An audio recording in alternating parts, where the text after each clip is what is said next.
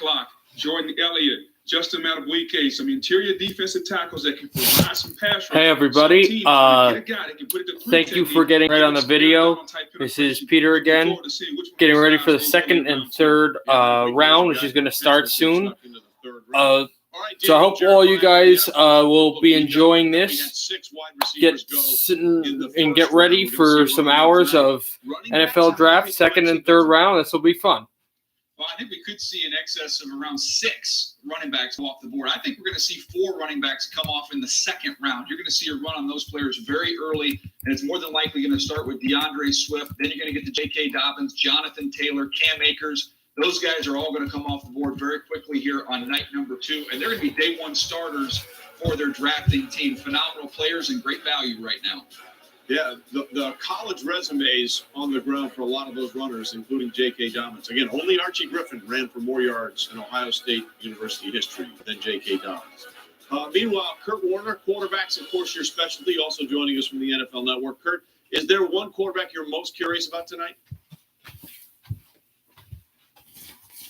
Well, there's one that I'm most curious about and intrigued by. It's got to be Jalen Hurts. I believe he's a winner, kind of like a Russell Wilson, just finds ways to make plays. But, Trey, I think it's important for us to remember that there's also a 26-year-old Jameis Winston on the market, a 31-year-old former MVP and Cam Newton on the market. And we have to believe after last night that Andy Dalton will be available as well. So who are the Bengals going to get? Falling in love with one of these draftable quarterbacks.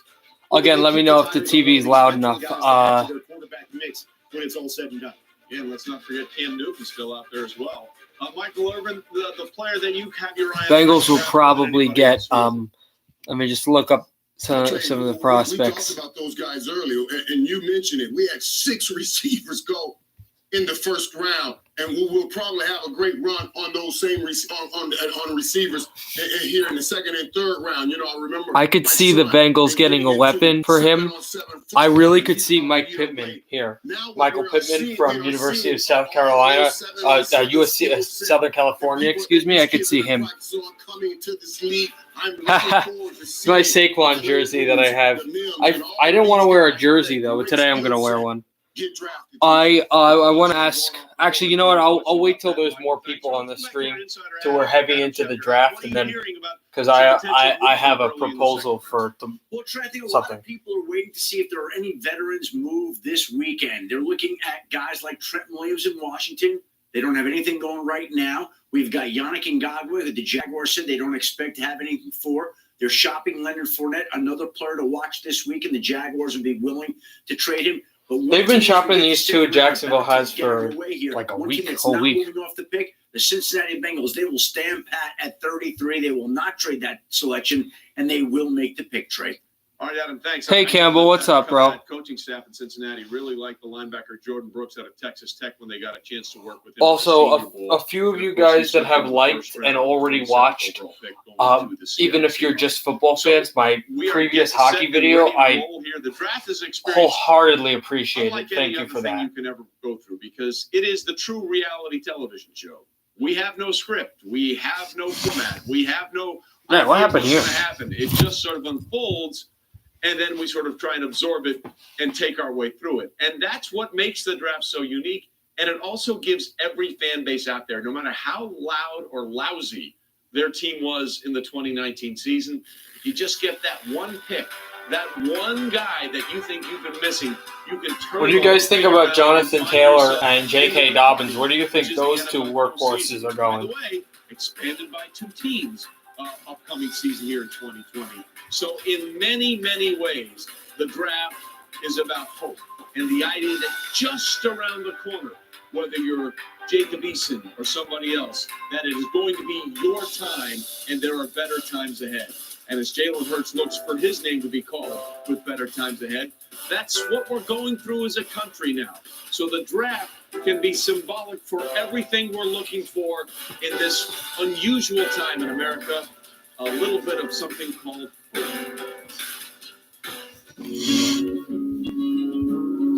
hope is something we sports fans know all about.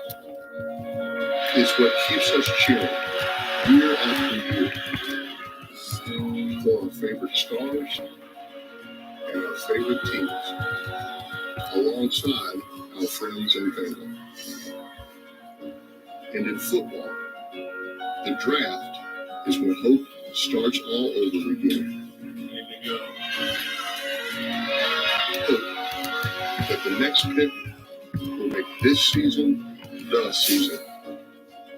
Hope that the next name called will be yours. But this year, we're hoping for more than a future star. A stronger line, or greater speed. We're hoping to fill a deeper need. With a future of full arenas, full voices, free reign, to gather, to feel the power of football together. Because that will mean life is back to normal for us all. Yes, I am hopeful for today. So celebrate with these young men. Jonathan Taylor, he's a good fit for Miami. I would say that. Looking forward to a stretch of glorious tomorrows. Red Rock 310, could I upload your favorite team and you're a Sharks fan?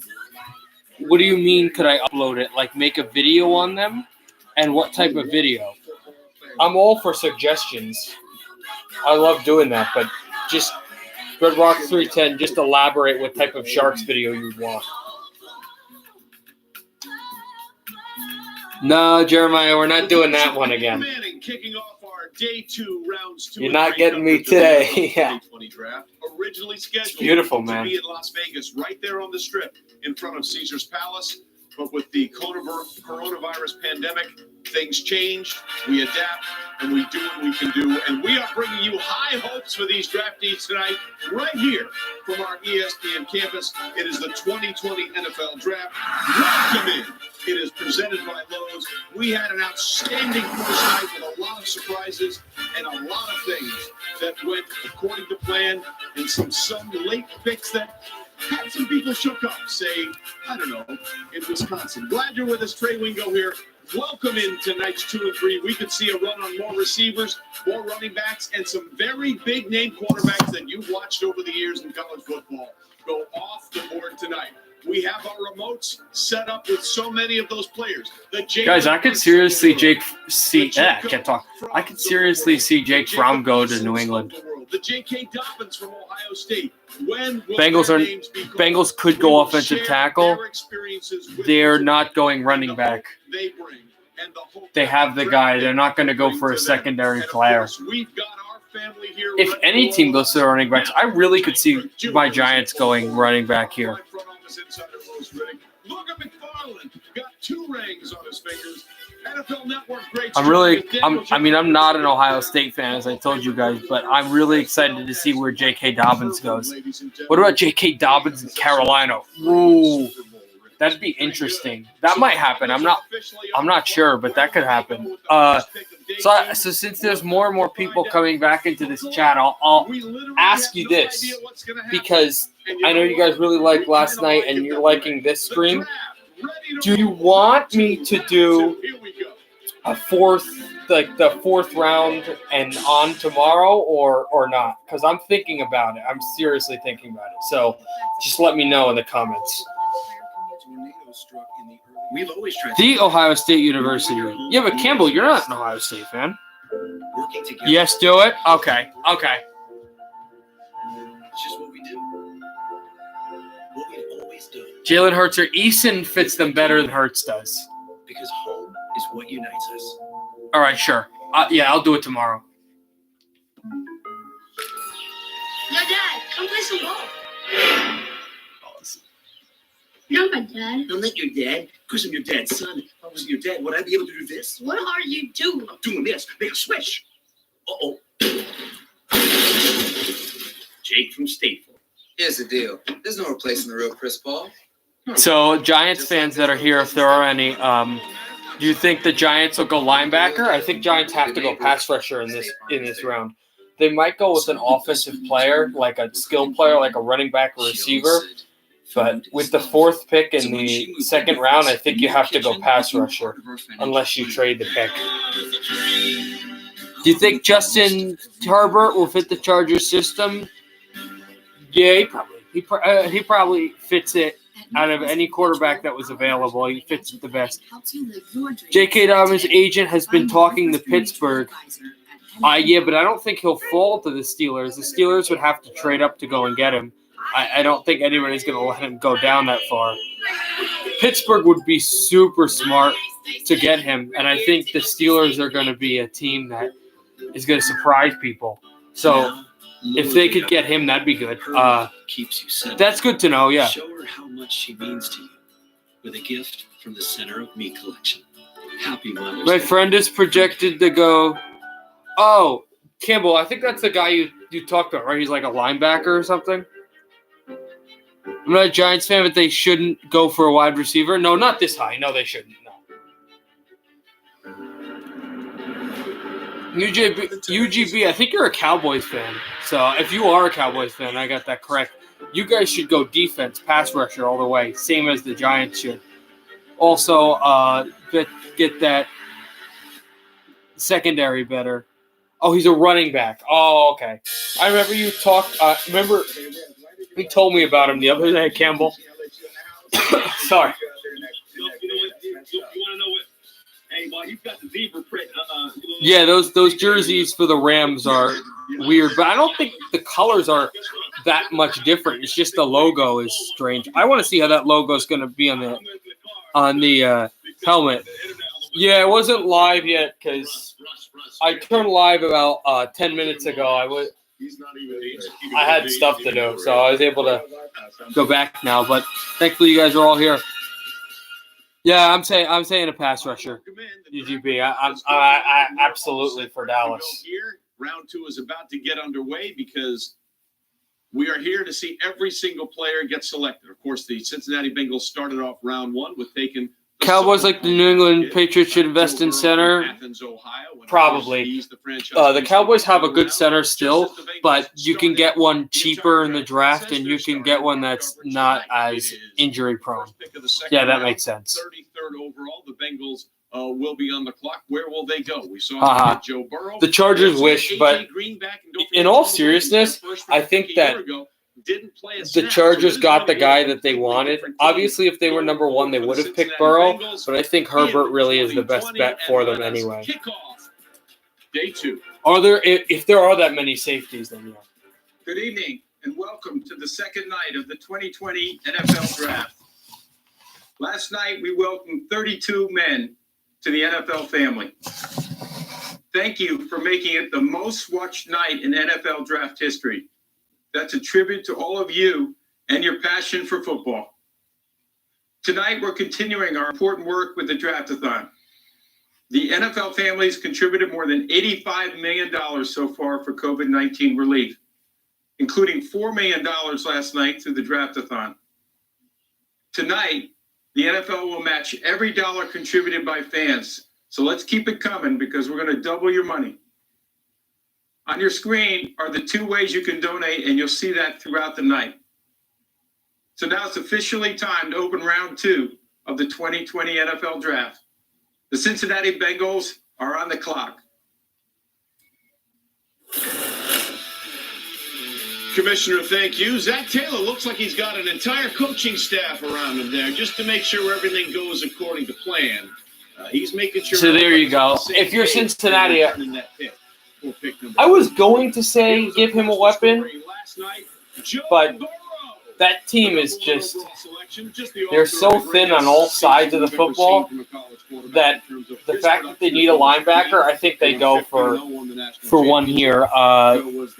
Tell you who I have them taking here. Let me just look at them. Who they have, who's available, excuse me. But probably more about the reaction of getting Joe Burrow. And, of course, look what they've already done now in Cincinnati, Ohio.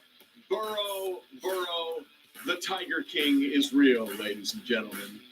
It is no longer Joe Exotic. It is just Joe I'm not Burrow. sure. He is the true Cincinnati Bengal after being so we've got all our people ready. I like Ross Blacklock with the pick, get their tackle back from last year, but there are some other good players, some good running backs. How do I feel about the Seahawks pick? Yeah, Seahawks did the Seahawks did pretty good. Name's a heck of a football player. There are some offensive linemen. Robert Hunt, Louisiana Lafayette, tackle guard, is very versatile and a really good football player. So I think if you try to help out Joe Burrow, you go on the defensive side of the ball. There's a ton of directions. The Seahawks just kind of made the type of pick that's very Pete Carroll-ish. I mean, I would try to do everything I could if I'm the Bengals. Yeah, I like what they did. Talent base around them. All right, so Lewis, as a front office insider, where would you go? You know you have your franchise quarterback. You believe you have your cornerstone tackle. You get A.J. Green, who had that freak injury in the offseason last summer on that warm-up field. To me, for Cincinnati right now, there's just a lot of options. I'm not sure where they want to go with the ball. I was initially thinking offense, but I think that Cincinnati absolutely has to go defense here because there's a lot of really good defensive players and offense a dime a dozen. I like the idea of Blacklock as a defensive tackle. I'm not sure where they go. Obviously, there's a few safeties, and running backs that are really elite right now. So that would be the position I would be looking to fill with this first pick in the second round. I know they show the top tight end, but I don't think a tight end's going to get picked until middle to late of the second round. One of the highlights of the year last year was the Bengals linebackers basically on spin cycle when Lamar Jackson was running through them. They're going to have to find some players on the other side of the ball here.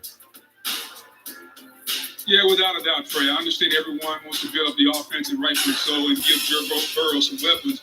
But when you have a defense that Cincinnati should go for a wide receiver, not this high. At some point, you're going to have to either beef up the second level defenders and the linebacker, or maybe a defensive tackle to help Geno Atkins. Now you have to adhere to Joe Mixon, even though he's a crazy guy and an idiot at times. He's a really good football player. So no, I wouldn't go get a running back. Titans need a tight end. There's a really good tight end right now available, but I don't know if he's going to drop that far. I could see Tennessee trading up, though, to go get him. In fact, that would be a really good move for Mike Vrabel. To me, you've got to get him some more help up front. And to me, We'll see. Again, I wouldn't mind the Giants getting another running back, especially a workhorse running back, so they could split the time with him and Saquon. Well, it's interesting, those names you mentioned, they were both potentially first-round picks here. But Kurt, as a guy who is going to be the franchise quarterback, that's a position you found yourself in with the Rams. If you know you're going to be that guy, what's the thing you want to have around you? Well, I like where DJ and Lewis are going. Weapons. I had a lot of them when I played, but I think the smart move for Cincinnati is to go on the interior, either side. As Booker said, defensive interior or right. DJ. I agree with Kurt Warner. I'm saying Blacklock all the way for Cincinnati. That always helps a young quarterback. Because what about the Bears? Bears need a lot of help. I think you go running back here or offensive line if you're talking about Chicago. Loaded. Give Joe Burrow as many toys as he had at LSU, right? That's got to be where New England needs a lot of help as well, but I agree with that, Harold McCain. Go get a tight end if you're the Patriots. Is still one of the best in this league when he's healthy and on the football field. Rolf, we talked about the speed and how important it is in this league. I don't think there's any way they go get a running back. Oh, Bengals pick us in. Against the defense and rushing. But they were also 30th in scoring. If I give them some more weapons, give them that big receiver that Lewis was talking about. We put more points on the board. That's the way we stop you from running the football. We make you play catch-up. That helps the defense also. Yeah, listen, you're exactly right. So there's a lot of ways they could go here. There are a lot of options for the Bengals who are trying to get back to the way they were. I know we sort of – and Mel, you've been on this. We look at the Bengals as a whole and see that void of playoff wins. And obviously, since they went to their second Super Bowl, it's not a lot there. But we're talking about a team that has been in the party recent memory. And they quite frankly should have won that wild card game a few years ago against the Pittsburgh Steelers. But then, Vontaze Burfict went Vontaze Burfict, and that was all part of it. Yeah, bad luck. And the injury to Carson Palmer, and as you said, the penalty late when it looked like they had the Steelers beaten. But they have had success in the regular season, and they have allowed quarterbacks to have success. As I talked about, the 414 touchdown passes since 2003, ranked 13th in the NFL. So they have done a decent job with their quarterbacks over the years. All right, Mel, thanks. So we'll see what happens here. Zach Taylor looks like he's by his lonesome now and is on the phone. That would lead me to believe that potentially the pick is in. And ladies and gentlemen, it is. Where will Cincinnati go? Okay, let's get this started with the 33rd pick in the 2020 draft. The Cincinnati Bengals select Tee Higgins, wide receiver, Clemson. It's a do-go receiver. It's pretty good. Give this man more weapons. Here's what you need to know about Tee Higgins in his 3-year career at Clemson. 27 touchdown catches. Why is that significant? It ties the school record of DeAndre Hopkins and Sammy Watkins. I find it interesting that a lot of Clemson receivers have been picked in the last 7-8 years. That's a good pool for receivers. Good for over 18 yards a catch. That ranked 5th in Tigers history. And this kid is incredible at going up and getting the football. You see the size right there, 6'3", 216 pounds. And by the way, just real quick, this is Tee's sister who plays basketball at Middle Tennessee State. So this is an athletic family. And he was also a Mr. Basketball runner-up in Tennessee, Michael, before he decided to focus on the football field. Look at that athleticism. Look at the way he's leaping and dunking that basketball. Remember, I talked about this guy earlier when I called a very cold receiver. No matter where you put the ball. Fast kid, too. He's really fast. That's going to help you in the NFL. Look at that. The game is what makes him so dangerous. Yes, he doesn't have that runaway speed, but he has the body that once he stacks you, you can't come over top of him. And he has that great body control. Where he can contort his body any kind of way he needs to catch that football. Trey, this is a great pickup. These two Colts didn't even notice that. Indianapolis immediately made their pick. Like they knew exactly. I guess once Higgins went, they knew exactly who they wanted. 4 1/8 inches at the combine. In the last 10 drafts, there have been 4 wideouts in the first round with long arms that long. For Indianapolis, I think they're taking a safety here. Right, so we're talking about pretty good company here. No doubt, and that sign's going to show up big time in the red zone. It's going to show up in 3rd down. And if you want to know if Joe Burrow's excited, Joe Burrow trained in Los Angeles with Jordan Palmer to get ready for this draft. And you know who else he threw to while he was out there? Tee Higgins. These guys have already played catch with one another. There's already some familiarity between these two, and he's going to be their red zone weapon for the future with Joe Burrow, Trey. Yeah, absolutely. Listen, there were some people that say he fell off a little bit toward the end of the college football run. He admitted he was facing tougher press coverage. He didn't work out at the combine. He said, look, our season just ended a couple of weeks ago. I was done. That might have been one of the reasons why he was still there. But you cannot fault the production that you saw out of Tee Higgins. And motivation comes in many forms. When Tee Higgins was a kid, he really didn't like football. So his mom said, for every touchdown you score as a 4-year-old, I'll give you a Hot Wheel. He scored a lot of touchdowns. He got a lot of Hot Wheels. And now he's got some Hot Wheels that he's going to go with Joe Burrow. Meanwhile, it looks like the next pick is in. It would be the Indianapolis Colts with pick number 34. And yes, indeed, that pick is in. So where will Frank Reich and company go? Let's find out what they're going to do with the second pick of the second round and how they're going to I'm saying they go safety. Round 3 is probably going to be around 9:30-ish. Not sure. With the 34th pick in the 2020 NFL Draft, the Indianapolis Colts select Michael Pittman, wide receiver, USC. Another wide receiver. So Pittman does go, but right after. Wideouts go off the board, and here's what you need to know about Michael Pittman. The name sounds familiar. Booger alluded to it. His dad was a punishing runner for the Tampa Bay Bucs, among other teams, and he was part of a Super Bowl championship squad. And take a look at Michael Pittman. He was a runner, look, you know better than anybody, that was not afraid of contact and running into people as opposed to running away from people. And Michael Pittman now plays the position that same way. Listen, he had over 100 catches. Very few people have done that in USC. He goes up and gets the ball.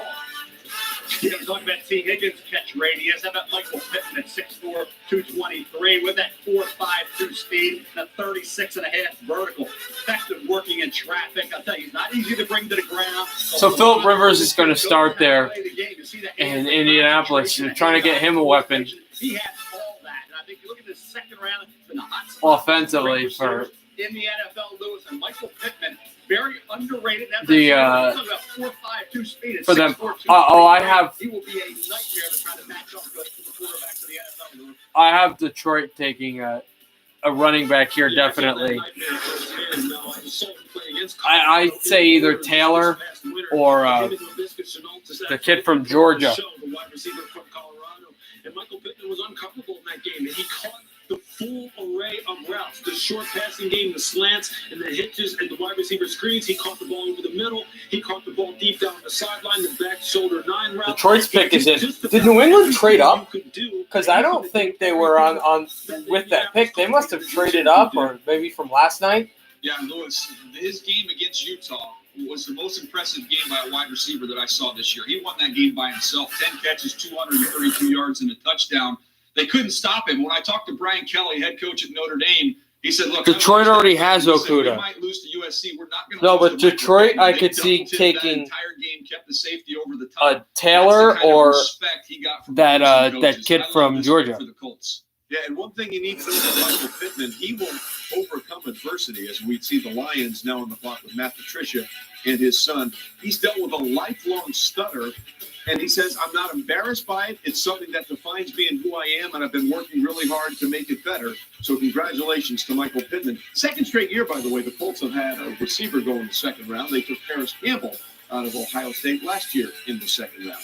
So Matt Patricia, I definitely see running back here for the Lions. Now trying to figure out what to do with their first pick in the second round. They went, as we thought, chalk in the first round, taking Jeff Okudah, the defensive back, out of Ohio State. So where do we think they might go as we take a look at the general manager, Bob Quinn, the executive vice president and general manager, if we're getting specific about everything.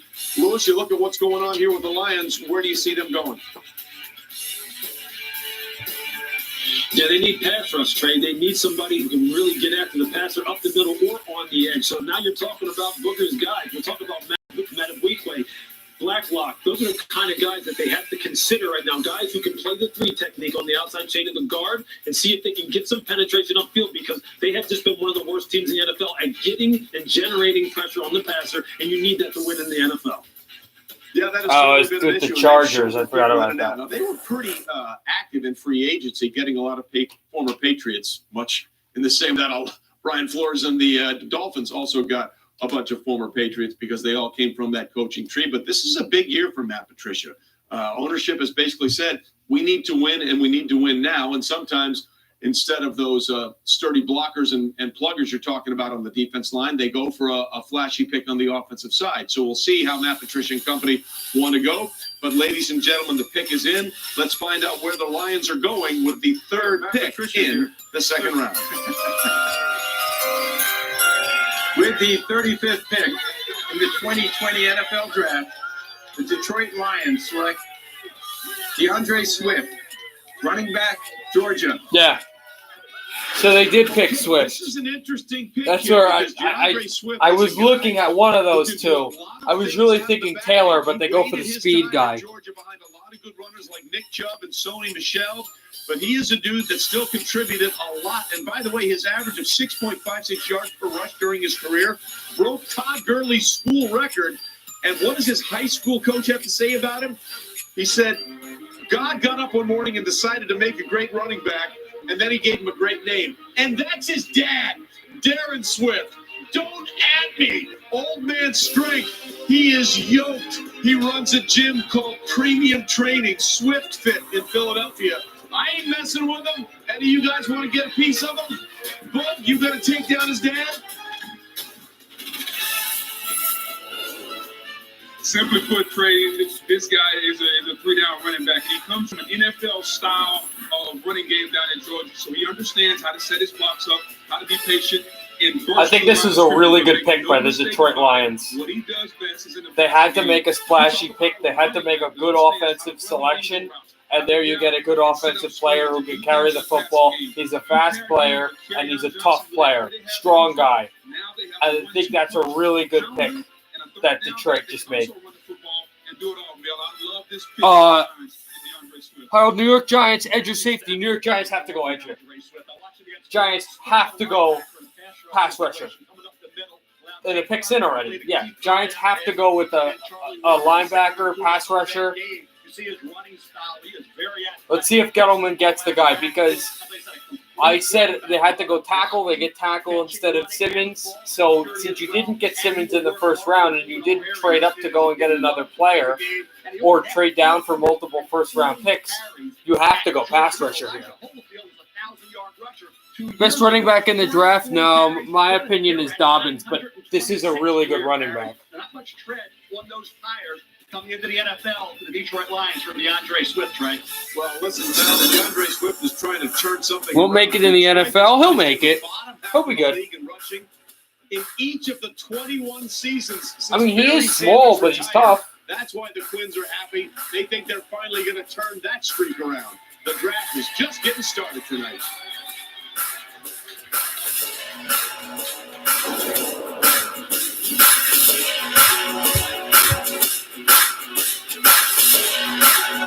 At Domino's, we think you and your oven could use a break. Ours are running at 450 degrees, and your pizza stays untouched from here to your table. Use contactless carryout to get 3-topping pizzas on any of Domino's 5 crusts for just $7.99 each. Service isn't just a department. It's a voice on the other end of the phone. A note to say you're on our mind. A willingness to come to you. The world and how we interact with each other is changing, but that will never change who we are at Lexus. Now, more than ever, you and your needs come first. Find out what service options are available in your area at lexus.com/people first. Looks like they picked the wrong getaway driver. They'll be paying for this for a long time. They will, but with accident forgiveness. Allstate won't raise your rates just because of an accident, even if it's your fault. Cut! Sonny. It's okay? Line, a desert never lies. Isn't that what I said? No, you were talking about Allstate and insurance. Let's try again. Everybody back to one. Accident forgiveness from Allstate. Click or call for a quote today.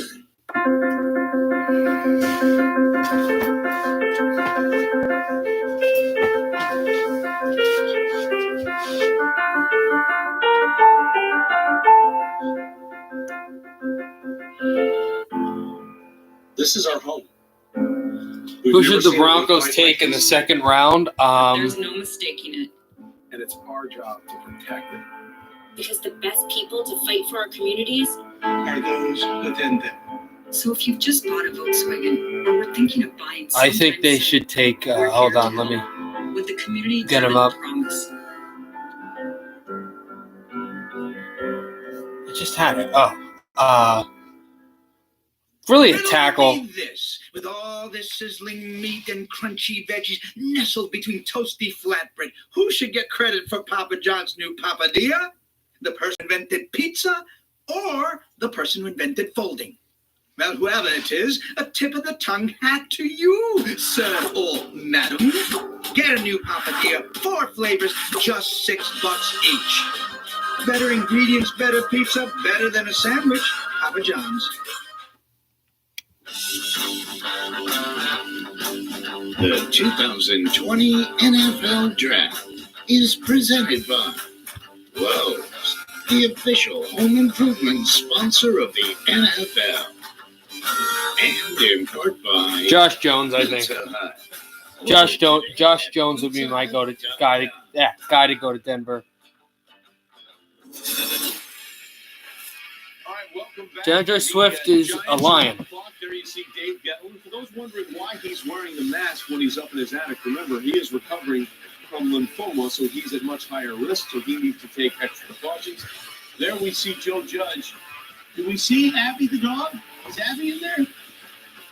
We'll find out. We'll see what happens there. But before we announce the next selection, we have some very special guests that we'd like to introduce to you. Please join me in welcoming members of the 104th Military Battalion of the New York National Guard, Among them is specialist Christopher Smith, and we're honored to have them introduce the pick.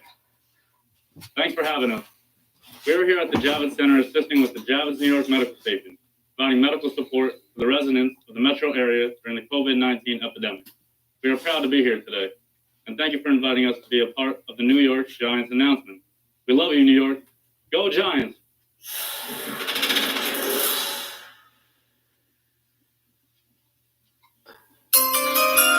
Thank you, Specialist Smith. And thank you to all our service members, both here and around the world. We cannot thank you enough for what you do and what you continue to do in these uncertain times. Thank you. With the 36th pick in the 2020 NFL Draft, the New York Giants select Xavier McKinney, defensive back. Wow. That's a pretty good pick. I mean, for Xavier McKinney. they need a pass rusher, Since he was 6 years old, he's got Marvin the Martian, the Minions. but big tackling safety helps. That's not a bad pick. No surprise, we're starting to see Baun would have been nice as a guy that can rush the passer, but he's an elite defensive back that was supposed to go late last night, and so he goes early tonight to the New York Giants. I like it. Also, just want to shift over to the Patriots. I agree with you, Harold. Cole Kmet is a Patriot. He's going to be in New England. I like that pick. I really do. To find and play the football. And Lewis, what I love most about him is they had so many injuries at the linebacker position. They're able to drop. New England just made their pick immediately. I think this is Kmet all the way. So you know you're getting a very smart, heady football player for the Giants. Exactly. Baun would have been a really good pick, but he's off. This is an awesome safety. The money backer that lines up over tight ends and covers backs, and he can play the Two SEC players which too. is a true nickel position. Which helps. You're right. He has tremendous eyes, tremendous ability to key and diagnose plays. His cut entry angles are always good, always sound, and he will drop the hammer on you. And the thing that makes him so good is then you can put him back deep, and he can range off the hash, play in the middle of the field. He's the total package. The Giants nailed this pick.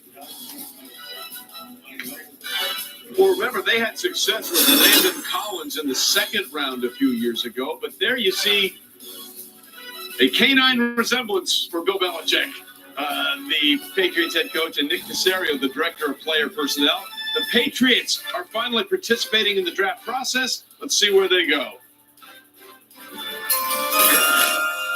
Cole Kmet for me. Pick in the 2020 NFL Draft, the New England Patriots select Kyle Duggar, defensive back, Lenoir-Rhyne. Lenoir-Rhyne, defensive back from a nobody school. And that's a very Belichick pick. The NFL team has selected a Division II safety in the first 3 rounds since the Bears took Daniel Manning out of Abilene Christian, 42nd overall in 2006. This is a guy who just sort of slipped through the cracks and spent 6 years in college. But his mother, Kimberly, was a former basketball star at Fort Valley State, inducted into their Athletic Hall of Fame in 2009. His brother, Patrick, played basketball at LaGrange College in Georgia from 2012-14. Kyler played basketball at Whitewater High School in Georgia, just like his brother and mother did. And then, of course, at Lenoir-Rhyne, Mel, this guy was a freak show. You just don't see his kind of athleticism at this level. Dominant player at a lower level of competition. That's what Jeremy Chinn coming out of Southern Illinois, who could be a pick coming up in the second or third round. Kyle Duggar did it a variety of ways with that kind of linebacker size, 6'1", nearly 220 pounds in the return game. He was outstanding as well, phenomenal. 6 punt return touchdowns in his career, 10 career reception. That helps because New England is a really good special teams team. I mean, it was weird that they went and got him at this pick because they could have gotten him at another pick, but so he wanted to go and get that guy, and they have him. Simply put, Bill, he was a playmaker. He's a guy that can come down and make plays. 10 picks throughout his career. You talk about the 6. No, Swift isn't on the Broncos. Swift's a Lion. From a playmaking standpoint, he's always going to be around the ball. You can insert him down. He's going to make sure that if you need to play on your defense, he can make the play, Trey. All right. right, thanks very much. The next pick is in. Let's go to the commissioner. With the 38th pick in the 2020 NFL Draft, the Carolina Panthers select Yetur Gross-Matos. Oh, Defensive end, Penn State. this is a good player, too. Gross-Matos led the team at Penn State with 9.5 sacks and 15 tackles for loss. He was a first-team All-Big Ten selection by the coaches and the media. But the things that he has had to deal with through a very, very young start in his life is absolutely incredible. Size 17 shoe, by the way, by the age of 15. But you see those tattoos on his arm. When Yetur Gross-Matos was 2 years old, he and his father, Michael, were in a boating accident. Michael made sure Yetur was saved, and then he drowned. And then just a few years after that, on a Little League game in June of 2009, lightning struck and killed his brother, Kalal. He was only 12 years old. And as you saw, he has tattoos on his chest and his left bicep to represent who he plays for his late father and his brother. In fact, Lewis, in one of his first games at Penn State, he got a half sack in the game, and the skies opened up, and he felt like that was his family watching him. What are they getting in Carolina in this player?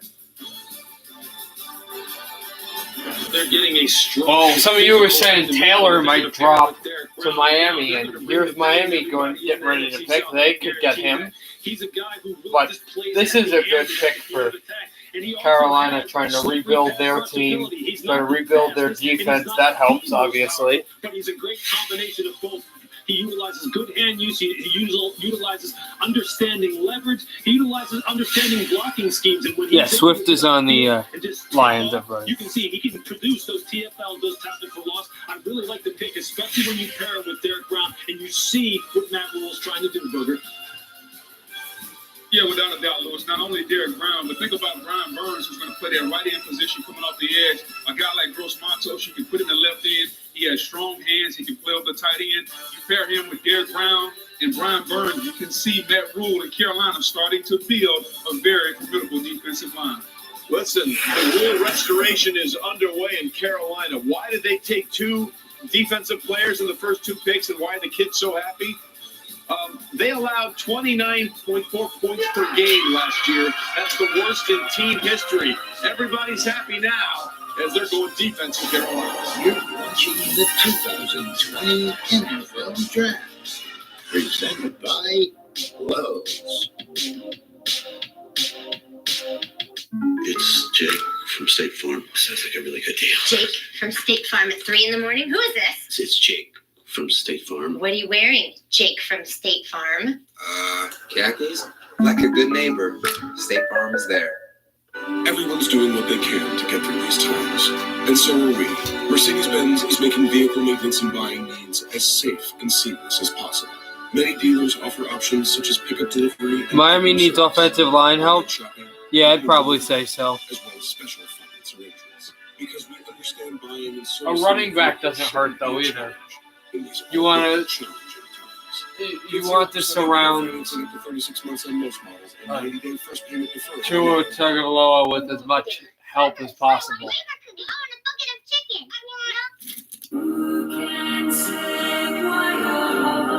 It's the easiest because it's the cheesiest.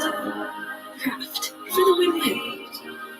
If we weren't able to stream anything, I think they'd be lost. We're all home right now. That's why Verizon is giving you more of the entertainment you want. Haley is usually watching a TV show, and McKenna is almost always listening to music. We love Verizon. So I get the shows I need when I need them. Now, unlimited plans come with your favorite artists on Apple Music, shows and movies on Disney Plus, and over 70 top channels of live TV with YouTube TV. Music plays a huge role in our family. That's how we connect. Plans start at just $35 so your family can mix, match, and save. Shop online today, only at Verizon.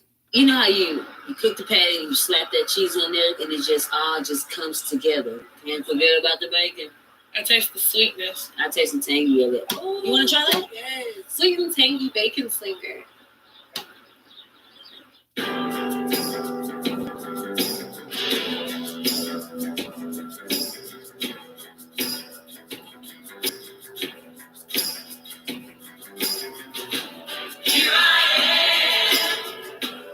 I'm happy to be ready. We don't even know. Feeling good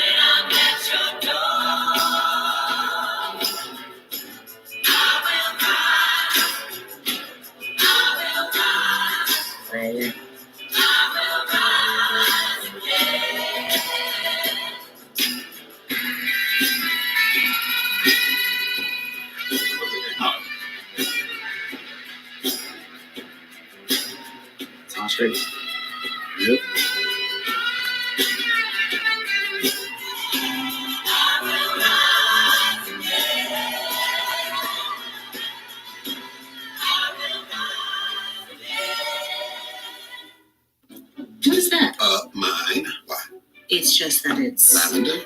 Yes, it is. It's for men. I don't like the smell of it.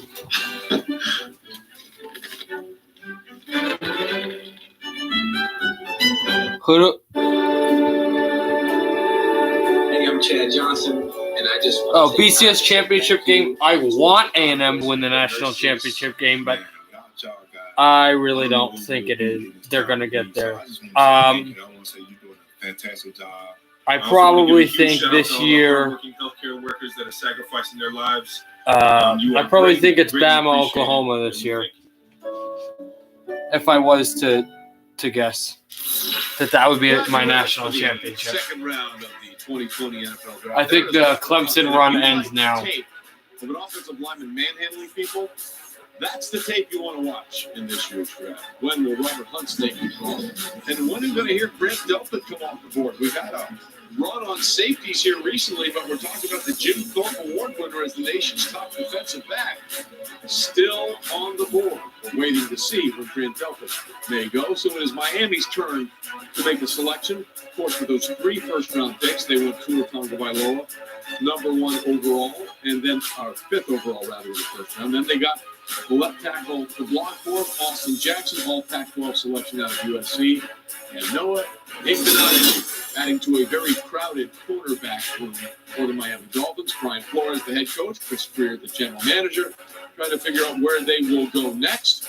A couple of offensive players and that 1 cornerback. The pick is in for Miami. Let's find out what the Brain Trust is going to do next.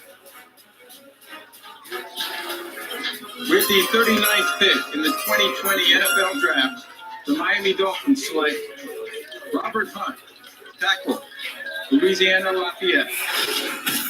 Well, there he So is. they do get an offensive lineman. Okay. That helps for Tua and the Dolphins. Because Robert Hunt in the last 2 seasons allowed a total of 5 quarterback pressures and 574 pass blocks. He did not have a single blown block on any of his 216 rushes in the last 2 seasons. Daniel Jeremiah, again, if you want to see someone abuse another I'm sick of Alabama. Red Rock 310. Red Rock 310, as I've said multiple times, I'm a Texas A&M fan. I'm more than sick of Alabama. I'm super sick of them kicking our butt every time we have to play them, no matter where we play them. Destroying us in the 4th quarter. Yeah, I'm definitely sick of Alabama, but I know they're really good. So I do have them going to the national championship, probably winning. But the Miami Dolphins might give him a shot to start outside before kicking him inside. They've done a nice job with 2 offensive linemen now to put in front of Tua Tagovailoa, like what they did with Austin Jackson. Now they come back with Robert Hunt.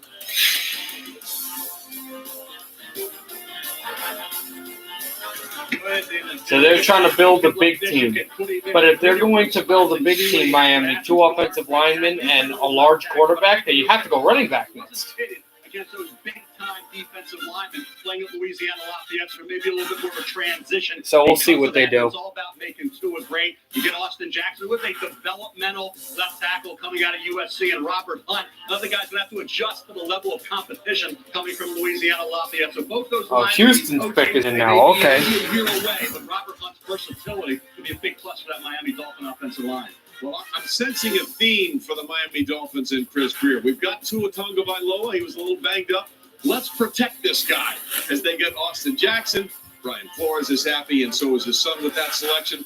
And then they get Robert Hunt as well, along with the cornerback Noah Igbenogany, who both of his parents, by the way, were Olympian-level athletes and competed in the 92 and 96 Olympic Games. Meanwhile, the Houston Texans are now on the clock, and there you see Bill O'Brien with, among other people, his son Jack, a 17-year-old who was there with him to help make the pick, and let's see what happens. With the 40th pick, All right. 2020 NFL Houston now. The Houston Texans select Ross Blacklock, defensive tackle, TCU. Oh, there. All right, Ross Blacklock is Blacklock a very goes. interesting story as he's awaiting to hear the news officially that he is off the board. Played at Got to TCU. represent The because advisory board told the him Texans are my AFC team. So they get a big defensive tackle who's really good. Oh, Miami got an offensive tackle Eric Welch, Miami got an offensive tackle from Robert Hunt from Louisiana Lafayette. He's their head coach, and he knows how to do all the tricks and everything going. There is Jimmy Blacklock doing his thing, and of course he was the ultimate showman as part of the Harlem Globetrotters, but he says he gets a lot more joy watching his son go out there on the field and dominate. And Booger, Ross is a guy who can get some things done. Texans needed a lot of help because we got rid of our star receiver. You know the Texans are going to go get another receiver. And Houston needed some more size and flash defensively. So this kid does it. Sideline to sideline, the way he plays. This is the type of guy from a defensive tackle. Also, Indianapolis' pick is in. I think they go linebacker here. Say, hey, big fella, go get the quarterback, and Lewis, he can do it at a high level. No, only two. I'm not a Patriots fan. That is just, I told you, that was just a random shirt I have. No, I like most people, I have an NFC team and an AFC team, and this is and Houston is my AFC team. No, I don't like the Giants. I like the Giants. I don't like the Patriots or I mean, I have like a shirt from them, and I don't really hate them, and I root for the Raiders because my dad's a Raider fan. But no, my teams are the Giants and the Patriots. Hey, Gavin Dune, nice. See you again. Hopefully we get a lot of people like last night still. 17-year-old son, Jack, thank you to all the frontline heroes, and we are excited to see what happens there. Meanwhile, the Indianapolis Colts, Frank Wright, and the Colts did get a receiver. They're going to need a lineman, but I think the Colts pick is going to be linebacker here. The Cleveland Browns have traded the 41st pick to the Indianapolis Colts. With the 41st pick. Thank you for the support, Kevin Dune. I appreciate it. The Indianapolis Colts select Jonathan Taylor, running back, Wisconsin. Whoa! Jonathan Taylor is a great player. That's an awesome pick for the Indianapolis Colts. High school rushing record. He almost went to Harvard as a philosophy major.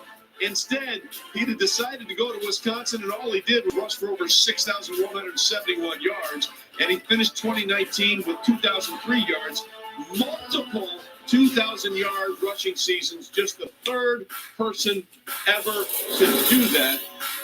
Three-time All-American. He's a two-time Doak Award winner, given to the nation's top running back.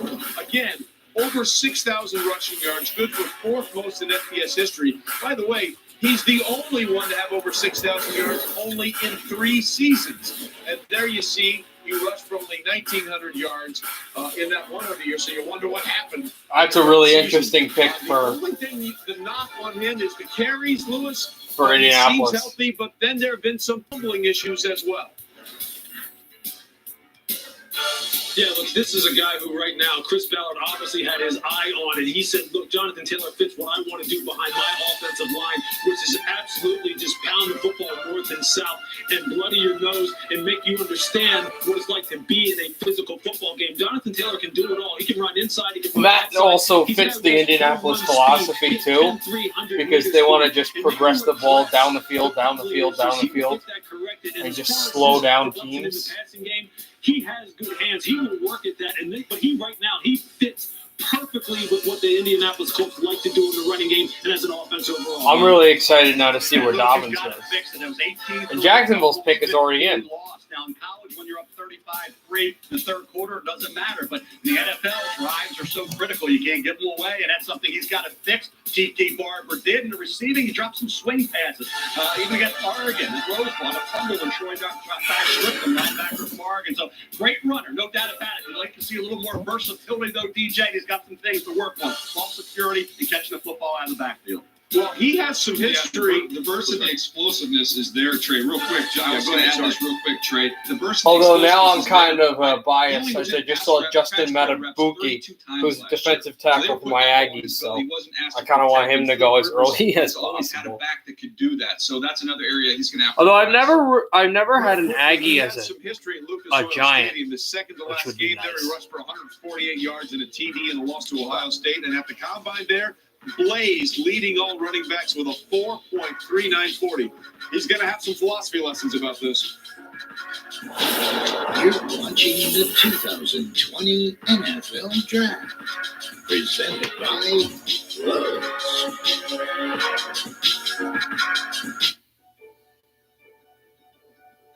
In nearly 100 years serving the military community, we've seen you go through tough times. And every time you've shown us you're much tougher. Your heart, courage, and commitment has always inspired us. And now it's no different. So we're here with financial strength, stability, and experience you can depend on. And the online tools you need, because you have always set the highest standard. And reaching that standard is what we're made for. Wouldn't it be nice to eat with some of your old friends? Like the Chalupa Supreme, beefy 5-layer burrito, and more. Order ahead and get your $5 Chalupa Cravings box at Taco Bell's contactless drive-thru. Calling all grassmasters, fescue fanatics, and stewards of St. Augustine, to the springtime sprawlers and cultivators of the cul-de-sac. Run with us on a John Deere mower, because this is more than just grass, it's home. Search John Deere mowers for more. What's up, everybody? Tony Gonzalez here. Urging you to stay at home, take care of your family, protect yourself. We're at the end of another day here at the Cousins household. We're going a little stir crazy in the house. I wanted to share what I've been up to.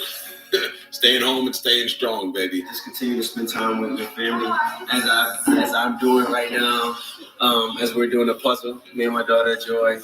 Say hi.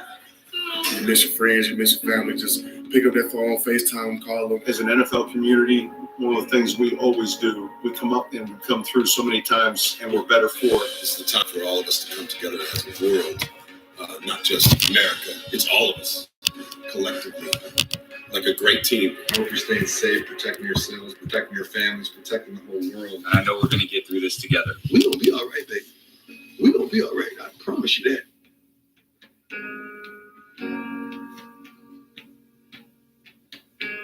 Hello from Long Island, From Connecticut. From Brooklyn. New Jersey, Lubbock, Texas. Hola.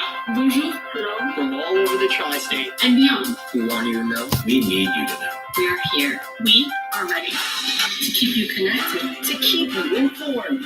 To keep you together. during this unprecedented time. And we won't stop. That is what we do. And we truly believe with all our hearts We will get through this. Because we are all of us. In this together.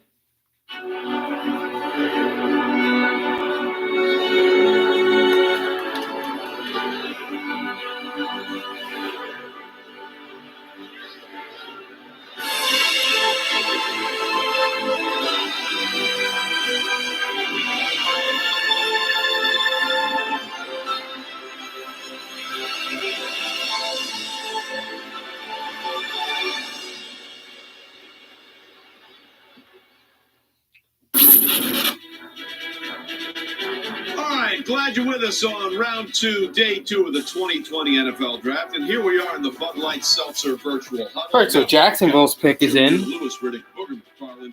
And glad to be joined by our great teammates from the NFL Network, Daniel Jeremiah, and a couple of Hall of Famers, quarterback Kurt Warner and Michael Irvin. Meanwhile, Jalen Hurts, the Oklahoma quarterback. The Giants get a safety. There's a few other picks. We'll run through that. If any of you have questions, I can run through that as well. And his unique skill set and how it will translate into the NFL. Jags are going to get an offensive lineman. Number 10 here, the Jacksonville Jaguars. In my opinion, they have to go offensive. And David Caldwell, the general manager, trying to work things through. 10 picks. They have a lot of stuff to do. If I'm Jacksonville, I'd start trading them around too to see if there's specific We've seen a run on safeties and wide receivers. areas that they want to go with. But I say offensive lineman. With the 42nd pick in the 2020 NFL Draft, the Jacksonville Jaguars select Laviska Shenault, wide receiver, Colorado. Duval, stand up, because Laviska Shenault is a big play waiting to happen. How do I know that? The first time he ever touched the ball in a game at Colorado as a freshman, he picked up a fumble punt and took it 55 yards to the house against Texas State as a true freshman. He chose Colorado. So another receiver, but it's good that they did go on the offensive side of the ball because they needed to. And the dreadlocks are a tribute to his father, Laviska Shenault Sr. Go in there and get a guy that helps Died their unexpectedly offense. when Laviska was only 10 years old. He Chicago just picked. Their pick's in right now. Fatally struck by a pickup truck. He was only 39 years old, and Laviska decided to grow out his dreadlocks as a tribute to his late father. And he is a guy who puts in work and has a sturdy build. He didn't just lift with the other receivers. He lifted with the Buffalo offensive linemen. And the strength coach, Michael, made him stop every time he got to squatting 500 pounds. This is a guy who had an injury that slowed him down a little bit, but, man, he is explosive. He is absolutely an explosive trait. And it's no surprise that he lifts with the offensive lineman. Because when you watch this kid play, when he gets the football, it is dangerous to be in his way. He is not one of those receivers that catches the ball and tries to go out of bounds. He will go through you with that football in his hands. He has running back ability from the wide receiver position. You can see him right here, breaking out of tackles, taking it to the house, and call him Fisker. But what a great pickup this is, DJ. This is somebody that they lined up all over the field as a wildcat quarterback, running back in the slot, out wide receiver. The competitiveness and the toughness with him is what jumped out to me. And when I talked to his coach, Mel Tucker, he told me about one play against Stanford, 4th and 1. They need a conversion to get in field goal range to try and win that football game. They give him the ball and a handoff. The end is unblocked, and Laviska Shenault just ran him flush over to get the first down. So you're getting a strong, physical, competitive football player. Well, that's a really interesting draft board we're seeing there from Jacksonville with Caleb Chase on and the cornerback, and now Laviska Shenault. Yeah, Shenault might be like a bust because guys that try to run through people that are always so physical in the NFL level tend to get injured a little bit. I'm not saying he's bad, but I agree with that stand on there on what you said there. To our next selection, we see Matt Nagy there, the head coach of Chicago. Bears have to go defense here. I'm going linebacker again with the Bears. And there you see Ryan Pace, the general manager, with his daughter going over last-minute notes as we try and figure out what the Bears are going to do with their pick here in the second round. Pick number 11 in this round, 43 overall, as we continue our draft coverage. Before we get to our next selection, though, which is going to be from the Chicago Bears, we have a very special message for you from the health specialists at Advocate Healthcare in Chicago, Illinois. These people who are on the front line doing their best to keep us safe as we battle the pandemic of the coronavirus outbreak. Hello, my name is... Yeah, Shea Patterson will, but it'll probably be tomorrow, 4th, 5th round. In Chicago. I am proud to be on the front lines of this pandemic, helping our That's patients. good. Absolutely see that happening, but he's not going to get drafted tonight. Stay home and practice social distancing. Go Bears! Like around 7 o'clock, 7:10. Joseph. 7 to 7:10. So the pick We're is at the in for 43rd Chicago, pick. and we can't say thank you enough to our medical professionals taking care of our communities in Chicago and all over the country. We are proud to support you and all frontline workers. We will get through this together. Now, with the 43rd pick in the 2020 NFL Draft, the Chicago Bears select Cole Kmet, tight end, Notre Dame. They did that a few years ago to go and get a tight end. Now they reach and get one. One of the first one. He put on a show at the combine, ran a 4.740. He's probably the best tight end in the draft. Broad jump.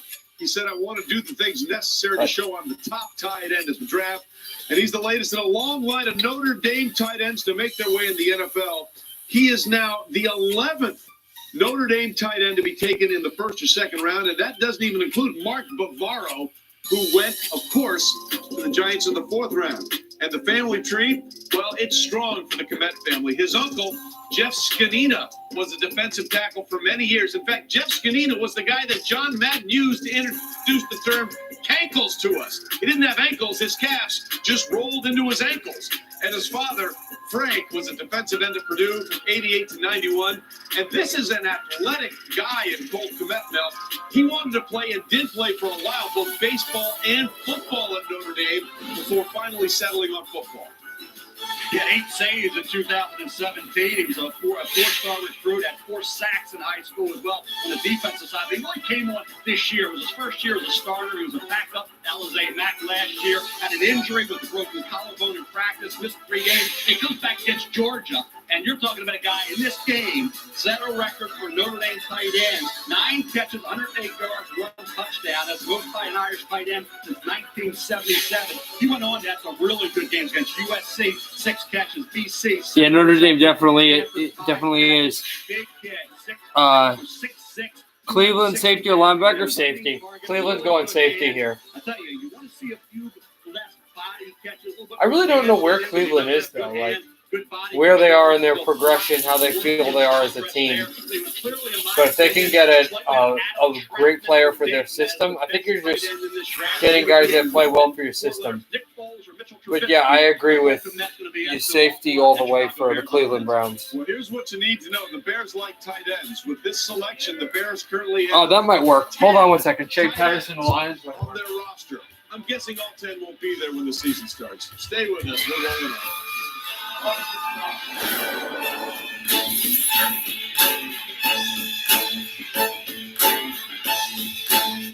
At Domino's, we think you and your oven could use a break. Ours are running at 450 degrees, and your pizza stays untouched from here to your table. Use contactless carryout to get 3 topping pizzas on any of Domino's 5 crusts for just $7.99. Sorry for that. Yeah. You know, you've already got a home team. I would definitely. Willie, Lauren, Steven, Darrell. 300,000 members of a team. I would definitely say Shea Patterson makes a lot of sense to go to because home is the Lions. That would actually, yeah, I would say that would be. I'm searching That would for be info good. on options trading, and look, it feels like I'm just wasting time. That's why TD Ameritrade designed a first-of-its-kind personalized education center. Their award-winning content is tailored to fit your investing goals and interests, and it learns with you. So as you become smarter, so do its recommendations. So it's like my streaming service. Except now you're binge learning. For a limited time, get up to $800 when you open and fund an account. Call 866-300-9417 or visit tdameritrade.com/learn. Now, more than ever, her love keeps you centered. Show her how much she means to you with a gift from the Center of Me collection. Happy Mother's Day from Kay. What do you think? What do you guys think about JK Dobbins to the Tampa Bay Buccaneers? The 3-in-1 solution with a soil improver to strengthen roots, seed to fill in gaps, and fertilizer to feed. The result, up to a 50% Who do you think could take the pressure off Aaron Donald? There's no one in the draft that's that elite. This is a I think you're looking at best player available if you're the Rams. No, you wouldn't be there for J.K. Dobbins on that? Okay. I thought it'd be an interesting We weren't in the car business. pick there. But again, to what you guys were saying about Cleveland, We needed to be helpful. for the Cleveland Browns, I'm safety all the way. Passionate. To treat people. He would fit the Bucs. Okay. That's. It's what we all signed up for. And now when people need I this think most, you got to get people do. Brady as much help on offense as possible for Tampa. Rams need offensive line help. Yes. I would go for a guard for the Rams. Again, though, they're a team that's definitely going to go best player available. Oh, of course somebody's going to take him. He's a really good player. If there's a shot that Zack Baun falls all the way down to the Rams pick, though, I would take him.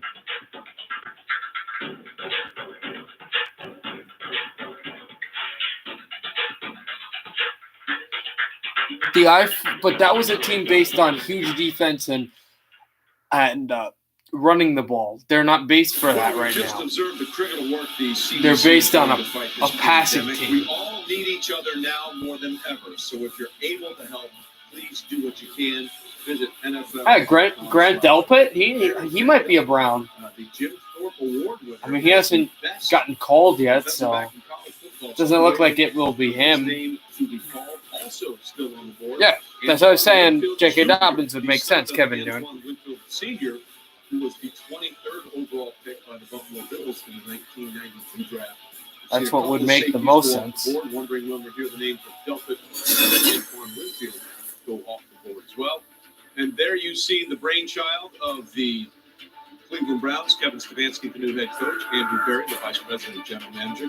A lot of Ivy League guys in the front office for the Cleveland Browns. The pick is in right now. Let's find out where Cleveland is going to go with this selection. Dog pound? With the 44th pick in the 2020 NFL Draft, the Cleveland Browns select Grant Delpit, defensive back, LSU. That's a smart pick. All right. So The Cleveland Browns needed secondary help, and they go get a good safety to help them. By the way, this is the second straight year that the Cleveland Browns have taken an LSU defensive Vaughn back. for Tampa, that's not a bad idea. I could see them taking Dobbins, and Vaughn falls to Denver. Jamal Adams, the former LSU and current Jeff safety. And, of course, he is a Saints fan. Grant Delpit grew up going to Saints games in the Superdome. Back then, he was recognized as the kid who would repeatedly run up and down the ramps of games. A fellow Saints fan would tell his father that one day Delpit would be playing in the Superdome. So, both, what do we think about Grant Delpit here? You know, if the draft would have been after the 2018 season, Grant Delpit would have been a first-round pick because there's things this young man can't do. You want to put him in the slot, have him cover wide receivers and tight ends, he can do that. You want to put him in the half field as a safety, he can do that. A tackling machine, someone that can It definitely helps Cleveland on that type of play. AJ Dillon is a sleeper. Yeah, he's a good player. I agree with that. The tape didn't just look as good as it did in 2019, and Grant Delpit suffered because of that. But I think going to Cleveland, now you got Ward on the outside. Okay. Delpit is a safety. Kevin, yeah, you guys gotta go. You guys gotta go running back here. Especially if he's healthy, and he showed you in the national championship game against Clemson his ability to come down and blitz. He can be that enforcer type. I mean, they probably played with them, Harold and LSU, anyways. That would make sense. 2018 was an all-around safety when it was 100%. He's big too. Like, he's not a smaller safety. You see a lot of small safeties. He's a large player, which helps. You want size on that back end. Tampa's pick's already in. Most of these teams, like when the guys are doing the replay of the previous pick, the pick's already going to be in. It's going to be like a fast draft. It's 2 rounds instead of 1, but it's going to go fast. To the ankle, excuse it all the way because of the injury. That's why there was a lot of mixed opinion when Grant Delpit going into the draft. Who would have ever thought Lenore Ryan beat LSU in something? They had the first safety taken over Grant Delpit. Nice line, Mel. By the way, he admitted he was trying too hard at some point to be perfect. But, yeah, some of that absolutely was the injuries as well. Okay, now on the clock, the Tampa Bay Buccaneers. There you see Bruce Arians still chilling on the back porch. And Jason Light, the general manager. The pick is in. Let's find out where they're going. Yeah, I'm saying JK Dobbins. NFL Draft, the Tampa Bay Buccaneers select Antoine Winfield, defensive back, Minnesota. Oh, another safety, so they don't go running back. This is kind of strange. We've had 4 safeties go off here in the second round. And they Wow, Kevin Dune, it's a defensive back, a safety to Tampa Bay. Not a running back. We just had Cleveland take Grant Delpit. And now Antoine Winfield Jr. is off the board. I could be wrong, but I think they're a little happy about this in the Woodlands, Texas, which is where he's from. Again, Antoine Winfield, a unanimous All-American, the 2019 Big Ten Defensive Back of the Year. And as we said, his father was a first-round pick in 1999 by the Buffalo Bills. You take a little of what we see of Antoine Winfield. Daniel Jeremiah, what do you like? Dad first, by the way. This was his dad. But by the way, when we rebroadcast the game between the Packers and Vikings, when Brett Favre was with the Vikings, he had an interception. So I just want to throw that out. So now, take us to the sun, Daniel.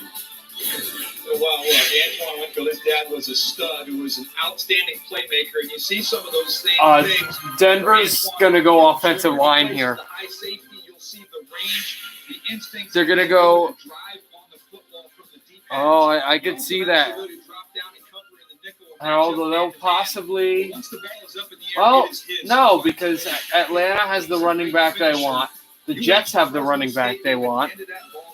He makes a wheeling interception as good as any you'll see in this. Man, that would be good for the Pittsburgh Steelers. Vita Vea up the middle, Devin White up the middle. If they got JK Dobbins. That's a good-looking core up the middle of that defense for the Bucs. What do you guys think about Mims to the Bears? Because a lot of people have been saying that as well. What do you think, Lewis? Now, Broncos are going offensive line here. I'm sorry, man. Look, I'll just tell you this. He's one of my favorite players because of the positional versatility. Look, we've already hit on the fact that he can play free safety, strong safety. He can play the nickel linebacker. He can play the dime linebacker. He can play the star or the money, as they call it down front. And he does have tremendous ball skills. The defensive back coaches down there in Tampa Bay. No, I really see Denver going with an offensive lineman. These guys all know how to coach up defensive back play, and this kid is born to play the position. And then you saw, of course, who they took in the first round, Trisha Worth. Let's not forget they also happened to pick up, Rob Gronkowski in the pre-draft process. Okay, now it's time for the Denver Broncos to find out where they go. With the 46th pick in the 2020 NFL Draft, the Denver Broncos select KJ Hamler, wide receiver, Penn State. Another receiver. Okay, they are clearly surrounding their quarterback, Drew Lock, who they took in the second round last year out of Missouri. So they get another receiver, but they got to start protecting this kid now. Lewis, they get KJ Hamler, who all he did his freshman year break Saquon Barkley's all-purpose yardage mark. That's another Penn State kid, too.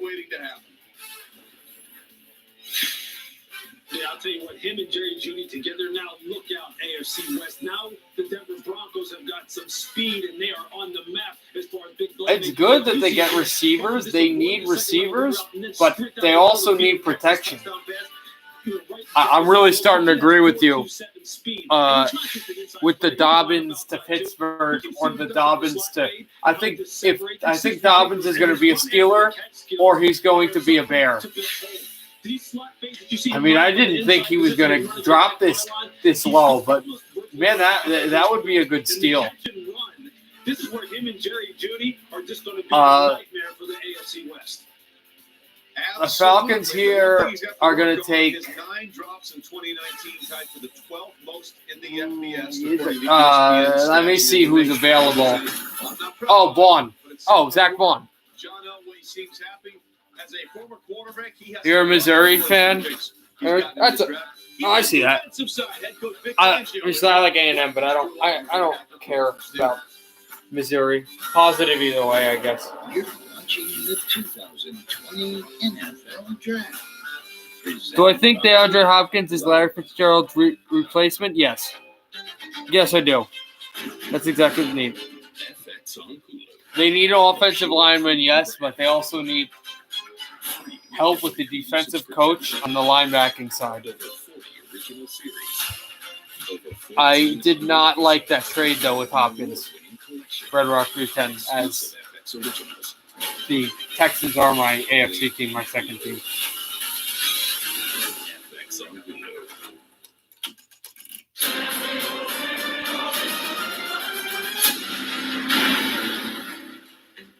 Oh, hey there. Didn't see you there. I'm George Kittle, and I'm here to bring you my top tips for the NFL Draft. We're going to be covering topics like acceptance speeches, awkward hugs, are sweatpants okay? This is a big moment, but you're in good hands. So sit back, relax, and enjoy the biggest moment of your life. Join Bud Light Seltzer in supporting the NFL Draft-a-thon for COVID-19 relief.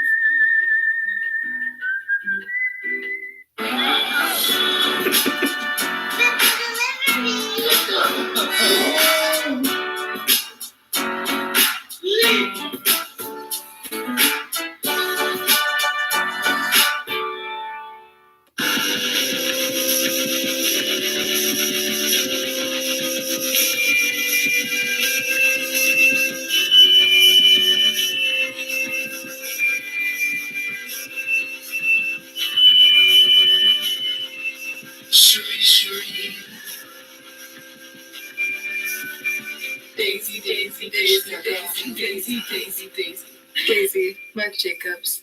At Macy's, the fragrance destination. Yeah,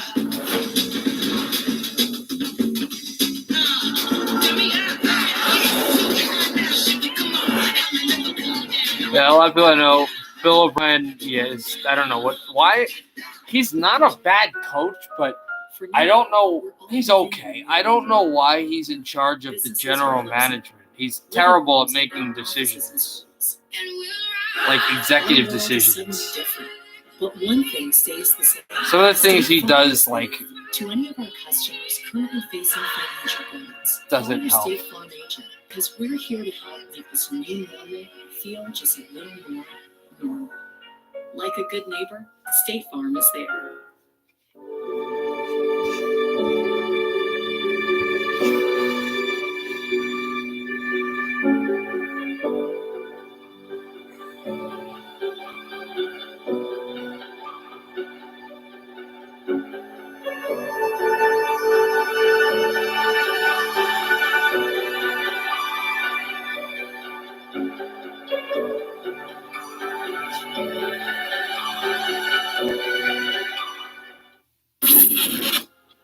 Make sure you visit NFLShop.com tonight for official 2020 draft gear, caps, jerseys, and more, all shipped free.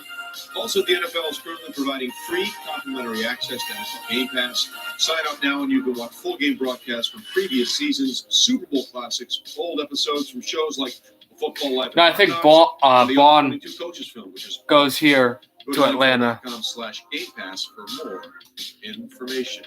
Glad you're with us. We're almost to the halfway point already of round 2 of the AFL draft in 2020. So we're here to help us with the Falcons pick. American Cancer Society ambassador. Yeah, it's a good song. Nominated and Falcons might go Baun here. I absolutely agree with you, Harold. I think they definitely will go Baun here. with cancer. What's happening, NFL? It's your boy Offset, and I'm proud to support the NFL Crucial Catch Program and the American Cancer Society in the fight against cancer. Cancer does not discriminate, as we all know. Your age, race, it doesn't matter. And cancer patients and survivors are extremely vulnerable to the COVID-19. To learn more about how you can support and help, visit cancer.org. And That's not Jalen Hurts, Kevin. That's Offset from Migos. He looks like. Yes, sir. Let's get it. He does look like Jalen Hurts, though. Offset, thank you for all you do in the fight against cancer. We're proud to work alongside the American. No, Kyle Shanahan's not. Kyle Shanahan's one of those inconsistent coaches as well. 47th pick in the 2020 NFL Draft, the Atlanta Falcons select Marlon Davidson, defensive tackle, Auburn. Marlon Davidson teamed up with Derek Brown to put together an absolutely impressive defensive. He's a good player. That was kind of unexpected. Who do I think the Steelers are going to get? Probably JK Dobbins. Third year as a started, but he decided to come back, and it certainly paid benefits for him. Booger, when you No, I know, Kevin, but it was kind of funny to like joke around too. No, but Pittsburgh probably gets Oh, I didn't know Seattle. Oh, Seattle just traded up with the Jets. 6'3", 300 pounds. That makes things a lot more complicated. I don't know what Seattle wants. Here, that's an interesting play. I don't know if you guys saw. I don't know the exact statistics on it, but Seattle just traded up with New York to get a selection, and they have already selected what they want. So Seattle's going to get someone big. 7.5 sacks. I mean, he combined for that 1 year. We thought about the previous 2 seasons, put them together, you wouldn't get that number. So it really came together for Marlon Davidson after being a 4-year starter. Do you think they go here and get Baun? I mean, he's a linebacker they could use as a pass rusher. And Wagner isn't the youngest guy in the world. But back to Atlanta. So the Falcons are doing a good job of bolstering their defense. But their next pick is going to have to be an offensive lineman. Very happy with the selection. They're getting the kind of player that Dan Quinn likes to build. The XFL wasn't bad. As I'm looking at some of your stuff. Yeah, XFL wasn't bad, but I really miss the NHL. The owner and chairman of the Atlanta Falcons, also chiming in and happy to see Marlon Davidson of Auburn. I possibly see Vaughn going here for the Hawks. Marlon realizing the moment has indeed finally sung. No, I think Mins ends up going to the Bears probably. Check in on the Seattle Seahawks. There's Pete Carroll and the general manager. Well, it's a family of general Eric, managers. I'm also a Battlehawks fan, even though I'm from New York, and we were definitely one of the better teams in the XFL. The New York Jets have traded the 48th pick to the Seattle Seahawks. With the 48th pick in the 2020 NFL Draft, the Seattle Seahawks select Darrell Taylor, defensive end, Tennessee. Wow, another defensive end. Yeah, I like Talmu for 8.5 sacks as a redshirt senior, and St. Louis, but he wasn't the best prototypical quarterback. He kind of was a little sketchy the way he played. You go back to 2018, you see the get-off right here, the explosiveness that he had coming off the edge. So they go and get another defensive end. They're really going on their defense, and that's been the calling card. I don't think this is another Legion of Doom, but it helps to get your defense deeper. Oh, Pittsburgh just made their pick. They just put their pick in, and I think this is Dobbins all the way. It's probably going to be Dobbins Sims. They all raved about Taylor, and the word they used is juice. This young man, because the Pittsburgh Steelers had an agent talking to JK Dobbins, and a lot of people didn't think that he was going to them, but it looks like he is going to end up there. You can see what the Seattle Seahawks are doing. Lean off the edge, power, love what Taylor does. So they went linebacker, and now they've got Darrell Taylor, someone that Booger mentioned as one of the most intriguing players in this draft, and that's why John Schneider's getting dapped up from the family. We'll see what happens as we continue. We are halfway through the second round. Now that's a good song. In the Club 50 Cent. That's a really good song. From's going to be a Patriot. French onion dip. I'm going to start the bidding. Eason? $5. Thank you, sir. Looking for $6. $6 over there. Eason I could see going to... $7 going once, going twice. Still to the onion llama in the front row. Next up is lot number 17, a spinach and artichoke. I'm not sure about Eason. Maybe... sourdough bread. Don't get mad, get E-Trade, and get more than just I have to think about investing, banking, guidance. You go from hungry to hangry. I do get A's. I get A, B, and C's. At a time when everyone feels so far apart. Possibly Pittsburgh? Not sure. Together. For contactless ordering and payment, order ahead in the Sonic app. Let's watch a cooking show. Cookie show? Cooking shows. Cookie shows? Play the Great British Baking Show. Cookie shows! Introducing I don't think Baun's going to be available, though. Shipped directly to you. Like leather. Red Rock 310, I'm a New York Mets fan, Don't get the hydration. which is more of my team's ineptitude to win. Plus Care Body Wash has a unique hydrating formula to keep men's skin healthier and stronger. So, hopefully they do good this year. They were supposed to be a fringe playoff team in one of the harder divisions in the league.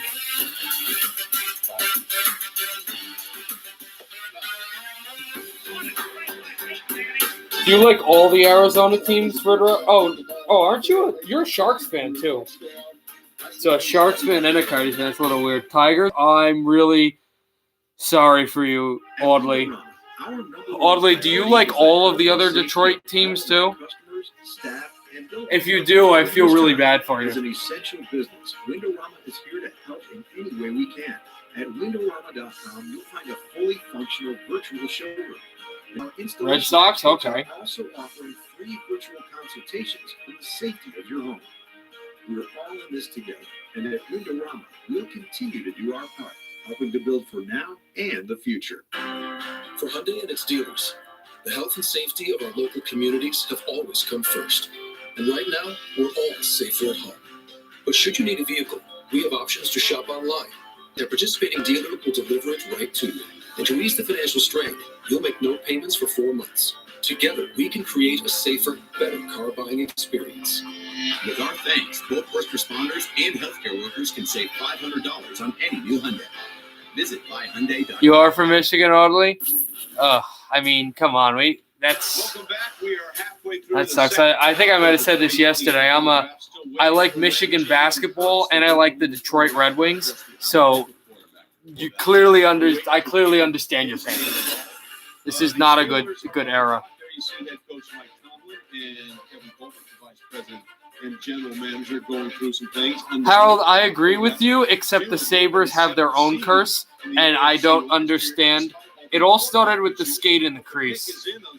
It's just like this horrendous bad luck with them.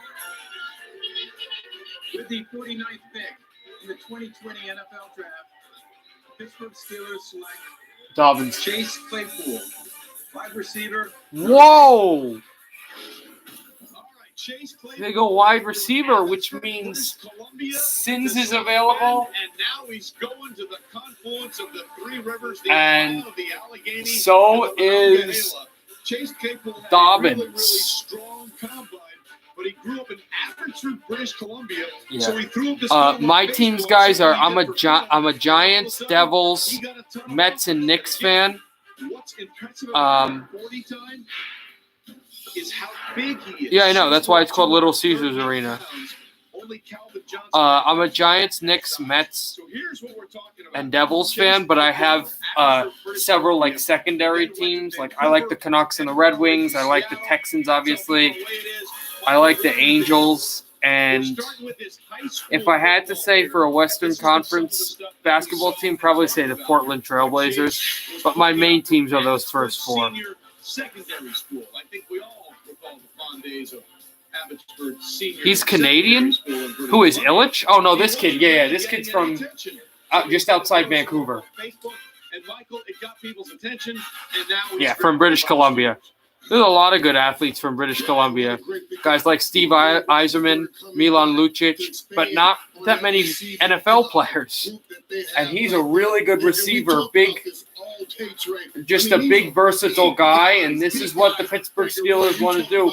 Throw the ball long and throw it to big people. For me, with the Steelers, this man is a touchdown machine. That's sad. For the Steelers, I would say. Kurt, what do we think about this? I would say that's the Steelers. For the Bears, I'd say it's either Sims or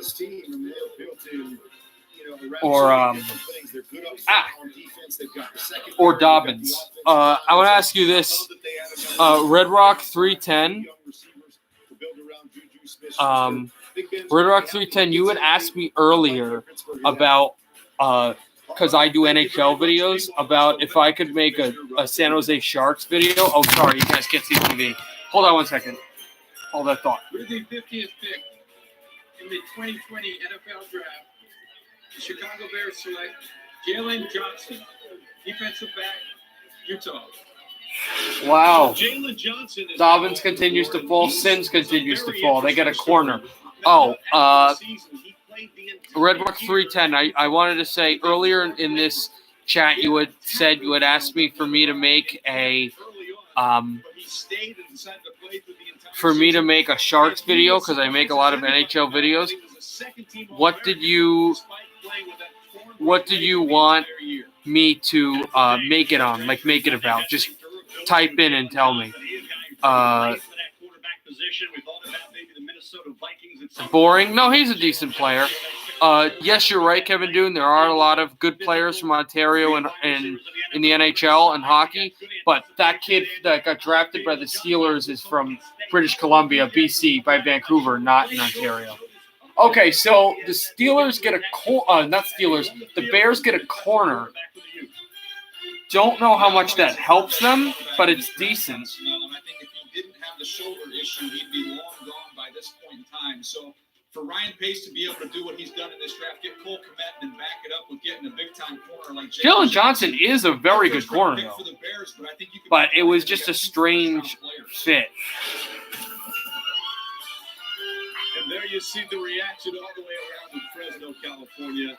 as he puts the Bears cap on. Jaylon Johnson is now going to be a part of that defense that has a lot of weapons on. Post their best rival games. Meanwhile, as we continue, Oh, I could think about that. That's actually a really good idea. One more time, Commissioner Roger Goodell. As the Dallas Cowboys are on the clock, all of us in the National Football League extend our sincere condolences to Dak Prescott, whose brother Jace passed away yesterday. Dak, our thoughts are with you and your family.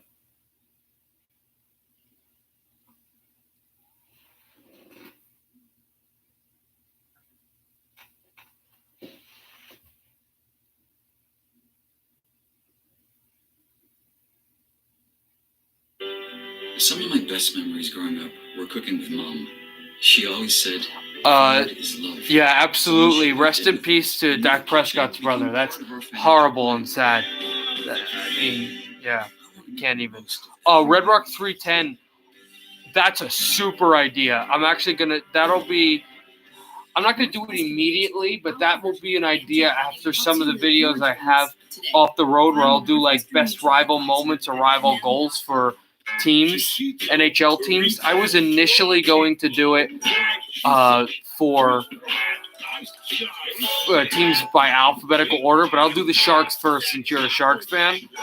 I might even do that style of rival games for NFL teams too, because since you guys are so big into NFL, if you follow my channel. Hold on one second, guys. At 1-800-CONTACTS, we're here for Allison, whose prescription just expired. Don't worry, Allison. With our Express Exam, you can easily renew your prescription online. Order your contacts now and get fast free shipping plus our best price guarantee. 1-800-CONTACTS. We may not be able to gather together, but we can grill together. Oscar Mayer invites you to take your backyard cookouts to the front. On May 2nd, join us for the Oscar Mayer Front Yard Cookout. Enjoy sharing a meal together, but safely apart, while we share 1 million meals with Feeding America. And every time you use the hashtag, so thank you, Red Rock 310, for that idea. I'll definitely be doing that for NHL and probably NFL too. Let's head out front and give back. Wouldn't it be nice? Yeah, that's an awesome idea. Some of your old friends, like the Chalupa So, Easy 5-layer burrito. Eric, you're 19, almost 20. Okay, I'm 20 years old. I turned 20 in March, so that's cool. Obviously. Oh, sorry, guys, for the compute. This was completely shifted. I'm sorry you guys couldn't see the TV. That's my bad. Guys, check it out. I'm trying to get it on a perfect angle so you can see it. Safe drivers save 40%. That's safe drivers save 40%. It is. That's safe. Just let me know, guys, if you can see the TV well, or if I have to move the computer. That's totally him. That's totally the guy. Safe drivers do save 40%. Click or call for a quote today. Shall we begin?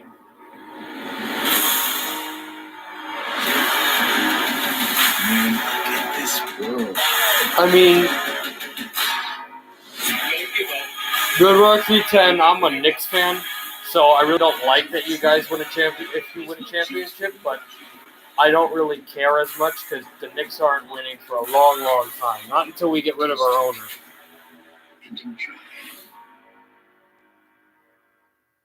My birthday was in March.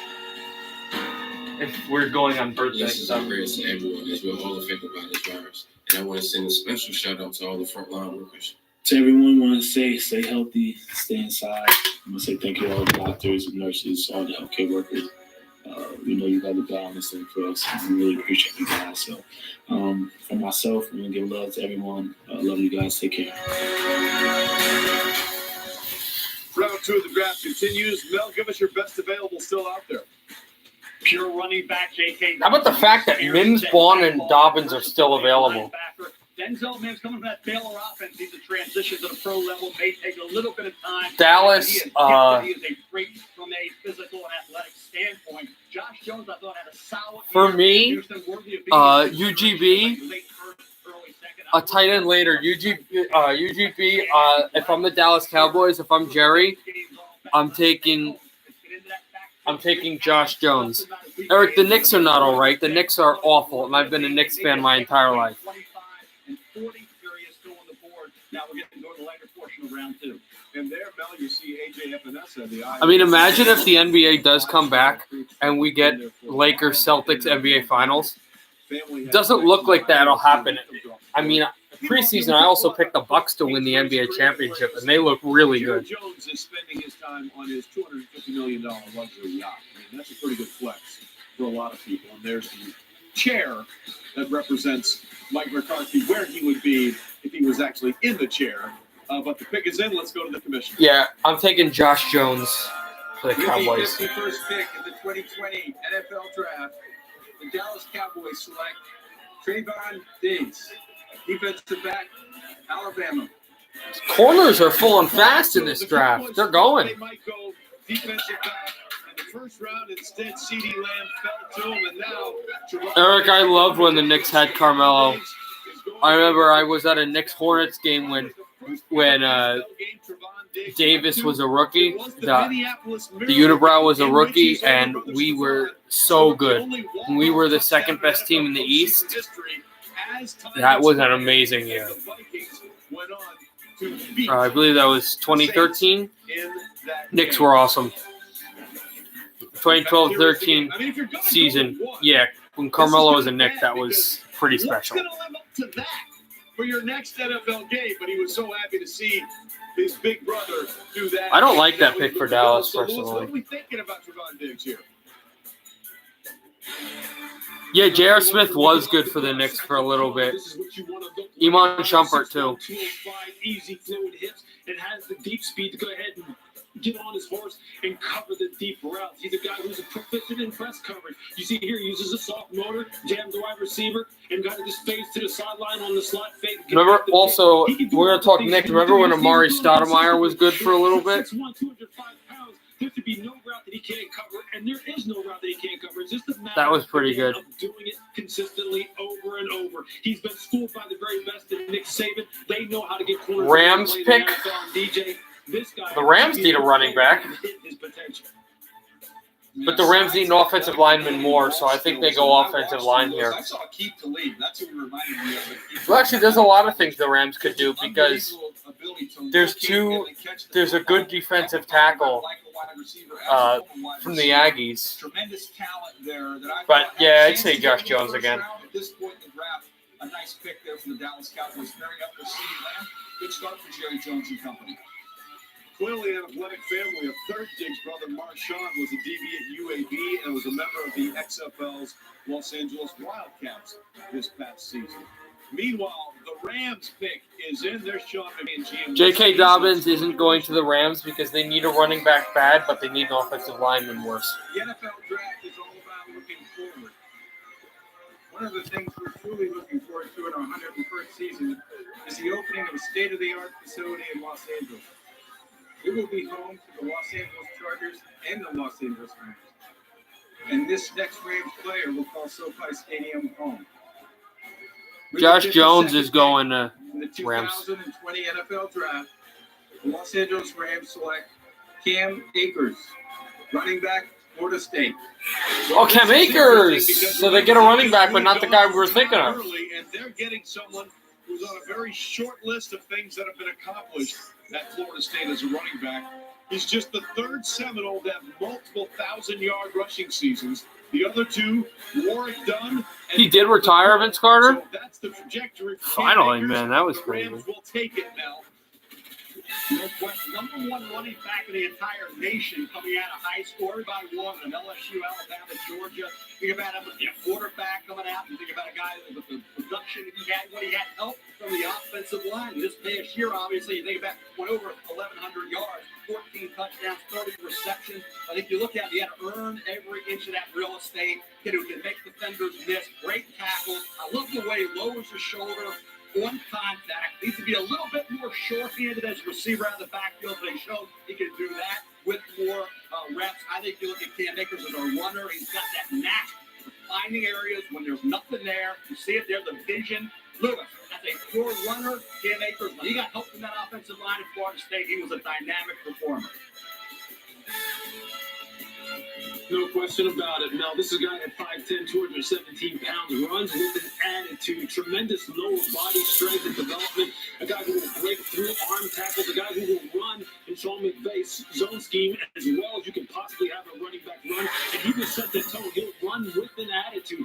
His production will increase in the passing game. They'll develop that part of it. But this guy sets a tone. This guy has an attitude. This is the kind of guy I'm sure Sean McVay is excited to get into that offense. Eagles. Offense out there in LA. I really don't know where you go here. Absolutely fills the need for the Rams as they try and rebolster that running game again. I'd say defensive tackle. And there's some good guys there. Picks on the offensive side of the ball for the Falcons. Meanwhile, the pick is in for the Philadelphia Eagles. With the 53rd pick in the 2020 NFL Draft, the Philadelphia Eagles select Jalen Hurts, quarterback. Whoa! Jalen Hurts to Philadelphia. The quarterback that will not play quarterback in the NFL is a Philadelphia Eagle. That's a shocker. Jalen Hurts has barely been two completely different quarterbacks. As a freshman, he was the SEC Freshman of the Year at Alabama. Jalen Hurts is an Eagle. Championship game to Deshaun Watson and Clemson. That's crazy. He was benched at halftime of the college football. The two guys that you guys were just commenting on, Love and Hurts, personally, I thought we're going to go way late. Like maybe midway through tomorrow. But they get picked pretty quickly. Love's a 20 guy in the first round. This guy's midway through the second. That's you know what, though? As much as I said he won't play quarterback in the NFL, for most teams, for the Eagles, what other options do they have? This is such an intriguing pick. Who do I think the Patriots will take with their first pick of the draft? They already did. They took a let me look. I actually forgot who the Patriots ended up taking. He just finds ways to win. And to me, when I look at a guy in the NFL and I say, who does he remind me of? He reminds me of a guy like Russell Wilson. May not be the most polished athlete right now, growing in that area, but he can hold on, man. He can buy time. He can do it with his legs. He can do it with his arm, making big plays as he buys time out of the pocket. I'm fascinated by this pick and how they're going to use him, DJ. Do they put in a package for him so they can get Carson Wentz off the field?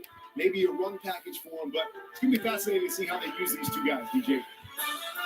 Yeah, you got a very creative play caller there in Doug Peterson, and you want to use that quarterback run game, but we've seen with Carson Wentz, you just don't know if he's going to be able to hold up. So now you have an opportunity to put some packages. Sorry if my head's in the way. I'm just trying to go through and look who New England took, and this is taking so long to load. The Eagles have always invested heavily in the backup quarterback position. This time, Lewis, they do it with draft capital. Yeah, I'll tell you what. Look, Jalen Hurts is someone who right now should be thanking his lucky stars that he goes to get coached by a guy like Doug Peterson. I've said all along, many, many times, that quarterback development and quarterback success a lot of times is predicated as much on where you go and who you're surrounded with as it is on your own work ethic and your own ability and talent. Going to Philadelphia, playing behind Carson Wentz, being coached by Doug Peterson, you couldn't ask for anything better. I think this is a tremendous opportunity for both the organization and the player. MAB, they took Kyle Duggar, who's the safety from Lenoir Rhine. He's the first player in Division II to get taken in the first 3 rounds since 2006. So they took a safety from a small school. MAB, that's who they took. Sorry for the delay. JK Dobbins isn't going to Buffalo. Buffalo just made their pick. And a guy who will give you the opportunity with that athleticism. And I could see sense. Career rushing touchdown. You can get him on the field right away as a rookie, even with Carson Wentz as your starting quarterback. Yeah, I truly understand all the intangibles and everything that everyone is saying about Jalen Hurts, and I have the utmost respect for Howie Roseman and Doug Peterson, especially as a play caller. But this is just a weird pick for a team that's lacking offensive help at the wide receiver position. They still could use another DB or two. Just an interesting situation to draft a quarterback who at best I think is a developmental project, putting behind Carson Wentz.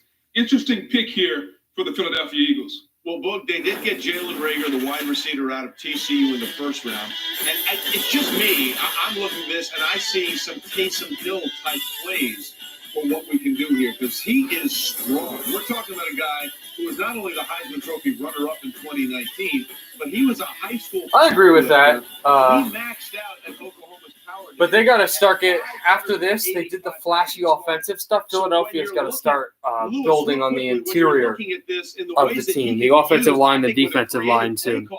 You could find really dynamic plays out of him this season. No, Buffalo's going defense here. They have to. Yeah, you absolutely could. Just think about what New Orleans does with Taysom Hill. I mean, you could do some of the same types of things. You could bring him in and have him be a dual run pass threat and just take Carson Wentz off the field or leave Carson Wentz on the field. I'm sure Doug has thought about all of that. I'm sure this is something that's been well thought out. And again, I think this is definitely a win for the player in particular. You can argue with whether or not this is the best move for the team, but for the player, it's a slam dunk for Jalen Hurts. Yeah, I totally agree. We just saw that shot of Doug Peterson there. He was almost giddy. He was giggling how happy he was that Jalen Hurts is there. Meanwhile, Buffalo, welcome to your participation in the 2020 draft. You gave up that first-round pick to get wide receiver Trevon Diggs out of Minnesota. And now you have your first pick in the draft. Let's go back to Commissioner Goodell. Come on, Bills fans, let's go. With the 54th pick in the 2020 NFL Draft, the Buffalo Bills select AJ Epinesa, defensive end, Iowa. So AJ Epinesa goes to what is already going to be a very, very good defense. And this was a kid who was one of the first 5-star recruits to go to Iowa. Okay, so they get a big defensive end. They get a good defensive end. Again, building the defense. This made sense. But this very sensible pick. Very athletic family we're talking about. His father, Epinesa, or actually his real name was Epinesa. Hayden Fry used to nickname him Repeat. His mother, Stephanie, played softball and volleyball at Iowa Wesleyan. Sister Sam played volleyball at Purdue from 2012 to 2015. Brother Eric also committed to play football at Iowa. He's going there. And brother Yusei is 13 years old and plays basketball. And, of course, AJ Epinesa also did discus. So we're talking about a guy who did a little bit of everything, but he waited his turn to get on the field. And when he finally did get on the field this year, he produced. And this is him in Illinois as a high schooler competing and becoming the Illinois discus champion. AJ Epinesa, again, also playing all hoops in his career. Booker, what do we think of this pick? Yeah, it's a very interesting pick because you're looking at a defensive end. I think he's more of a left defensive end, someone that can play over the tight end. And then when you go to your NASCAR package, you can kick him down inside. Iowa played him at the right end. The hips are not as fluid as you would like for a speed rusher coming from the right side, but I do like his position versatility. He can come inside, defensive tackle, also play over the tight end. Very athletic. When I see him, I see the athleticism. But he'll be a very, very productive defensive lineman, Mel. That really helps. It's a pressure and inside pressure, Boog. I think that's the ability. Drive that offensive tackle into the quarterback. He did a great job against Ashtyn Jackson. The Bills already didn't have a first-round pick. If they would have traded up to get Chase Young, it would have cost a lot. I'm not sure what they would have had to give up to get him, but that's a really good pickup. Because the Bills are starting to be a team. The Bills already look like they'll end up winning that division anyway. So they don't want to give up too much, but they just want to make sure that they'll be there to compete. And now Baltimore's already made their pick. Sacks in consecutive seasons. The Epinesas are celebrating yet another athletic achievement in a family that is full of them. Stay with us.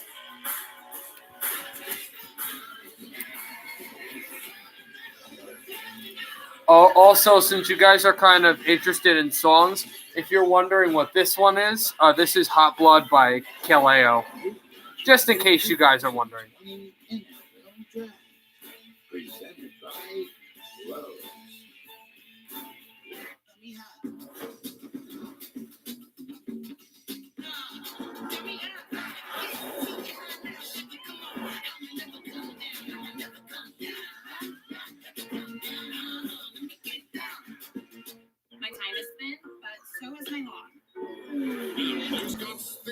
For tomorrow, everybody.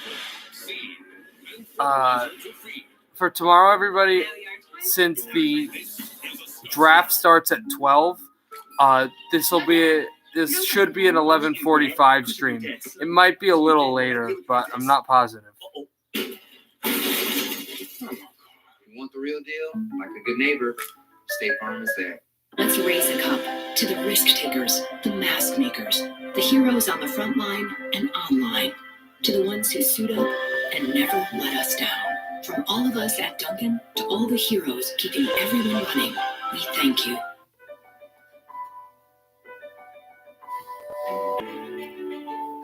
We could never do what they do. But what we Red Rock 310, this is going to be a non-football question, but just because it's up there, would you be in support, Red Rock 310, of you guys trading Joe Thornton? Because personally, I would, to get him into a team that could win, like a Ray Bork type situation, and you have to rebuild like now. And you might not even be able to pay LeBanc and Couture and Meyer.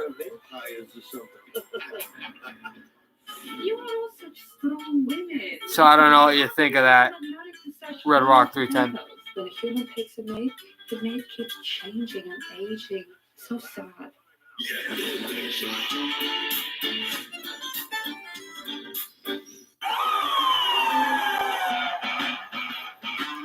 Yeah, I agree with you, Anthony Nerf. From to the Patriots would make a lot of sense. Yeah, you would, honestly. Your management is very strange, but I was very surprised when you started losing all of those games.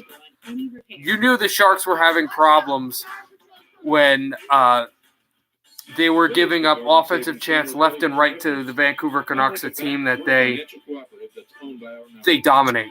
Yeah, you guys need to look at defensively on that side of the puck. It's not good. Also, they still don't know if Arundel or Martin Jones is the goaltender for the future. So that they'll have to look at as well. But I mean, the only goalie on any of my teams that's been decided to stay and been decided to be elite is Markstrom. The Devils and the Red Wings are searching around for consistency between the pipes. The official collaboration platform of the NFL. All right. As you can see with all the coaches and GMs and owners in their own separate locations. So Baltimore's pick is in. There are wires everywhere. You go Baun here? This wire. I would. Wrong? We're trying to figure out what happens. We understand these things can get a little messy at times. Meanwhile, the next pick is in for the Baltimore Ravens. Let's find out what the Ravens are going to do. Went very defensive heavy in free agency. Let's go to the commission. With the 55th pick in the 2020 NFL Draft, the Baltimore Ravens select JK Dobbins. Whoa! JK Dobbins to the Ravens. An offense that was super good last year gets better with who I think is the best running back in the draft. A physical runner who will help Lamar Jackson. MAB, are you a Senators fan? There's no way they're taking Craig Anderson, LOL. But J.K. Dobbins to the Ravens. History, Mel, is Archie Griffin. This one better get your Mel Pepper seal of approval. It does. People think, well, line out wide receiver, defensive line, interior of the offensive line. Well, J.K. Dobbins is a big-time running back. You have Mark Dinger, Gus Edwards, and Justice Hill. Now you got a guy who could be special running the football. I've always said he runs fierce. He's got that low center of gravity, really strong legs. He can break the long gainer. This is a kid who against the best defenses, against 6 defenses that were ranked in the top 13 against the run at the time of the game against Ohio State. In those games, J.K. Dobbins averaged 105 yards per game, 6.5 yards a carry with 11 touchdowns. He's not a great receiver out of the backfield. He had a couple drops, but he's improving. Ball security's been okay, not great. But as a runner, TJ, as a pure running back, he was fun to watch. No doubt, Mel. And he just runs low to the ground. He's so compact and he's so strong. He's got tremendous balance. Everybody points to those 2 drops in the Clemson game, but actually, when you watch him throughout the year, I was okay with his hands. I think he'll be able to be more involved in the passing game. This Ravens team with Mark Ingram as a 30-year-old wing back, they want to run the football. They do it better than anybody else, and now they've got some young, fresh legs to put in the mix. Yeah, this is a guy who was absolutely a workhorse, and he will be a workhorse for Baltimore as well. But Ryan Day would run this young man over and over and over again on those inside and outside zones, and he wouldn't quit. There were some times where you would think they can't give him the ball again, and they would give it to him and feed him again, Booger. So I tell you what, he is tailor-made as far as work ethic is concerned for what he's going to face in the NFL. Without a doubt, and you just have to love Baltimore and just how they're committed to a certain style. They're going to come downhill, and you add him with Mark Ingram. I just love the plan that Harbaugh and DeCosta have up there in Baltimore. They're committed to it, and they draft another guy that fits right in, and he'll be very productive in their scheme. Sharks are not that great of a team, though, because the problem is your season's over. I just wanted to say that for Rock 310, and you'll get to free agency.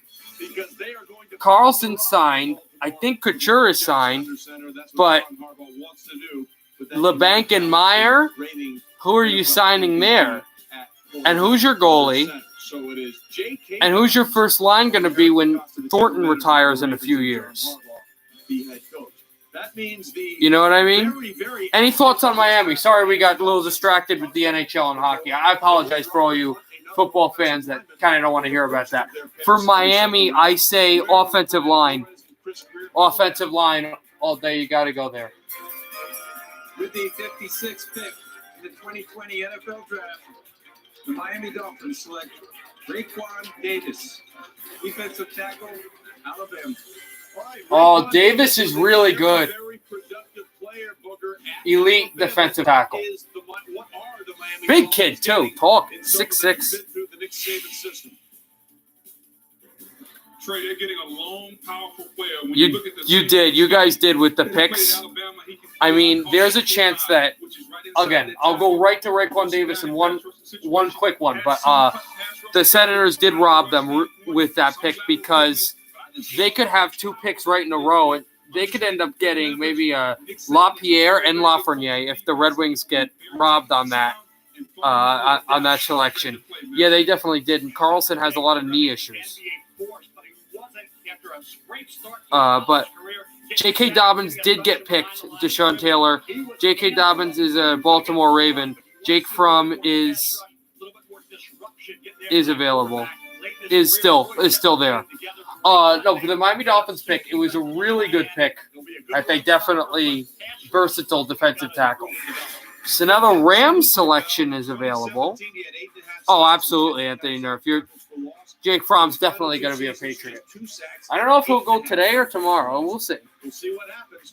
The draft continues after this. The Rams selection will be announced next.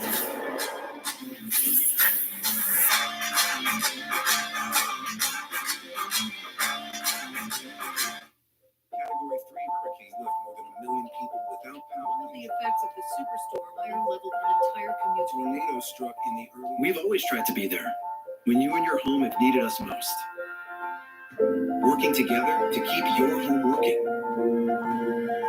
It's just what we do. What we've always done. What we'll continue to do. Because home is what unites us. Service isn't just a department. It's a voice on the other end of the phone. A note to say you're on our mind. A willingness to come to you. The world and how we interact with each other is changing, but that will never change who we are at Lexus. Now, more than ever, you and your needs come first. Find out what service options are available in your area at lexus.com/people first. Wouldn't it be nice to eat with some of your old friends, like Chalupa Supreme? What do you think you guys do with the Rams here? Order ahead and get your $5 Chalupa Cravings box at Taco Bell's. Soupy Poopy, you really want to get acknowledged for having the best team in the National Hockey League? Also, if you subscribe and like this channel, like, that'd be awesome. And I'll say this, if you are a big Bruins fan, I'm doing a video game simulation of the NHL playoffs. I've been doing it for the last 2 weeks. And I have round 2 tomorrow, around about probably when the draft's over, I'll play it, of Bruins versus – actually, I'll probably have it earlier. I'm not sure when, but Bruins versus Leafs will be the first game. So if you want to check that out, that'd be awesome. And your adorable pets. Now it's our turn to share. No, but the Rams here, I don't know what you get. Motorcycle policies for both current and new customers. And because we're Dude, I thought you were a Bruins fan. Oh, whatever. Last your full policy term. So thanks again. One good share deserves. So what do you guys think for the Rams? Do you think the Rams should go and get? Keeps you centered. Show her how much she means to you. With a gift. Rorx 310 is probably a Bruins fan, which means that from Kay. He had to endure 2006, 2007, 2008, and now he everyone who reached out to me likes a weird thing. I heard the news. It means a lot to me. But at the same time, I was very blessed to have only experienced mild symptoms. Subi Poopy, what is your team? I just want to remind everybody we're all in this together. And I just encourage I've acknowledged that be there for your friends, for your family. I'm a Devils fan who likes the Canucks and the Wings. Finally, I just want to thank all the essential businesses that I'm not just trolling people. I'm not saying you're a troll. No hate. But but back before that talk, let me bring this up. Who do you guys think is going to the Rams? The Rams need corners. I think they need an offensive lineman, and Baun is still available. And Jake Fromm, these two, of course, are tied together from their time in Georgia. Kurt, what do we think about these two quarterbacks? I'm really waiting for Justin Madubuike since I am an A&M guy. You wish, Deshaun Taylor. It's a team that drafts well, but not a team that's that great. Josh Jones? That'd be good for them. 45-7 in his 3 years starting at Georgia. So contrasting styles. I'm interested to see if there's a team that has fallen in love with either one of these guys. Not a lot of dire need at the quarterback position around the league.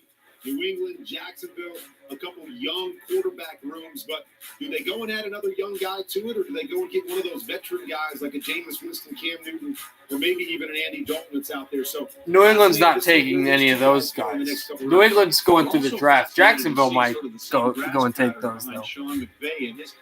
Rams offensive line, Jones or Cleveland. We have that same landscaper from what we're able to pick up here. Meanwhile, it is the Rams that are on the clock. Let's find out where the Rams are going with their pick here in the second round. Come on, Ram fans. Let's go. With the 57th pick in the 2020 NFL Draft, the Los Angeles Rams select Van Jefferson, wide receiver, Florida. These receivers are selling like hotcakes. We have a ton of draftees this year. Red Rock 310, what do you mean? By record? By record, like who's the best team right now? By future, like who'll be the best in the future? Or by like teams that I like? Like what do you mean by top 5? Just elaborate a little bit. Yeah, I have no clue, Harold, what's going on with Baun. He's a good player. With Van, the two of them together, watching him grow up and play through the years. I don't know. So there is football lineage all the way around, as Van Jefferson is now a member of the Los Angeles Rams. And again, Sean, there's so many, bro. 13 seasons. Harold, you're right. There's a lot of receivers. Now Van's going to try and do that. Here you see Sean catching passes, beating, among others, Junior Seau to the end zone for the score, DJ. What do we think about Van? I think he's one of the elite route runners in this draft class, Trey. And it was a guy that everybody around the league seemed to be targeting in that third round range. And anytime that happens, you know somebody's going to go ahead and do it in the second round. He's creative in his release off the line of scrimmage. He's polished at the top of his rush, or at the top of the route. And he's got incredibly strong hands. Also was a gunner on I think Minnesota is going to take Madubuike here. That's why I compared him through the entire process. And Now he's got Cooper Kupp as a teammate. Pristine route runner. Yeah, Wisconsin does have a lot of good linebackers. Wisconsin's really good at interior players. Playoff contenders, right? This kid's a technician in I'd say it's not just about knowing how to get Boston, it's also about knowing when St. Louis, Colorado, Tampa Bay, and Van Jefferson off the board. He's now the 12th wide receiver taken probably Philadelphia. 2014 for the most. I'll say them again. Boston, St. Louis, Colorado, Tampa, and the Philadelphia Flyers. Those would be my 5 teams. Red Rock 310. Picks in the second round land on a wide receiver. This would be the most prolific first 2 wide receiver rounds in NFL draft history. Let's see what the Vikings do. Go. I'm saying Madubuike here, the defensive tackle. The 2020 NFL draft. The Minnesota Vikings select Ezra Cleveland, tackle, Boise State. They do go offensive line. Okay, I'm wrong. Pretty much the opposite of the wide receiver. It is an offensive lineman, and it is To go protect the you like that quarterback. A tall kid. That helps. You want size, especially in that division. Oh, and I wasn't able to mention it. Anthony Nerf, I agree with you. Well, the last 5. Let's see what the Jets end up doing here. Left tackle for Boise State. Cleveland is that good? If he is, He's started in the league several years. He was a big kid. How big? He was born 3 weeks early, and he weighed 11 pounds at birth. They said if he'd gone to term, he would have been a 15-pound baby. He's a big baby, and now the Vikings are hoping he's a big player, Lewis, for them. Yeah, look, he is. He's 6'6", 311 pounds, ran 4.93. That's cool, too, because he's a really big guy, but it's not like he's out of shape. He's just, wow, strong. That helps how Minnesota wants to play, run the football, pass protect. He can take defensive ends who line up Definitely. in a 6 technique over him or a 5 technique over him and just put him on the ground. He's a guy who, when he climbs up on the second level, he can use that big body to shield second level defenders out of the way, and he's effective in that way as well. When he gets out on the perimeter, look, he has the athleticism to take people down and make those kind of second-level blocks out there in space on jet sweeps and on screens and on second-level The Jets, I'm taking Mins here. Tie it all together, play a little bit stronger, play with more consistent pad level. If I'm the New York Jets, I'm taking Mins. There's nothing else. Well, he is off the There's nothing else you can do. Uncle has said that Ezra would go up to be 6'4" and 250 pounds. Let's just say he undershot that because he ended up at 6'6", 311 pounds. In other words, he's added 300 pounds since birth. Stay with us.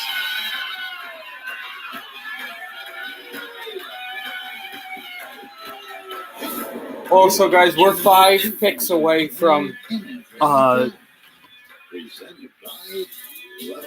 the end of the second round. I know for every pizza We're at 59. Jets still haven't selected yet. It relieves some stress off of me to let me know that I'm doing something good for the community, not just Papa John's. I wanted more from my COPD medicine. That's why I've got the power of 1, 2, 3 medicines with Trelegy. The only FDA-approved once daily 3-in-1 COPD treatment. Trelegy. I totally agree, Harold. I don't think there's anywhere else he could go. And we'll find out after they come back, but I think they definitely go. To open airways, keep them open, and reduce inflammation for 24 hours of better breathing. Trelegy won't replace a rescue inhaler for some breathing problems. Trelegy is not for asthma. Tell your doctor if you have a heart condition or high blood pressure before taking it. Do not take Trelegy more than prescribed. Trelegy may increase your risk of thrush, pneumonia, and osteoporosis. Call your doctor if worsened breathing, chest pain, mouth or tongue swelling, problems urinating, vision changes, or eye pain occur. Think your COPD medicine is doing enough? Maybe you should think again. Ask your doctor about once daily Trelegy and the power of 1, 2, 3. Trelegy, 1, 2, 3. Save at Trelegy.com. Every financial plan needs a CFP professional. Confident financial plans, calming financial plans, complete financial plans. They're all possible with a CFP professional. Find yours at letsmakeaplan.org.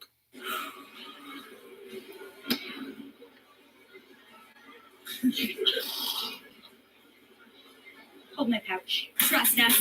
Us kids are ready to take things into our own hands. Don't think so? Hold my pouch. Prince Tigger made a great sacrifice moving away from his home in pursuit of his dreams. And now that's about to pay off.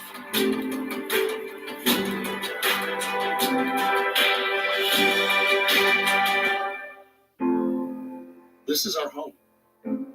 We've never seen it look quite like this.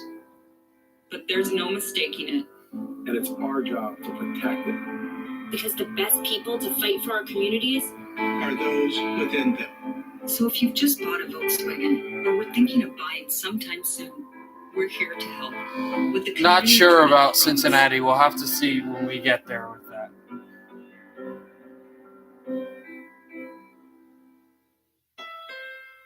Everyone at Honda wants you to be safe.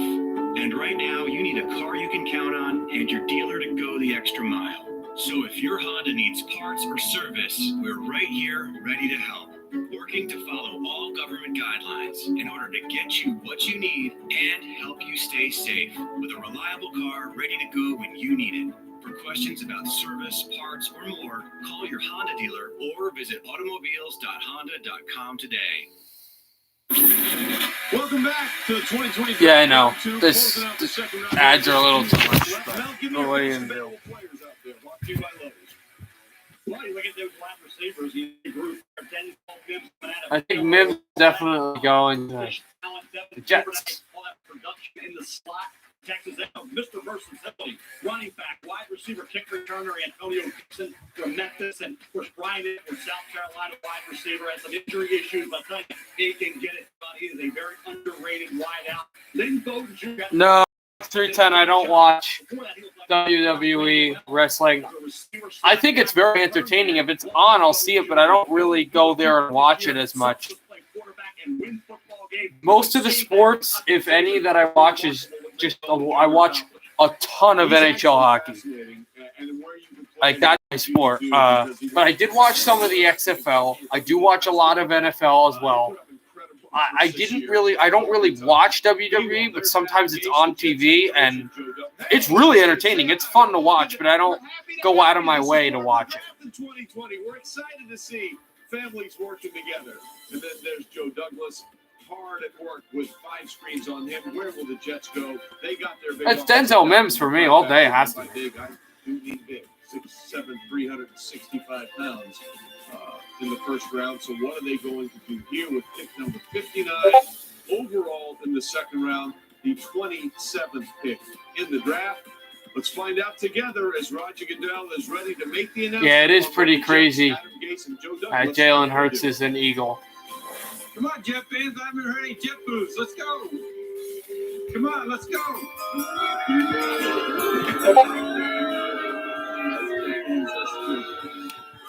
With the New York Jets pick in the 2020 NFL Draft, the Jets select Denzel Mims, wide receiver. I mean, I told you guys, they had to have taken him.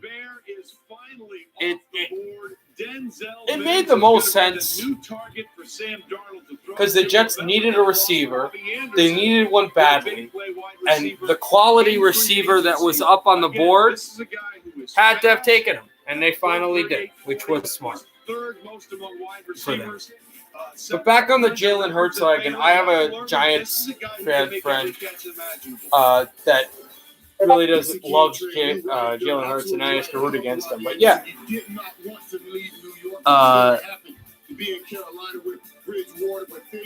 so definitely I appreciate and like.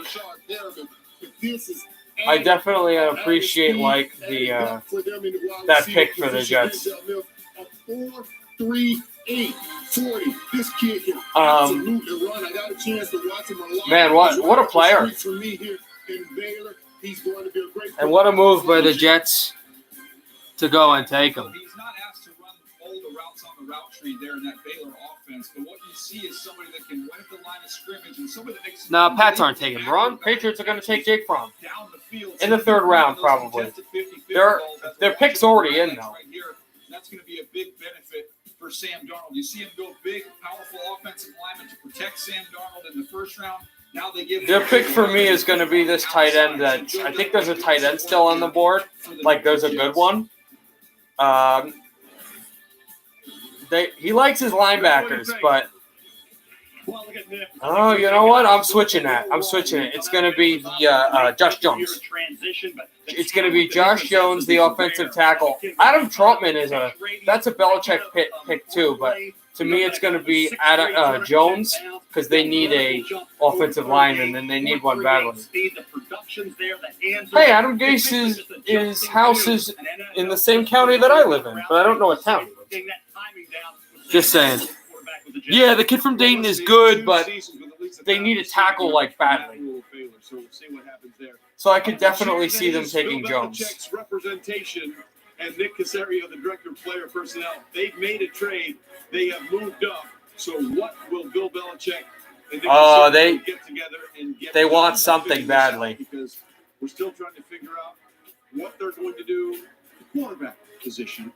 I don't know if you've heard, but this offseason, Tom Brady is not there anymore. He is now a member of the Tampa Bay Bucs. So the pick is in for the New England Patriots. This to me is and Jones. We're going to figure out in just a few moments what's going on there. And now we believe we have everything squared away. Let's go find out what the Patriots are doing at pick 60. This to me is Jones.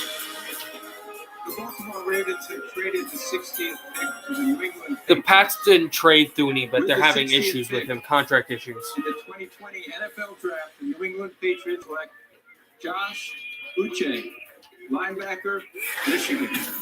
They did go for the linebacker, not the one I even expected. But, okay, so that's an interesting pick for New England. If you think about it, this is a very, very... That's pretty big for a safety, Kevin. Red Rock 310, what NHL question did you have? Hometown of Miami. His father immigrated here from Nigeria. He didn't start a game until his senior year at Michigan. In fact, another linebacker that's draftable at Michigan, Philippe Hudson, every once in a while would come off the field. Okay, so Tennessee is next. On the field, and now he's off the board first. Yeah, it is a Belichick special, but if they were going to go linebacker, I thought they were going to go that kid from Wisconsin. As a linebacker, he can play on the line of scrimmage and rush the passer. Harold, I understand he likes to take linebackers, but... But the thing he can really do is get after the passer because he's got tremendous first step quickness, and then he's got power. And he's got power to rush the passer, power to stand up tight ends and offensive tackles in the run game, and he has got an instinctive nose for the football. He always seems to be around the ball, never gives up. He's got tremendous speed. He's got tremendous tackling ability, strong. Yeah, they're definitely taking the quarterback today. You just wonder why didn't he play even more for the Michigan Wolverines? He should have never come off the field because he's that multi-positional player that Bill Belichick is going to find a way to turn into a superstar. Yeah, he broke out his senior season. Team high 8.5 sacks and 11.5 sacks for loss.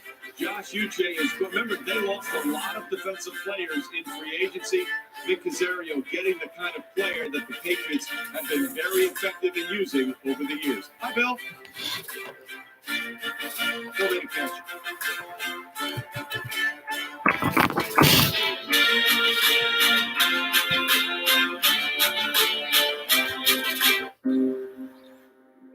We're just in unprecedented times right now. You gotta make the most of what you have and go to work. The situation, it is what it is. The mindset going into the draft hasn't changed. Come out on the other side of this thing, a better version of you. Biggest thing is just taking steps every day, improving every day. You're 6 feet, 232 pounds. If I was an NHL coach, where would I start you? Probably as a bruising left winger. Many of life's moments are to stand in the slot, block shots, going through, putting the body, kind of like a Patrick Maroon type guy, like a smaller Patty Maroon. That's what I would do. Red Rock 310 if I was an NHL coach. My philosophy for teams are, I want a lot of offense, but I also want you to be physical and understand the forecheck, as well as you should understand to pass the puck, but you should also trust your own abilities as well. Anthony Nerf, if you're a Pats fan, yeah, you guys are getting Braun, absolutely. Excuse me, Jake Fromm. You guys are getting Fromm, absolutely. Are you a Patriots fan, Anthony Nerf? Doesn't matter. You do that for me? Really? Yeah, I'd like that. Who are you talking to? It's Jake from Josh Jones for the Titans? No way. They already got a tackle. Who is this? It's Jake from State Farm. Oh, I could see them taking the linebacker from Wisconsin, finally. You are, yeah.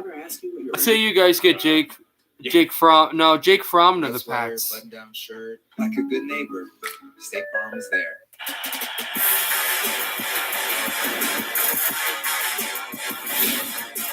I just noticed something. What happened?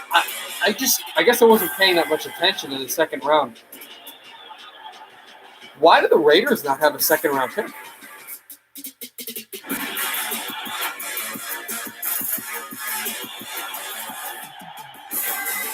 Zack Baun, yeah.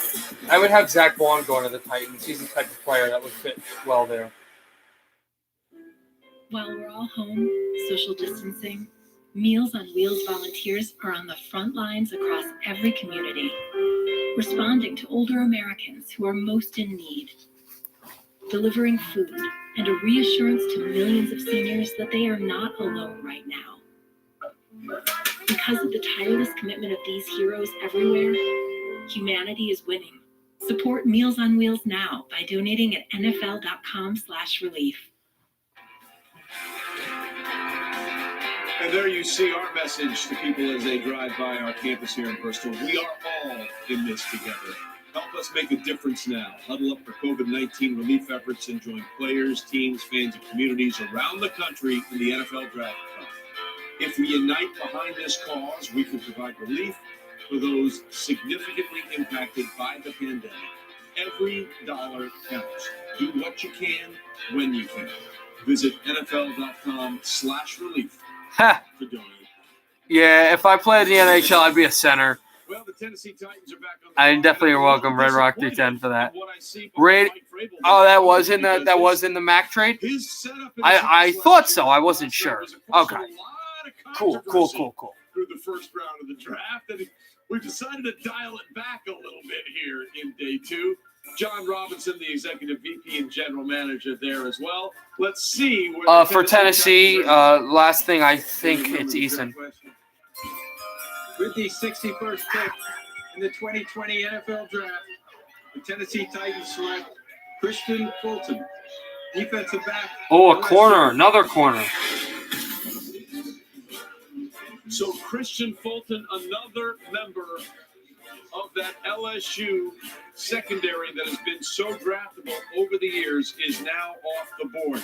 Now, he had his issues at LSU. He was slapped with a 2-year ban at one point. Joseph Sapp, it was... A PED test with someone else's urine. Joseph Sapp, it was Yetur Gross-Matos, the defensive end from Penn State. That's who was drafted by the Panthers. Joseph Sapp, Yetur Gross-Matos. The family is in New Orleans for the draft, but without one of Christian's biggest fans. If I could pick a goalie to my team, who would it be? Anthony Nerf, do you mean now? Do you mean like of all time? Like, what do you mean by that?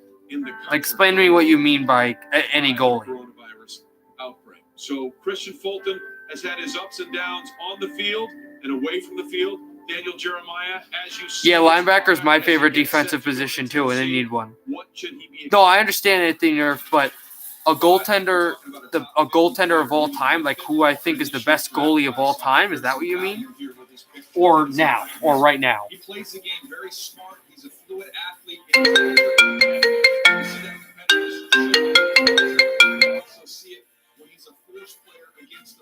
Goalie now. Ooh, that's a tough one. got to remember, LSU's offense was blowing the doors off. Okay, it's Christian Fulton, the corner from LSU, goes to Tennessee. That's an interesting pick.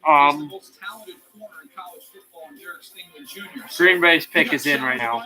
He made a bunch of plays. He gave up some plays. But I think this is a good value pick here for the Tennessee Titans. I'm thinking still with the goalies. Vasilevsky is the best goalie in the league. Really? If I had to pick, if I was in a Foxhole and I had a one-goal game and I needed a goalie, believe it or not, I would take Darcy Kemper. Anthony Nerf, I would take Darcy Kemper from the Arizona Coyotes. That would be the guy that I would take in the league.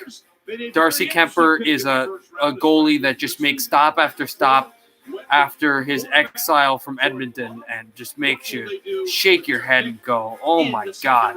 So that's who I think if I had to take a goalie in the league now, it would be Darcy Kemper. With the 62nd pick in the 2020 NFL Draft, Green Bay Packers select AJ Dillon, running back. Oh, AJ Dillon goes, another running back. Green Bay's really stocking up on this offense. This pick, ladies and gentlemen, because he gets himself a skill position So, player, and AJ Dillon skillfully rewrote. AJ Dillon, a fast running back. He left the program there with career rushing records. I like it. It's an interesting pick for the Packers. So we got two more picks. Kansas City right now is on the clock. Also had a pretty impressive combine. Ran a 4.53 40 in Indianapolis. Lewis, what do we make about this kid who was so productive on Chestnut Hill? Well, you've got a guy who is absolutely a between the tackles just hammer. That's where he lives. This is a guy who was a power, counter, inside zone type of runner that is going to punish people at the point of attack. He's not going to really avoid you too much, but you're going to bounce off of that big, strong lower body, and he's going to get tons of yardage after initial contact. He's a guy who runs with tremendous competitiveness. He has good speed. He will make it challenging for second-level defenders to run him down. I'll tell you this, he's a workhorse. He's the kind of guy who really does fit what the Packers are looking for as far as the first and second down back is concerned, and a change of pace. No question. When you think about a 250-pounder with a 41 vertical, and he's a few more reps catching the football, but he had 845 carries during his So that's an interesting pick, obviously. Of the top-rated running backs, to Jonathan Taylor. That's a lot of tread on those tires, but he held up pretty well. Decent vision, good burst through that hole, good body lean, effective stiff arm. I tell you, that does a guy like AJ Dillon is a complimentary big back with a lot of athleticism and a lot of production. Well, AJ Dillon's going to be tough for those linebackers to try to deal with on that second level. Yeah, he's the 2020 version of what Derrick Henry is in Tennessee. A big back with above-average athletic ability. Has the speed. When he gets in the open, he can take it to the house. More than anything, he's going to be a complimentary back. When you look at Green Bay, they have Aaron Jones as a slasher. He's a guy that can get outside. But if they want to pound it down the middle and pound it inside, now they have a 250-pound back in A.J. Dillon. Well, A.J. Dillon's maternal grandfather is a man named Tom Gatewood, who was an All-American wide receiver at Notre Dame. He also became the first black captain in Notre Dame history and a member of the College Football Hall of Fame. He was a fifth-round pick of the Giants in 1972. And then one day, Dillon started digging through some photos to see his grandfather in action, and he said, my God, look at us. We're almost identical. The pictures of how Tom Gatewood played and the moves he made were almost identical to the ones A.J. Dillon was making. It's the highest drafted running back, by the way, for the Green Bay Packers since Eddie Lacy went there in 2013.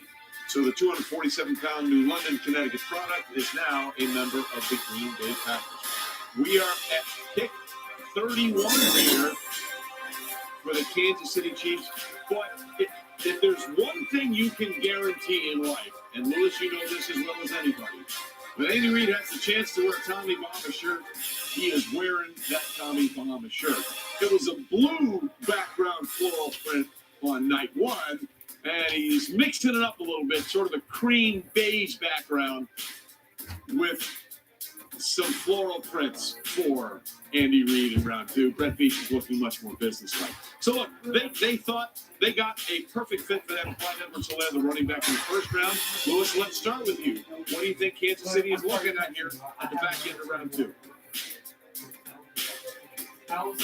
Yeah, I think they're looking at defense. I think they're looking at defensive speed, wherever that may come from. They need somebody who can run and hit. No, they need linebackers. They need playmakers at that position. That'd be the first spot I would be looking at. And then they also need more corners. They need more cover guys. But I think speed is what is going to be the name of the game here for the defensive side of the football, because they've got it for days on the offensive side. Mel, what about you? I think with Justin Madubuike, defensive lineman from Texas A&M, and Zack Baun, linebacker, Wisconsin, Jeremy Chinn, safety, Southern Illinois. Think of that from the defensive backs available in the draft. Cameron Dantzler didn't run well at the combine, but had a really good year in coverage for Mississippi State. Good football players. There are still some really good defensive players on the board as we get near the end of round 2. DJ, what are you thinking here as we see the brain trust for Kansas City? Well, look, Trey, when you listen to Lewis talk about getting some speed, they just need guys that can play the pass because their offense is going to run up the score.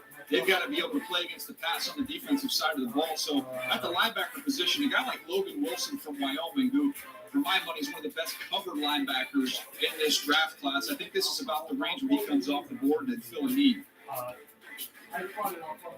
All right, let's find out what Kansas City is going to do. They went running back in round 1. Let's see what the Super Bowl champs do here. Come on, you Super Bowl champs.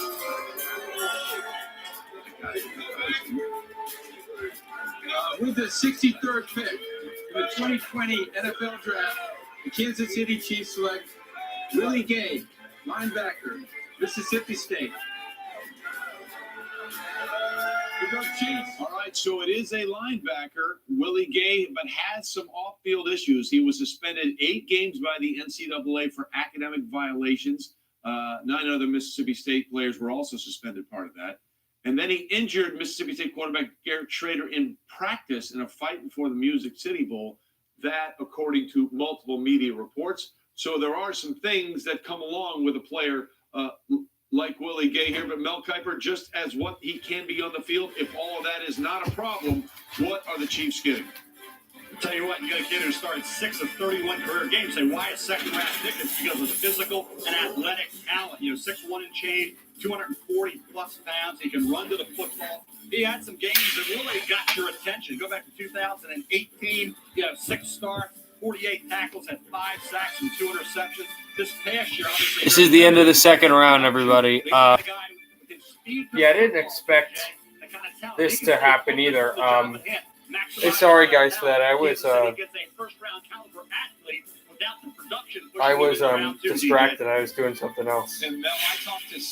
So Willie Gay Jr. gets picked from Kansas City. Obviously, Seattle makes that trade.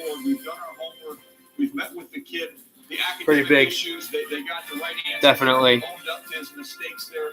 I was told that the incident with the teammate was a little bit overblown. I got good background. I'm interested to see what the Giants will do next, since I am a Giants fan. I think teams were comfortable with him. And when you look at him on the field, the speed, you notice it in a hurry, Trey. Well, DJ, he helped himself at the combine. At 6'1", 243, he ran the 40 in 4.46. That was second only. What's up, Andy? Simmons. And nice to see you here. It's pretty good.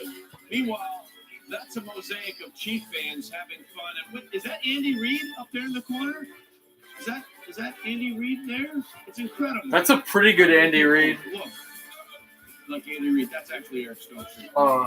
Doppelganger. And we appreciate the effort.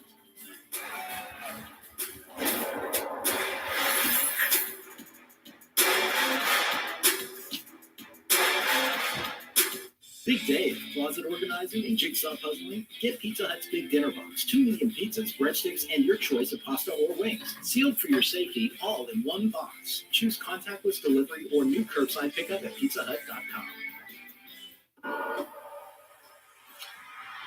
Somebody go up. Ain't nothing to it. Let it go. Ain't nothing to it. Let it go. Ain't nothing to it. Let it go. Ain't nothing.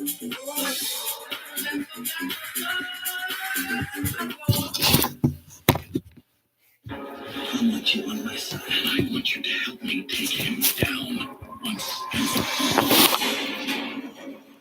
Well, I just got to do some. I'm not taking any of you guys off. You're just not going to see the commercials for right now.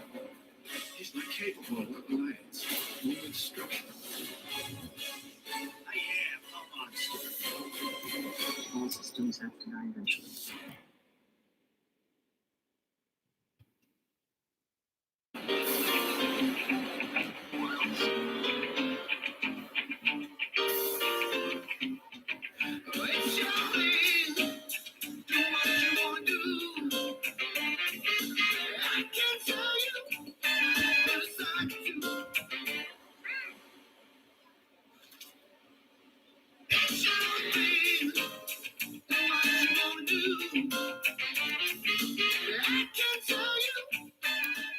This is kind of a first for all of us. But maybe this is a time to put other things first, like being the first to check in, or the first to try your hand at the culinary arts, or all the arts. Be the first to volunteer, or the first to say it's all going to be okay. And when the day comes where we're no longer looking at our worlds from the inside out, it will be what we did in here that will make us stronger out there. Calling all the Grassmasters, festive fanatics. All right, there you go. So there's those picks, and then obviously Carolina's pick is in. I find it weird that they're taking the commercial break now, because once they go to this pick and once they get back to the break, they'll immediately go to the pick. That's the end of the second round. We'll have one more round tonight, then we'll say adieu for tonight, and then we'll have the last. The majority of you guys want to do another stream. We'll have the last stream tomorrow, 4 to 7, and that's going to go really quickly. Well, it's a lot, so it's not going to go quickly, but the picks are going to go fast because everybody wants it over with. I'm just going to read this one. Highlighted by Dennis Rodman. You know what? I have been saying a lot. I've been talking smack about this. This whole thing with the Jordan thing. I frankly haven't watched it. I have a feeling that I'm going to watch it and I'm going to love it. So I'm going to stop saying bad things. In the second round, remember they gave up 29. A linebacker, yeah, I would agree. Chargers do need a linebacker. The worst in franchise history. The rule restoration has begun, trying to transform that defense. And then, of course, they signed Christian McCaffrey to that long-term deal and brought in Teddy Bridgewater. Let's see where they go here. The Seattle Seahawks have traded the 64th pick to the Carolina Panthers. With the 64th pick in the 2020 NFL Draft, the Carolina Panthers select Jeremy Chinn, defensive back, Southern Illinois. Saluki, stand up. Carbondale, Illinois is on the board as Jeremy Chinn is the highest Southern Illinois football player drafted since Terry Taylor won in the third round of the Seahawks in 1984. Mel, this is one of your gems in this draft. Really like him, Trey. 7 career receptions in high school, 13 career receptions in Southern Illinois. I saw him against Western Illinois, November 16th. He had 15 tackles in that game, 1.5 tackles for loss. 9 of those 15 tackles were soloed, and he sealed the win when he recovered an onside kick into that game. He's really a guy who can really make plays in the passing game with those interceptions and those ball skills. Great range. He's 6'3", 221 pounds. He had 243 career tackles, 13 interceptions, 31 passes defense, and 6 forced fumbles. He gets like a little cornerback as well. Good player, and that really fits for them. So now takes those good angles as a tackler. Ball skills are outstanding. Cincinnati's talking about a team that has a history. going to go. Carolina, you talk about having those kind of guys with that kind of versatility there. Jeremy Chinn, it wouldn't shock me if they tried him at 4. Cincinnati now is definitely going to go and pick. Yeah, real quickly. That is a really good pick. Carolina is picking well, but they're picking not how I expected them to pick. I did not expect them was to pick heavy into the took a long time defense. to get that growth spurt in high school, and now it has paid off, and Jeremy Chinn is going with the Carolina Panthers. Round 3 is now underway. Let's go back to the commissioner. So now you go to Cincinnati. With the 65th pick. Offensive line for the Bengals. NFL draft, the Cincinnati Bengals select Logan Wilson, linebacker, Wyoming. They do go defensively. And there is Logan Wilson and family having to wait no longer than the first round, or the first pick, rather, of the third round to hear his name come off the board. And this is a kid from Casper, Wyoming. He said, wearing the yellow and brown, the golden brown, meant something for me. His father, Trevor, wrestled at Dickinson State. What can we tell us, DJ, about Logan Wilson? Well, I think you're going to look back 5 years from now, and we're going to talk about this kid, one of the best picks in this year's draft class. This kid reminds me so much of Fred Warner as you go back and look at him in his high school tape as a DB, and you see what he does in coverage at the college level. You can see how he started at the back end of the defense before he moved up once he got to the collegiate level there at Wyoming. He just got phenomenal cover ability. His ability to be an athlete, move in space, match up, range sideline to sideline. All right, so now Washington just made their pick. Let's see what that's going to be. I'm not sure. You can But see he's quick to see it, sort it, and then he goes. There's no hesitation to his game whatsoever. And when you're in a division with Lamar Jackson and company, you better be able to play sideline to sideline and make plays. That's what Logan Wilson does. I love this pick for the Cincinnati Bengals.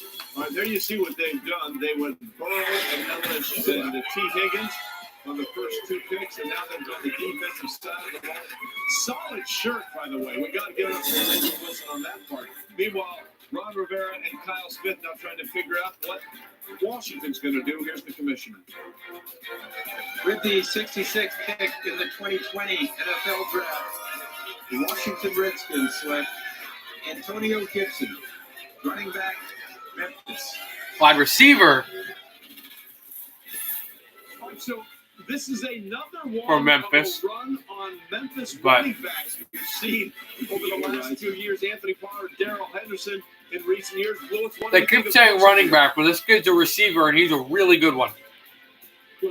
Gibson is an absolute weapon. He can play I like the the idea ball, of the the slot, deep the threat distance, type play the for downfield Washington. with his pure speed. Because they are a Wide definite receiver, rebuilding his team. run after the catch is as good as anybody's in And the if they can get college faster, football that definitely coming out helps of them. this draft. At about 6 foot, 220 pounds, he has They got a. home run ability. He could line up and run. I think Washington was a team that, like, what Carolina is doing, I don't really think.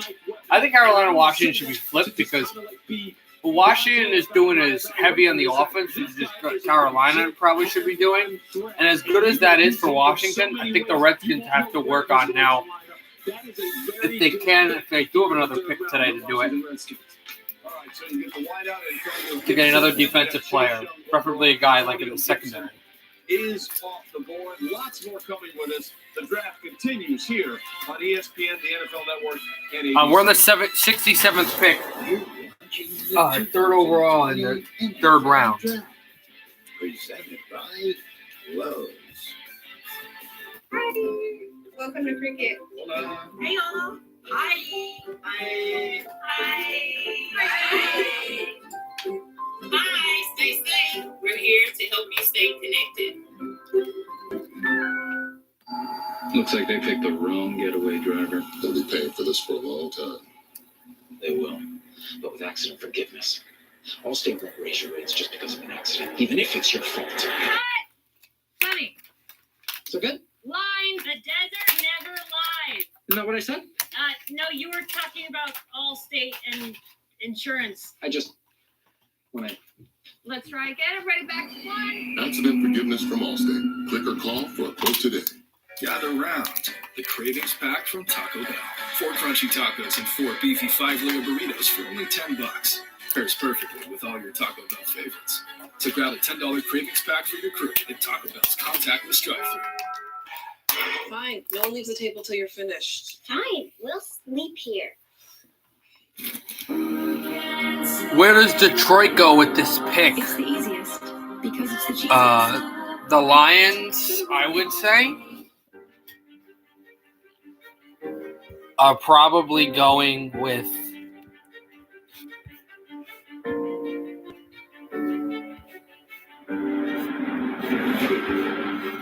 Personally, if I was to guess, I would say Eason.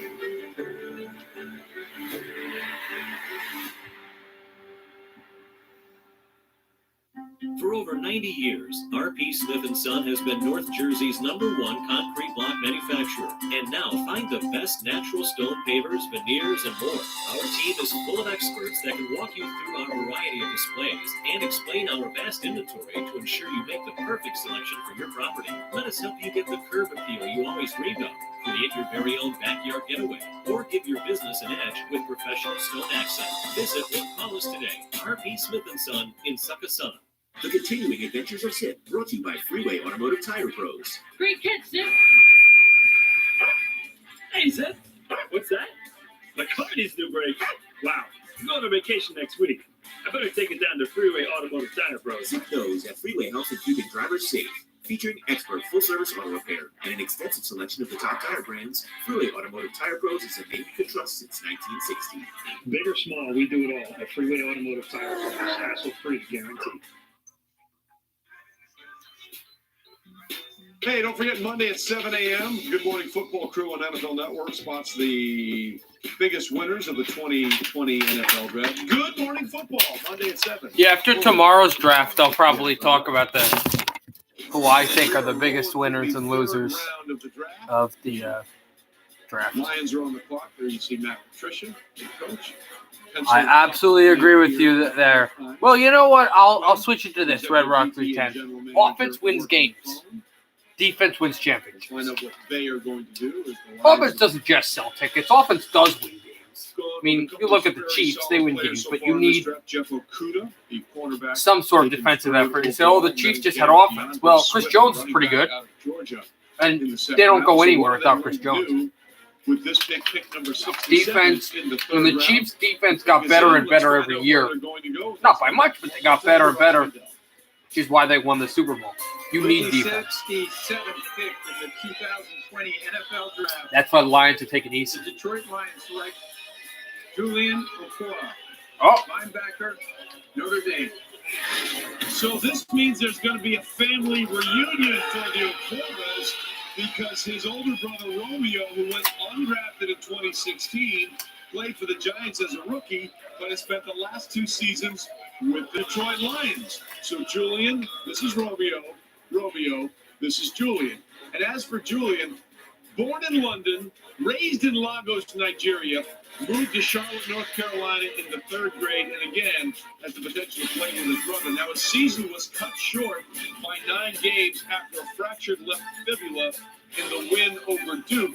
But before the injury, he had become a team captain, 4 sacks, 6 tackles for losses, and 2 forced fumbles. What are they getting at Julian Okwara?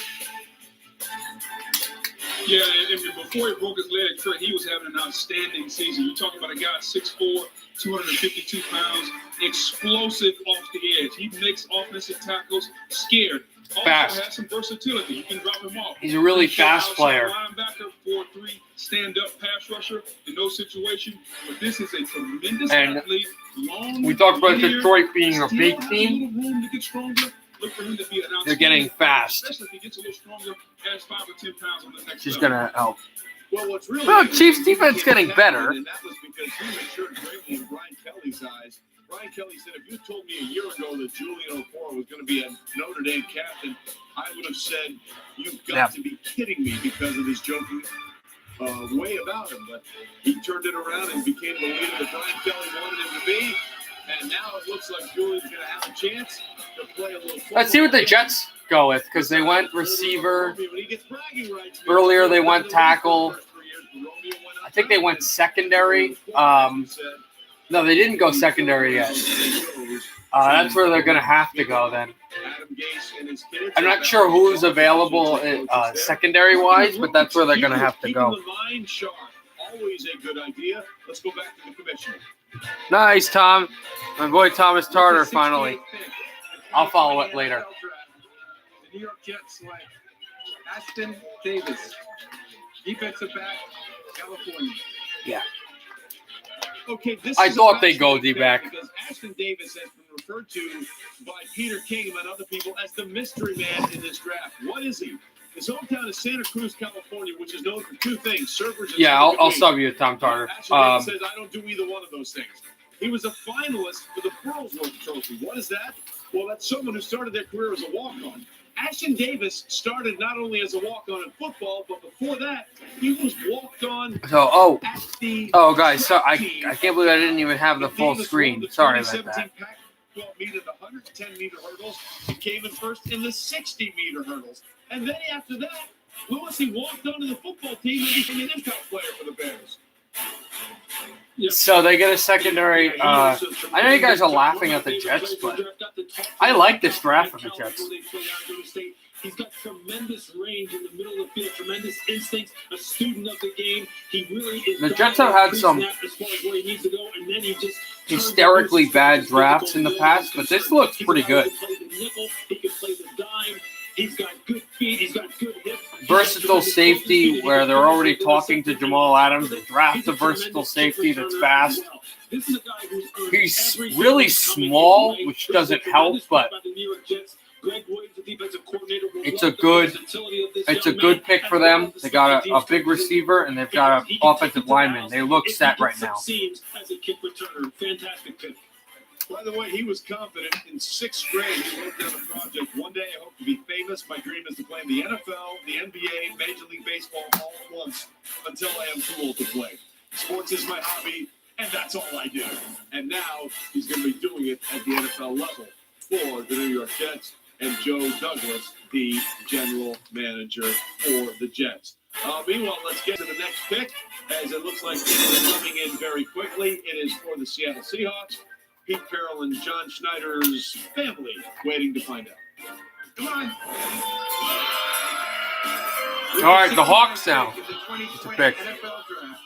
The Seattle Seahawks select Damien Lewis, guard, LSU. You're going to see a run on offensive linemen here coming off the board here for LSU because they've got a bunch of them that are drafted LSU. So what do we think? I really don't know why anybody's going after Easton, the linebacker, though. But this is a very physical player.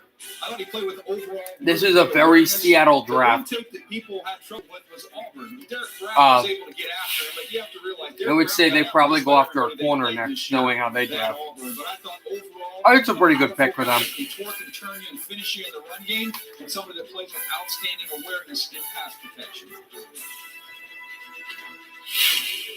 Started all 28 games of his career for the Tigers at right guard, transferred from Northwest Mississippi Community College. Damien Lewis is now a member of the Seattle Seahawks, joining Darrell Taylor, the defensive end that Booger really liked, and of course, Jordan Brooks, that tackling machine out of Texas Tech. Pete Carroll is enjoying himself. Let's all be Pete Carroll. You too, John Snyder. Enjoy yourself. Clap. Stay with us. Come on.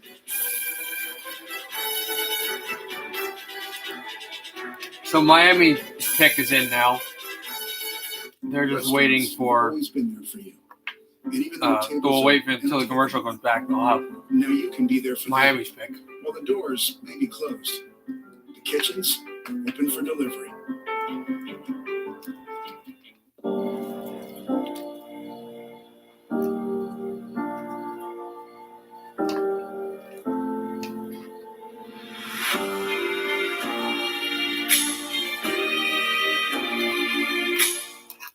Now, more than ever, her love keeps you centered.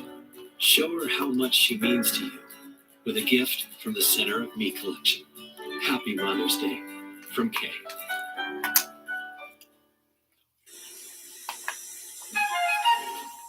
Jeff, you make smart choices, but you're getting burned. By your bank. With the Markets by Goldman Sachs online savings account, you can earn more interest in 1 month than in 1 year with the largest banks. I am getting burned. I got to do something about this. Probably should. You could earn more interest in 1 month than in 1 year with the largest banks. You can money with Marcus by Goldman Sachs. You know, you've already got a home team. Willie, Lauren, Steven, Deborah.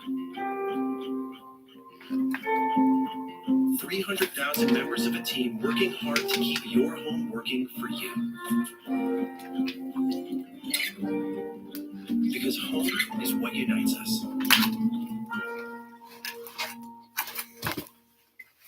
I've never had Burger King nuggets before. It's a lot better than I expected. And the best part is, they're 8 for only $1. What? These are good. It's crispy and it's golden. When you see a tab like that, you don't expect to miss it because it's good. Yup, 8 delicious nuggets for just $1. Your way better. State Farm is announcing the Good Neighbor Relief Program. We're returning $2 billion to our auto policyholders through May 31st. Because now, more than ever, being a good neighbor means everything. Like a good neighbor, State Farm is there. When we first opened our doors, it didn't take us long to realize. We weren't in the car business. At Lexus, we were in the people business. We needed to be helpful Respectful. and compassionate. To treat people like guests. It's what we all signed up for. And now when people need this most, we will do what we've always done. Take care of people. So we're at 70, so we got about 36 picks left until the end of the night. Our country has been so fortunate to have a great team of first responders, hospital staff, and essential. Isn't it funny that the bad NFL teams today were good back in the day? Yeah, it also has to do with organizational changes, really. It's a lot of things change. Our community safe. To the fans, thank you for your continued effort. to stop the spread of the COVID-19 pandemic. Let's be good teammates to one another. We got this. We got this. We got this. Oh, glad you're with us. Time for a look at Mel's best available, brought to you by Lowe's. Mel, tell us about. Also, if anybody's confused, not that it matters, but Tommy Tartar's one of those people on the chat that I actually know. Yeah, he was a wrestler. Let's just say, for the sake of ribbing each other, that he was horrible, a horrible wrestler. No, he was actually good, but I just had to do that. No, the Bears did have a really good defense. What happened is they sold their soul for offense, and it hasn't worked out. And they had an amazing defense like a year ago, and it's decent, but I don't know what's happened. For an Adam Troutman at that point, here we are now in the third round. He's still on the board. I rank it right now as the number 2 tight end behind Cole Kmet. Here do you go here? Oh, well, if you're going to follow what they need, then you go defensive tackle from A&M, but I think they're going to take the running back on the board. Now that we're 76 in the NFL draft, I'm moving over to my easy chair where I usually watch my NFL football. I'm much more comfortable over here. With the 70th pick in the 2020 NFL Draft, the Miami Dolphins select Brandon Jones, defensive back, Texas. Oh, they're going to get a safety. Kid, a 3-year starter for the Longhorns, but he couldn't work out at the combine because of a torn labrum. So he decided he was going to show teams how smart he was. He asked for every snap of every play defensively of every team. Now, he didn't get through all of them, but he watched about 4 quarters or 4 games for every team. What do we think about Brandon Jones? Love the versatility of Brandon Jones. He had done a lot during his career at Texas. Think about this past season. He had 64 solos of the 86 tackles, which led that Longhorn defense. That's impressive. 4.5 tackles for loss. So Miami last year gave up a lot of long plays, gave up a lot of big plays. So a guy that can pick the ball off and a guy that can especially tackle is necessary. See that? Big hit. Tackle hit, tackle hit, tackle hit. Dolphins need something like that. I know I'm going to sound like a broken record, but why is Eason not on a team yet? I like that selection by the Dolphins. I like a lot. You'll see, I'm very optimistic. I like a lot of the selections because a lot of the selections have to do with how teams want to manage. There are a few that are strange, but their need was defensive tackle and running back. But if you look on it, it makes a lot of sense that they go in that direction. Let's go back to a comfortable Roger Goodell. With the 71st So now Baltimore to pick. The Baltimore Ravens select Justin Madubuike. Oh, gig 'em! Gig 'em. Aggies off the board, baby. And Aggies off the board. And he's going to Baltimore. One of the better teams in the NFL. Season of eligibility. Mel, you've been preaching on him for a while now. Yeah, I read ahead of Ross Blacklock. Big kid. I love this kid. He's a fast guy. He's a big, muscular, strong player, and he fits what the Ravens want to do. And I'm so happy that we finally get a player from our Aggies onto an NFL roster. Yep, that's what he does. Absolutely, Harold. More power for the defensive line. Big player, and you have to remember he played against the SEC West teams since he played for Texas A&M. Yeah, Mel, you and I are sharing a brain on this. I go back to the Ole Miss game or the Clemson game and just watch how he uses athleticism to penetrate the middle and push the pocket. What do all these quarterbacks to the pocket passers want to do? They want to step up. You got to have that interior pressure coming inside.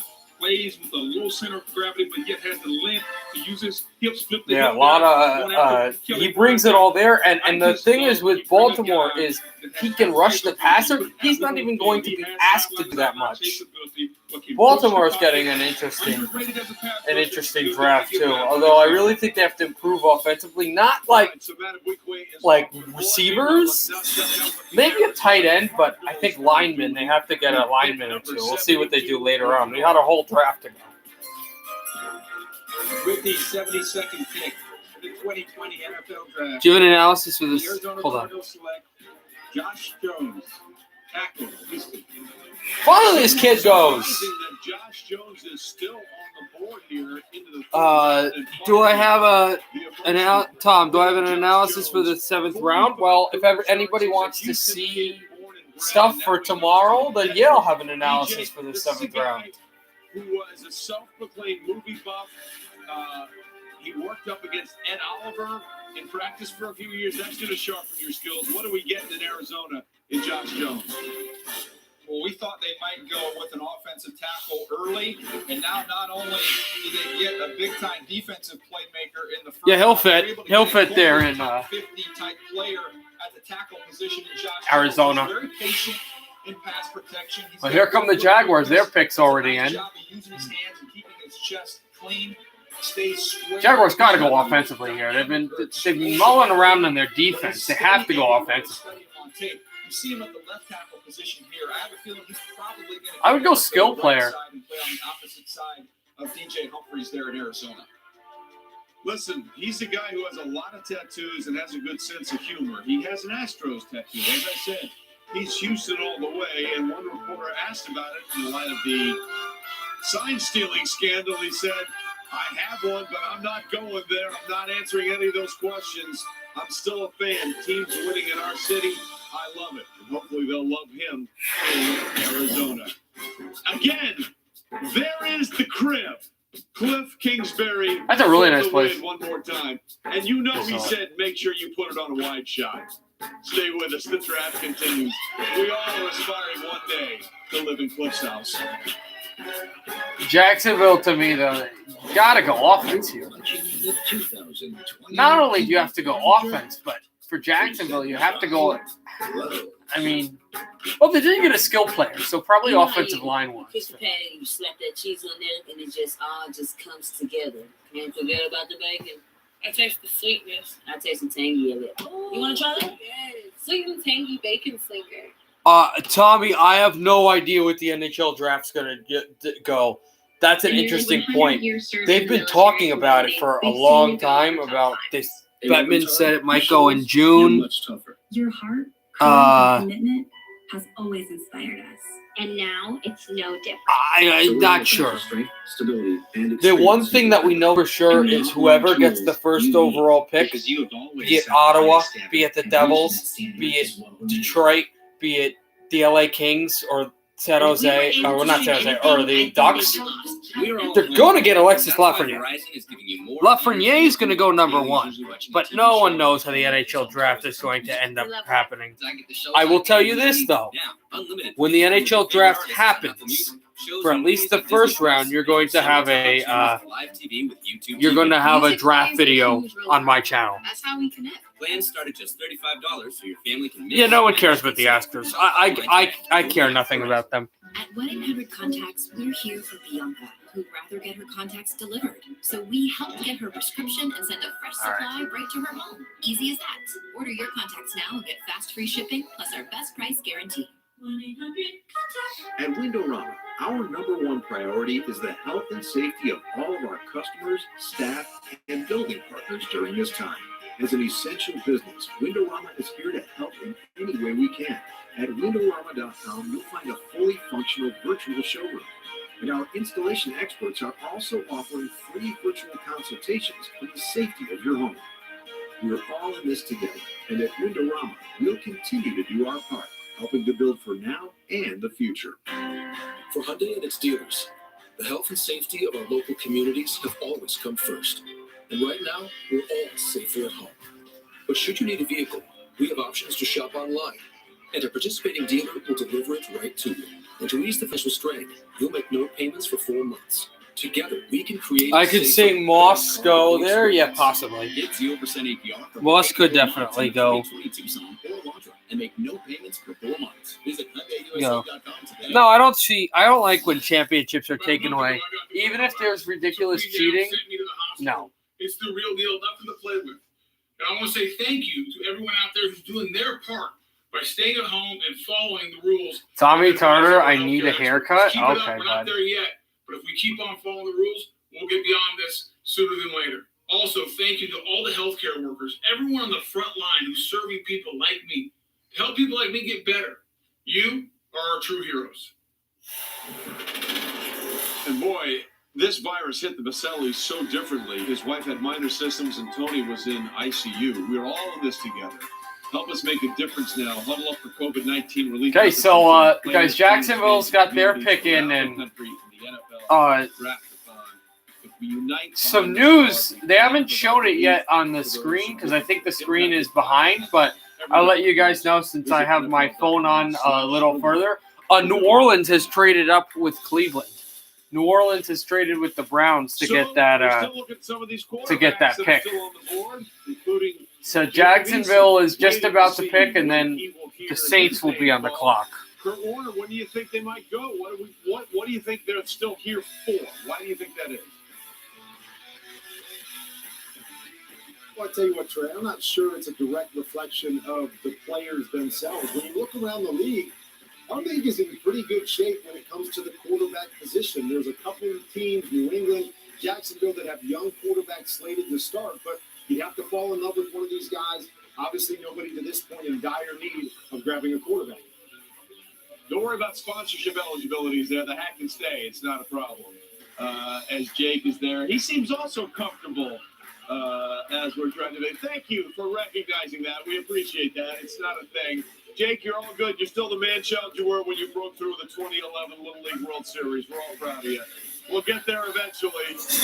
We'll figure out what's going on. Meanwhile, we got Doug Marone, the Jacksonville head coach, and David. Jacksonville, to me, has to take an offensive lineman. Their next move and what the Jacksonville Jaguars. Do I play any game consoles? Yeah, I play Xbox mainly. Sports games like NHL, Madden. I don't play it that much anymore. I don't play video games that much. We're trying to figure out exactly what they are going to do as we continue to go through. Yeah, you do make a good point, Harold, on the Astros. It's just they tanked. They tanked a lot to go get draft picks, and they utilized a good coaching system, good hitting, and good base running, and a little bit of cheating and a little bit of luck to get them a World Series championship and an AL championship. You have to remember, though, that as bad as they were in the 80s and 90s, they were a good team in the NL. So they're not just this team that was horrible, drafted well, and then cheated their way to greatness. They're not. They're an interesting franchise. But at one point in time, Shenault looked like a first-rounder, but I think those injury issues 2 years in a row. I have them going offensive tackle, but I could see them going defensive tackle. You're right, though, Mel, but if Laviska Shenault is healthy, he is a game breaker, and we saw that from his first play in college football. He picked up that fumble punt and took it for a score. All right, the commission's back in the chair. With the 73rd pick of the 2020 NFL Draft, the Jacksonville Jaguars select Davon Hamilton, nose tackle. Hey! State. All right, so Davon Hamilton. Benji's World, you called it. A defensive tackle, Davon Hamilton, and the first time in a long time that a Buckeye is going to the NFL. And it's Davon Hamilton, and he is headed to... Oh, then why did my phone say it was New Orleans? I gave you guys fake news. I really apologize for that. Cleveland is on the clock. Oh, they did trade the pick. This TV is just the slowest thing in the world. So, no, it wasn't fake news. Davon Hamilton is drafted, and Cleveland trades the pick. He's a Jaguar. Cleveland trades the pick to New Orleans, and New Orleans immediately just put their pick in. Team, a lot of talent, probably a little underrated and overlooked as to what he meant to that defense. He was a solid player, the guy that I think was a key element in that defense all year. Yeah, all right, Tommy. 10.5 stops for loss. Just trashing everybody. Remember what the Jacksonville Jaguars have lost in free agency. That's exactly what they needed to do to plug up the inside of that defensive line. Meanwhile, New Orleans, here I go receiver here for the Saints. Favorite perch in the comfortable chair. So let's check in with Roger one more time. The Cleveland Browns have traded the 74th pick to the New Orleans Saints.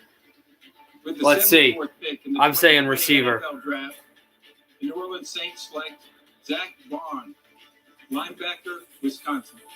Oh, Baun finally goes! His terrible drop falls to New Orleans. New Orleans actually traded right up with Cleveland because they like the kid, and so he finally goes to he was a high school player of the year as a quarterback at Brown Deer High School in Wisconsin, a very small school. In fact, the first recruiting letter Wisconsin sent him was addressed to Zack Baun, not Zack Baun. And now, of course, he's a linebacker at the collegiate level, and he's a linebacker, there it is, to Zack Baun as well. There were all kinds of issues, Daniel Jeremiah, but he proved to be quite a player for the Badgers when he got on the field, regardless of the recruiting letter issues. Yeah, look, when you look at that letter, I'm reminded that as an option quarterback growing up in San Diego, I got recruiting letters for Darnell Jeremiah. So we've been there, Zach. Don't worry about it. You get by that. But he's somebody that can play on the ball, can play off the ball. He's athletic. He's versatile.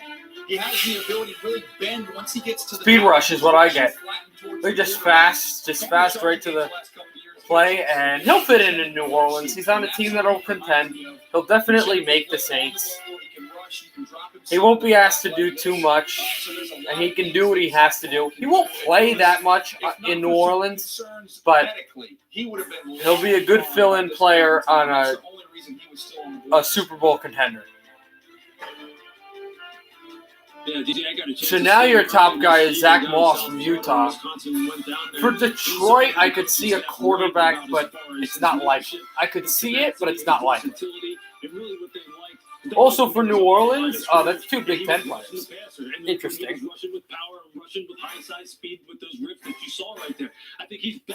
Yeah, Red Rock 310, he'd probably get drafted to be a center, and then he would just have ventilators in the locker room. You know, because he keeps saying it in every press conference. Because that's what he has been successful at doing at Wisconsin. You guys are funny. All 32 teams that he tested positive for a diluted sample at the combine. He blamed that on drinking too much road water, or too much water rather, for weight-related weigh-in purposes per his sources. I mean, you guys see Detroit possibly picking a quarterback here? I don't think it's off. And if they do take a signal caller, I think Jacob Eason in Motown would be an interesting fit. The Indianapolis Colts have traded the 75th pick to the Detroit Lions. With the 75th pick in the 2020 NFL Draft, the Detroit Lions select Jonah Jackson, guard, Ohio State. Okay, they take a guard. A really good guard Jonah Jackson from Ohio State. The guard from Ohio State University. Mel, tell us a little bit about this Buckeye. Transfer from Rutgers. He goes to Ohio State. He has a heck of a year. He'll start out as a playing for the Scarlet Knights. Okay, there.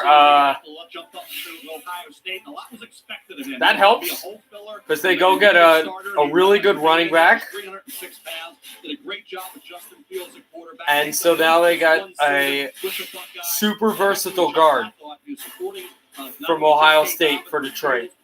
And now, as you most eloquently put, MAV, Patriots 2.0, the Tampa Bay Buccaneers are up next. And they're going defense here. They do need a running back, but I think they'll wait. But they're going defense. So I think when you look at Jonah Jackson, benefited from having that one excellent year at Ohio State. Now at Layton V, we talked about all those guys getting drafted. I think people went back and looked at the tape. They saw a guy that not only KJ Dobbins, but improved, and he still had some ways to go as a pass blocker. But when it comes together, you could be looking at a starting guard in the NFL. Well, he's also played a little center, but this 1 year at Ohio State, third-team All-American honors from the Associated Press. So Tampa, Tampa's going to go defense. Neville Gallimore. I'd like that for the Bucks. Okay. A defensive Bruce tackle. Arians still on the porch. Jason Light's still running around with all the kids. Where does Tampa go? I know some of you have asked about the M&Ms. They're still within reach, and they are getting lower. I promise you. With the 76th pick in the 2020 NFL Draft, the Tampa Bay Buccaneers select Ke'Shawn Vaughn, running back, Vanderbilt. Oh, they get a running back. So they do get the running back. I was thinking about it. He is from Nashville, stayed there for his collegiate career. Again, he attended high school somewhat less than 2 miles away from Vanderbilt Stadium. He was the 2014 Tennessee Gatorade Player of the Year and transferred from Illinois to Vanderbilt. Lewis, what do we think about this running back? But this is a downhill north-south runner that doesn't mess around very much with moving side to side. And he's a guy who has good speed, about 4.51 in the 40 once he gets onto the second level. But again, No, Tommy Tartar, no. The Bucks do not play the they do not play the Giants. They do not play the Patriots. But the Tampa Bay Tom Brady-led Bucks with Rob Gronkowski do play the Giants. So that'll be interesting. But no, they don't play the. They do not play if you need him to go on the field on third down and catch the ball, the Patriots. He will get it. He will get what he can. He will catch the ball and turn it up north and south. This is the very solid, typical third-round running back that you're going to wind up saying after 10 years or so, man, he had a productive career. Well, a third Commodore running back to post multiple 1,000-yard rushing seasons. And what have we said about Tampa Bay? We like the defense. We like the weapons that Tom Brady has thrown to. Maybe we can get a little upgrade in the running game, and maybe they believe they've done that. So they got a running back. They have to now get more defense. The person who thinks he's done that, that's Jason Light, the Buccaneers general manager. High fives all the way around. Stay with us. Round 3 of the draft begins. But Denver just put their pick in. We'll see what that ends up being. But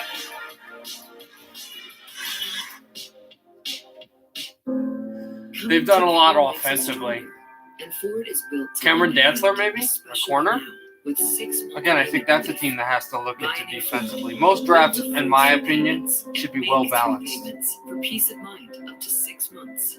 Shop at Ford.com or contact your Ford dealer to find out more about home delivery and other vehicle service options. You have a lot to take care of. Let us help take care of you.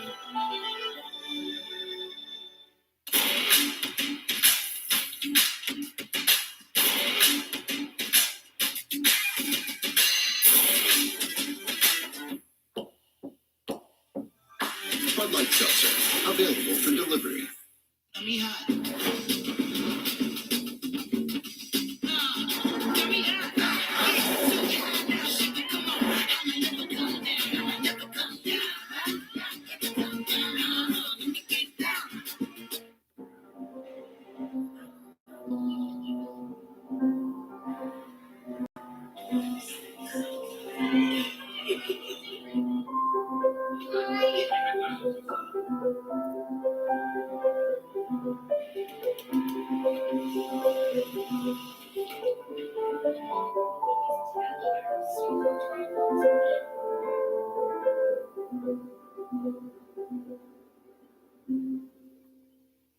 Wouldn't it be nice to eat with some of your old friends?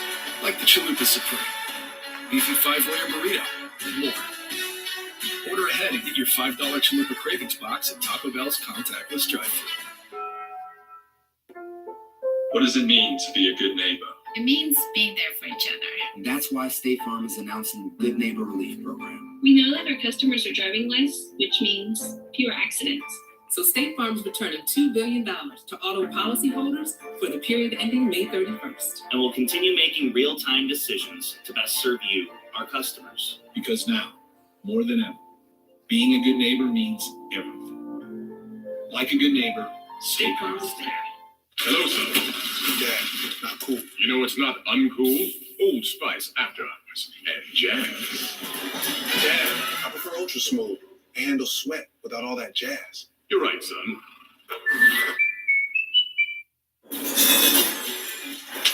Well, I'm glad you're with us in English, which is the proper language to use for this telecast.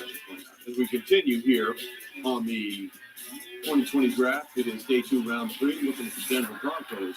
They are on the clock. We've got John Elway, the general manager, and Vic Fangio. So we'll see what Denver does here. Full offensive weapons for Drew Lock so early in this draft, getting Jerry Jeudy in the first round, KJ Hamler, the speedster, out of Penn State in the second round. So what are they going to do? Yeah, I would agree. To give their defensive-minded head coach, Vic Fangio. I would agree. Tommy Tarter, offensive line. On the offensive side, they also have Portland Sutton. Remember, they picked up Melvin for Denver. Season to go along with Philip Lindsay. They believe Noah Fant, the tight end they took in the first round last year out of Iowa, will also be something. So we'll be curious to see exactly where they go next. And we're about to find out as the pick is in. Let's go back to Roger Goodell in his easy chair. With the 77th pick in the 2020 NFL Draft, the Denver Broncos select Michael Ojemudia, defensive back. Another corner. All right, So Denver's going on the corner-wise. This is a guy that played average corner size, a guy that played Iowa University.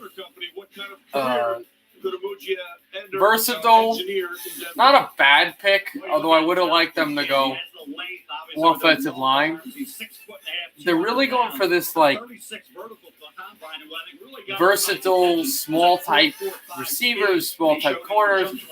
They have to get bigger. I would have gone offensive line or defensive line. I don't think it's bad for them to pick this player, but I think they could have gone for a better type of football player. The combine workout probably pushed him up probably 20 to 25 slots, in my opinion, because I didn't see him being a third-round pick based on tape. Had him in a fifth-round grade, bumped him up a little bit after that. Yeah, I agree with that. Like, LA, what he showed at the combine in terms of physical skills, get coached up. this team needs to be a bigger, nastier Denver Bronco team. It's not scary anymore. Like with Peyton and that defense that they had, even when they would lose in the playoffs, it was a scary team. You were afraid to play the Broncos. This team isn't scary. Now everybody wants to play the Broncos. Teams want to go to Denver. That's never the case. In any other sport, nobody wants to go into Colorado and play the Rockies. Nobody wants to go in Pepsi in Denver to play the Avs or the Nuggets. But in Mile High, people will be okay. Teams will be okay to go in Denver to play the Broncos. And that's not the way that team wants. They need to get scarier, and they need to get bigger, and they need to get faster, and they need to do that now. In Las Vegas. Here now, the doctor. Hey, Atlanta. This is Dr. Eileen, Grady Maid ER Doc, here to tell you we got this. We have the best public health departments in the entire country here in Atlanta. We know what to do. Yeah, they are. Red Rock 310. It's true. They're not the old Broncos. They're not scary anymore. Supplies to the cheers coming from the city towers. So we do feel well, if that's what John Elway wants to move it, I mean, Elway's a legend, but maybe if this continues and the losing continues for Denver, and again, I'm not a Broncos fan. I'm just telling it the way it is. If that losing continues, he may be a legend, but they may have to fire him. Thank you, Eileen, and everyone working in Atlanta and beyond to take care of our most vulnerable. You have our full support. And now with the 78th pick in the 2020 NFL defensive tackle here. Falcons select Matt Hennessy, center, Temple. Oh, interesting pick. All right, Matt Hennessy is an interesting guy that Matt Rule saw during his time at Temple, and he was working out at tackle, and Matt said, I get it, and I understand that, but you know what? You have the perfect skill set to play center, and now that it's paid off, as Matt Hennessy is a third-round pick at center, Lewis, for the Atlanta Falcons. Yeah, this is a guy who really relies on initial quickness. He can reach. Not a tall center. He's not huge, but he's heavy and he's fast. He can't really generate much lower body strength and explosiveness. Fits well in the Falcons. He's not the greatest pick a team could make, but he's a very good pick for that football team. Like, if you know what I mean. His set puts the pass pro good, lateral range is good. He's smart, clears the pass off stunts, work well with the offensive guard. Von Miller, I don't think has completely signed with Denver. But his quickness is something that really is his calling card at this point. Well, his brother, Thomas. Broncos aren't building that fast, not to the other teams. Like the Chargers right now, I don't think are as good as the Broncos are, but they're going to be much better, much quicker. AJ Terrell, the cornerback out of Clemson. In the first round, Marlon Davidson, the big defensive end out of Auburn. They can get his weight at the right number. He can be very, very productive. And Matt Hennessy, center. But back to Matt Hennessy, he fits really well with Atlanta. He's happy. We're all good. Hands up, Thomas.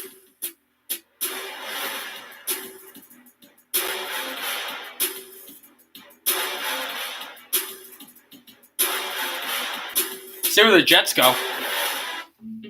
Like leather, everybody. when it's hydrated, but 9 out of 10 men don't get the hydration their skin needs. That's why Dove Men Plus Care Body Wash has a unique hydrating formula to keep men's skin healthier and stronger. No, but the Falcons could have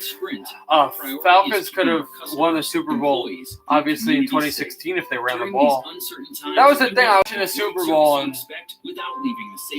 when the Patriots got when the Patriots started to really get better and better, and in that game, like when they were getting killed, everybody said the game was over. I said, I think they could come back. And once it was 28-10, I was like, oh no. Patriots have this in the bag. And they did. Falcons just made very dumb decisions. At a time when so there's a lot of ifs, ands, and buts families can still keep their go distance together. For contactless ordering and payment, order ahead in the Sonic app. I'm going to have to, I know nobody cares, but I'm going to have to nitpick that ad. With Sonic, families can just separate and be together in social distance. You can't social distance if there's 4 people close together with 2 burgers in a car. That's not smart marketing, but who cares? The only thing Falcons needed to do, run the football. What is the Garden Savings Federal Credit Union difference? Unlike a bank, we're a financial cooperative that's owned by our members. We offer low loan rates, high deposit rates, and free checking accounts with no monthly maintenance fees or minimum balance requirements. Our members have access to over 85,000 surcharge-free ATMs and more than 5,000 branches. Red Rock 310, you're a Niners fan, right? Just so I have an idea, because you're very vocal with all these other guys. For over 90 years, R.P. Smith & Son has been North Jersey's #1 concrete block manufacturer, and now find the best natural stone pavers, veneers, and more. Our team is full of experts that can walk you through our variety of displays and explain our vast inventory to ensure you make the perfect selection for your property. Let us help you get the curb appeal you always dreamed of. Create your very own backyard getaway, or give your business an edge with professional stone accents. Visit or call us today. R.P. Smith & Son in Succossana. Welcome back. So now the Jets have The just Jets are on the clock. picked, and I'm not sure who it is, but they went safety, they went wide receiver, entire time in the draft. He is and they went sticking with tackle. it. We want to see what Joe Douglas and Gase are doing with the Jets. We're back to Fisher Goodell. Time to go linebacker. With the 79th pick in the 2020 NFL Draft, the New York Jets select Jabari Zuniga, defensive end, Florida. They went end, okay. Voter, this is an That interesting helps. pick because he came back for his senior year to boost his stock, and it didn't go as planned. He suffered that high ankle sprain and played just in 6 games. What do you see in this kid? Yeah, he lacks just a little bit of lower body flexibility, but overall, the one word I would use is he's twitchy. He's quick off the ball. He understands run schemes. He understands how to play down the line of scrimmage. And as a pass rusher, I think he has enough flexibility. If he has I don't focus think on the the Jets end will on win the next level, AFC he can reduce East, him down and I inside. don't think they'll make the 10, 15 playoffs. pounds. I like him rushing over the But guards. I Either think the way, Jets have he's really got helped his hand themselves up, with this he's not draft. the outside the 3-4, I think the or Jets slide think the down Jets and were going to keep be inside. very good this A year, little stiff on the low but I end, think his they upside is tremendous. really helped themselves with Well, this he draft. says he doesn't regret coming back to school because he said his mother told him to do it, and he was going to do what his mother said. So there you see the Jets. So getting they get the an end, they have a 10th safety, they get a offensive receiver off the tackle. tackle. Really good. First round. So 2 straight picks coming up for the Raiders. Denzel Mims. Then they go another Bear. This time it's a Cal Bear, Ashtyn Davis. The safety was also a track star and a hurdling sensation for the Cal Bears. And Jabari Zuniga, the defensive end out of Florida. Now, Bills will win the Jets division, also definitely, in but I think that the third the round. Jets have taken serious steps forward. Well, now the Raiders are on the clock, and of course, The that's where it's Raiders, supposed to be for I know them. they have Again, Witten, but I would go especially Troutman here. Last night at the 2022 draft. They need a pass rusher, but I think you go Troutman if you're Las Vegas. Of course, the new stadium and their head coach and GM, John Gruden, and Mike Mayock, waiting to see what they do next. But before we announce this next selection, we have a very special family from the Tragedy Assistance Program for Survivors, TRAPS, which offers care to those grieving the loss of a military loved one.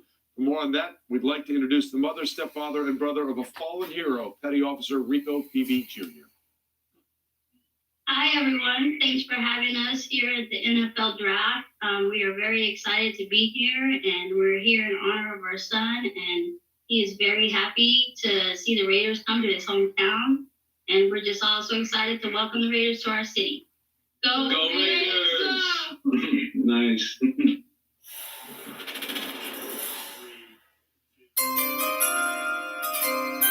Thank you to the Pruitt family. The entire NFL family joins me in offering our condolences as we join you tonight in honoring Rico's memory by making this next pick in his honor.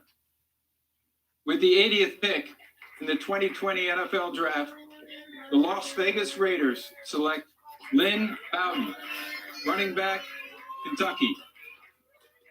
Well, this is really They had a curious receiver because you could from call him a running back, you could call him a wide receiver, Uh, or you could call him what they had Kentucky, in play so last year, which was I thought they go and get the tight end, but they get another weapon for Carr. And I know we just saw the list on ESPN of needs for the But then, of course, they had some injuries. They asked for the Raiders and quarterback, but really there are more pressing needs than the quarterback. They need a pass rusher, and they're on the clock right now. They have back-to-back picks. They'll probably go and grab a pass rusher or defensive tackle right now. But they needed a weapon, and I was saying tight end. but either him or receiver, and this kid's a good route runner. It's a good pick for Vegas. He can finish on the play. He's a guy who really has good running ability after the catch. Yeah, I mean, Goodell cannot read. That's about the third time in an hour that he said running back when the guy's a receiver. It's strange. And really what John Gruden has gotten a guy like Bowden is this. He can line him up just about everywhere, and he can really make you as a defense try to figure out when he comes onto the football field, is he going to... Wait, Anthony Nerf, the Patriots didn't get Cam Newton, did they? Your personnel groupings and how you're going to defend him. What John Gruden has done by drafting him now is just giving the AFC West some more to think about when Lynn Bowden gets on the football field. Yeah, he was the winner of the 2019 Paul Harling Award for the nation's most versatile player. Again, all he did was set a school record for career and single-season rushing yards by a quarterback, break the SEC single-game rushing yard by a quarterback when he had 284 on the ground against Louisville, and turned the program's highest single-season Yeah, Cam Newton's not knowing one. average at 7.9. Lynn Bowden Jr. did a little bit of everything for them, and there's the award we're talking about with him. Came from a very rough upbringing in Youngstown, Ohio, where he saw a lot of stuff at a very, very early age. The homicide rate in Youngstown, Ohio is about 7 times the national average, and Lynn Bowden Jr. is now going to be a very versatile player for the Raiders. See how John Gruden and Mike Mayock find a way to get him on the field and use his very unique skill set. Meanwhile, let's go back to the commissioner for the very next pick in this draft. Yeah, Newton is not a Patriot, but... With the 81st pick Well, in we'll the see. 2020 NFL Draft, the Las Vegas Raiders select Brian Edwards, wide receiver, South Carolina. 2 receivers back-to-back? All right, I mean, picks now for the Raiders, and there you see the you know numbers Gruden's for an Brian offensive Edwards. guy, but they've Very got to go get a effective pass for rusher the South soon. Carolina Gamecocks. Set career records for games with a catch. Then they're going to end up just having a shootout with teams, and they can't make the playoffs like Also that ranks 3rd in school history with 22 career because they receiving don't have the touchdowns. offense DJ, he to was do it. not able to work out after breaking his football training. Okay, UJB, I think UGB, Cowboys are ready to do it.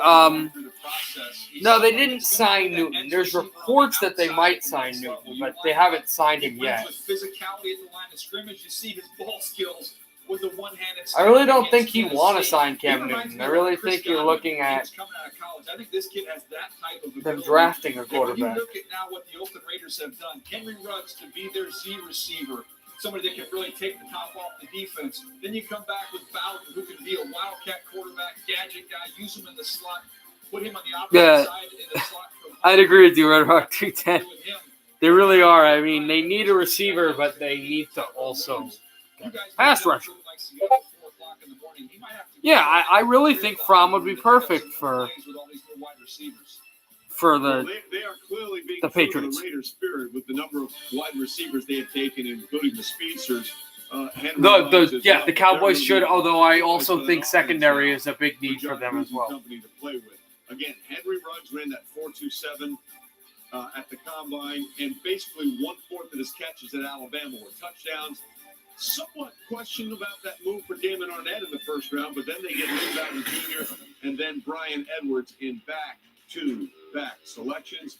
John Gruden and company, and you see his son Deuce there in the background of the glove. You might imagine, yes, he is a power lifter. Mike Mayock and company checking in on what's going on from another room. Meanwhile, it is now the Cowboys. So Dallas's pick is in. Let's see what it is. You're saying pass rusher UGB. I think I understand that pick, but I also think they need to get into a secondary player.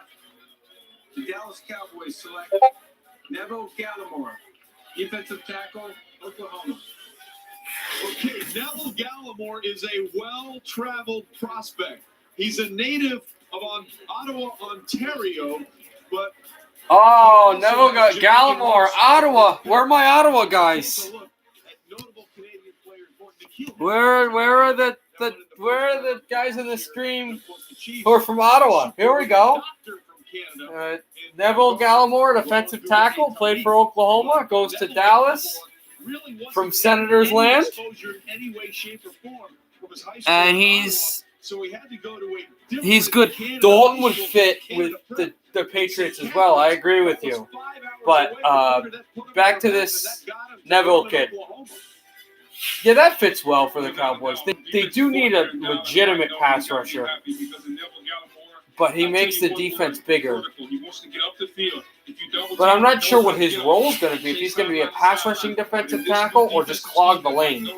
They're going to have to figure that out.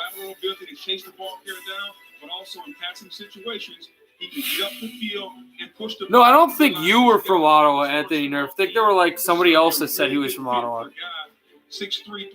But you're from Montreal. Okay. So 2 Sooners in the Cowboys draft class, including C.D. Lamb, the wide receiver in the first round. And then again, you might just be that rare breed of human that's a Senators fan who lives in Quebec. Is now going to be under the employ of Jerry Jones, the Cowboys owner, president, and GM. And there is Neville. Here we go. Good times tonight for the Cowboys. There we go. So he ends up going to Dallas. That'll be interesting. Presented by Lowe's. We may not be able to gather together, but we can grill together. Oscar Mayer invites you to take your backyard cookouts to the front. On May 2nd, join us for the Oscar Mayer Front Yard Cookout. Enjoy sharing a meal together, but safely apart, while we share 1 million meals with Feeding America. And every time you use the hashtag Front Yard Cookout, Oscar Mayer will donate an additional meal, up to 1 million more through the month of May. Let's head out front and give back.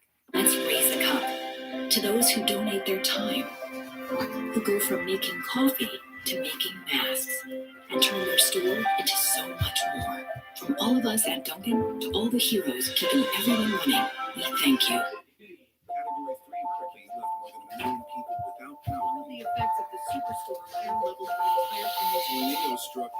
We've always tried to be there when you and your home have needed us most. Working together to keep your home working. It's just what we do. What we've always done. What we'll continue to do. Because home is what unites us. My time is thin, but so is my lawn. It's been worn down to nightmare thin grass. Well, usually be what team are you talking about, man? What team are you talking about? Because the Giants have been to the playoffs since, in I believe it was 2016. So can't be talking about the Giants, man. So I was just wondering, what team were you talking about, UGB? State Farm is announcing the Good Neighbor Relief Program. We're returning $2 billion to our auto policyholders through May 31st. Because now, more than ever, being a good neighbor means... Oh, the Niners? Like a good neighbor, State Farm.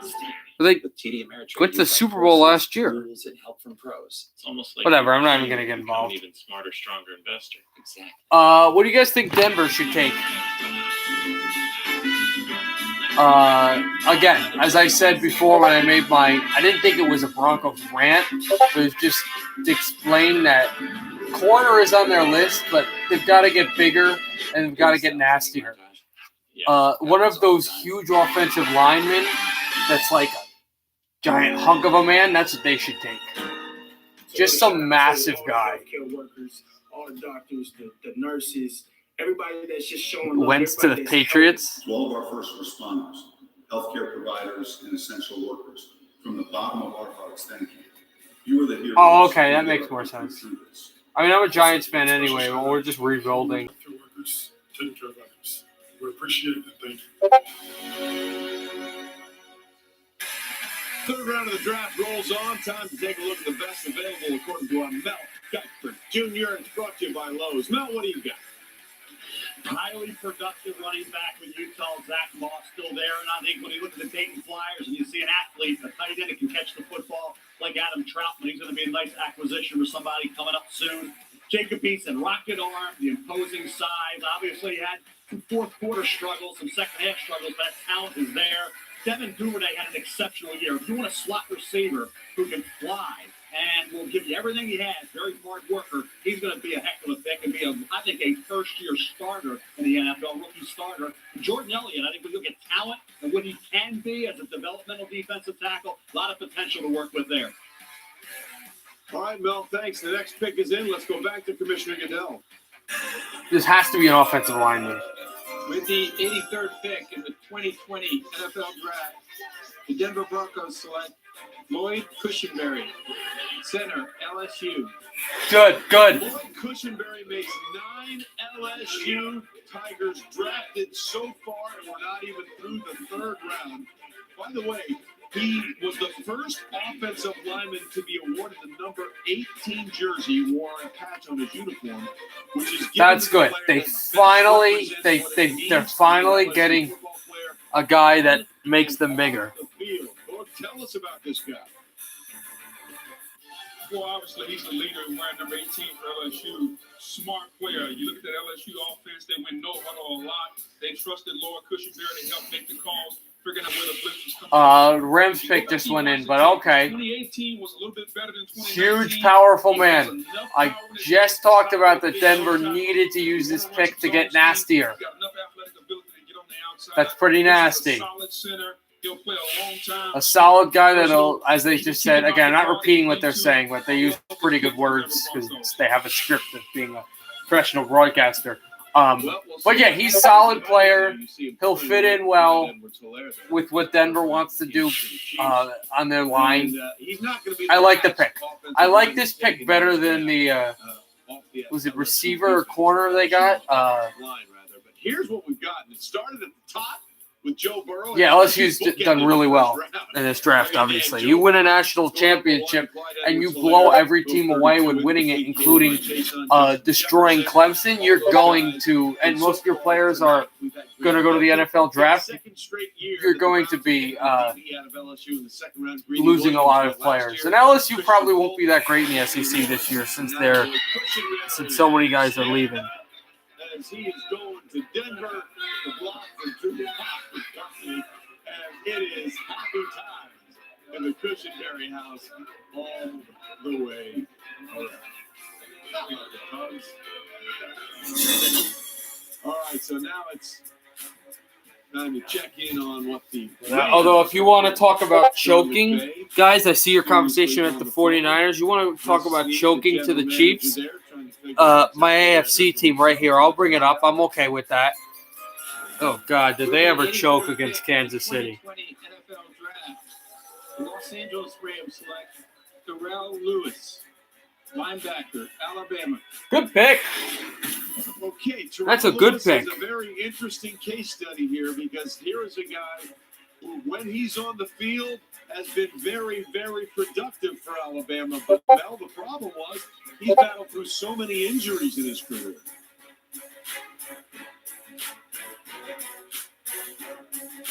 In 2017, missed 10 games with upper arm injury. So you're right. He's got to be out on the field. But when he is, as a pass rusher with the kind of size and length and athleticism that he possesses, he can be a real factor getting into that backfield. He had 11.5 tackles for loss this past year. 6 of those were sacks. 16 quarterback pressures led that Alabama defense. Went back, look at the A&M game when he had the 2 sacks. He showed the ability to come off that edge and chose that. Question, does every NFL highlight with a guy from the SEC have to be highlight against the Aggies? Like, that's starting to bother me. Big time like LSU or even at Arkansas, he was still bringing the heat. It didn't matter. So he wasn't a guy who just played in spurt. The key is keeping him on the field, hoping he can shake that injury jinx to kind of hamper and threat his career at Alabama. Indy might take a quarterback, but not here. Yeah, Alabama's done well, but not. When he's on the field, he could end up being a double-digit sack guy as a situational performer in the NFL. Let me look. For Indy, Duvernay. Devin Duvernay is going. Wide receiver from the Texas Longhorns. He's going to the Colts here. Definitely. We've got nobody that can block this guy. So there you see Terrell Lewis finally off the board, going to the Los Angeles Rams. Sean McVay, it's okay. It's okay to take a knee on the chair. It's all good. It's a very unusual environment we're working on in here, Sean McVay. Glad you're with us, and we'll see what happens as they continue to work their way through the draft. Now we've got Frank Reich, the head coach of the Colts, and Chris Fallon, the GM. Let's go back to the GM, the Kmet, for their pick. With the 85th pick in the 2020 NFL Draft, the Indianapolis Colts select Julian Blackmon, defensive back, Utah. Okay, so they don't go on the offense. They get a safety from Utah. I believe that's the first Utah player selected in this draft. You must have done something right. All first-team Pac-12, Daniel, and second-team All-American. And he goes to the Colts, and they are keeping up this fast defense. It's a physical and fast defense. As I told you, on the AFC side, my team is the Texans, but I favor the Colts to win this division. Like, they're probably the best team in the division. They're not the – we have probably the best quarterback in the division, and I realize the Titans made the AFC Championship game, but I still think it's somewhat of a fluke. The best team, really, if you look at it in the South, is so 2 seasons at corner, moves to free safety, probably going to be the Colts, in my opinion. So now Buffalo just made their pick. Soon they're going to announce what it is. USC had 100 receptions for the Trojans, and they get that uber-productive running back out of Wisconsin. This is going to be something on the defensive side of the ball, probably. To have 6,000 yards in less than 4 full seasons. Time to take a look at Mel's best available. Mel, this time we're looking at quarterbacks, and we're seeing some different names pop up here, including James Morgan and Cole McDonald. Yeah, they're going to end up late in the draft. Very few teams obviously prioritizing getting quarterback after that top group. But you always have that kind of lull where there's not one draft, and then you get into the 4th, 5th round, you get one that late. But Jacob Eason's got big-time arm talent, obviously with that kind of size. It's just of the Bills take a defensive player, I know the Patriots need a quarterback, but that tight end has been falling, and the Patriots need a tight end desperately. So I could see them going there. Jake Fromm, there's going to be Andy Dalton, there's going to be Eric Murray. That was always the big debate. We're going to push them down with that questionable. Yeah, Red Rock 310, Buffalo Sports. The fans are so passionate, but that Buffalo Sports just has been choking so much. 4 straight Super Bowls, no wins. The Bills taking forever to get a playoff win. The skate in the crease. 3 seasons starting in Georgia, won a lot of football games. Alfredson right top bar. The Sabres haven't made the playoffs since 2011. Buffalo Sports has really suffered. So I don't even know where you go on that. Bills have to make a good pick here, though. Bills select Zach Moss, running back, Utah. Running back, okay. Jonathan Taylor being an uber-productive running back, you could make the same Zach Moss another running back. In his career. Another Utah player, taken, and this was a guy that was supposed to be taken much higher. Pats get tight end. Yeah, it seems like they would do that. Utah, and he did all kinds of great things for them. He finished his 4 seasons at Utah with school career records for carries, rushing yards, 100-yard rushing game, rushing touchdowns, and total touchdowns. Last season he left. So he's going to Buffalo. They've got a loaded backfield. And he paced the Pac-12 with 15 rushing touchdowns. Listen, he did everything he could for the Utes. Northern New York. Big-time running back. I just love when he gets the football. Small running back, but thick down low. He knows how to come down. He's fast. Has just enough wiggle ability to make you miss. But overall, just I think this guy will be like a goal line running back. A little bit of home run hitting ability, but more important than anything, I just like his and he can break tackles really easily. This guy's going to be like one of those packages they pull out when they want to get important points at important times in a football game. This is the player they'll use. So it's a good pick. New England's on the clock. They haven't made the pick. Obviously, the two. They need a linebacker. They need a receiver, defensive lineman, offensive lineman. But I think this pick is going to be one of 3 players: Eason, Fromm, or Tautman, the tight end. And I think it's going to end up being the tight end. Well, to that point, Lewis, Zach Moss had 53 broken tackles this past season. That was third most in the FBS. And boy, I tell you what. No, Red Rock 310, I know he's not a bruiser, but he's fast, and you can do a lot of misdirection plays with him. You can do a lot of very interesting things there, and maybe he doesn't get that type of play on the goal line. 4th and 1, they have the team that can just go right up the middle.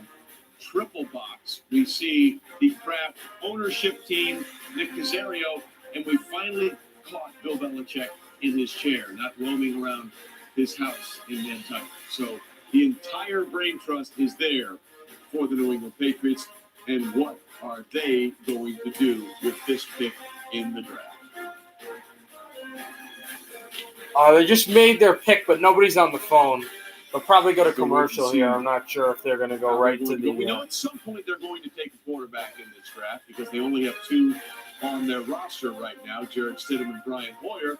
Will this be the point in the draft, in the 3rd round, that they decide to go? I was really thinking they're going to go quarterback, but something's telling me that they definitely go with the tight end.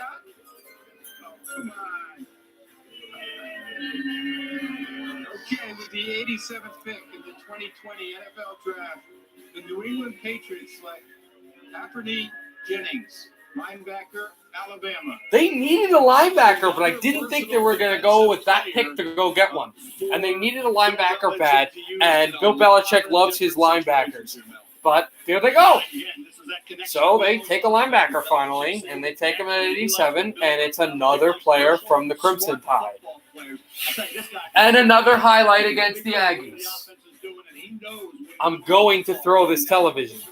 He's an excellent tackler in the open field, in the backfield. He gives you that versatility, getting there for the quarterback. He can play in reverse as well. But a lot of they really needed a linebacker. I just didn't think it was going to happen with this pick.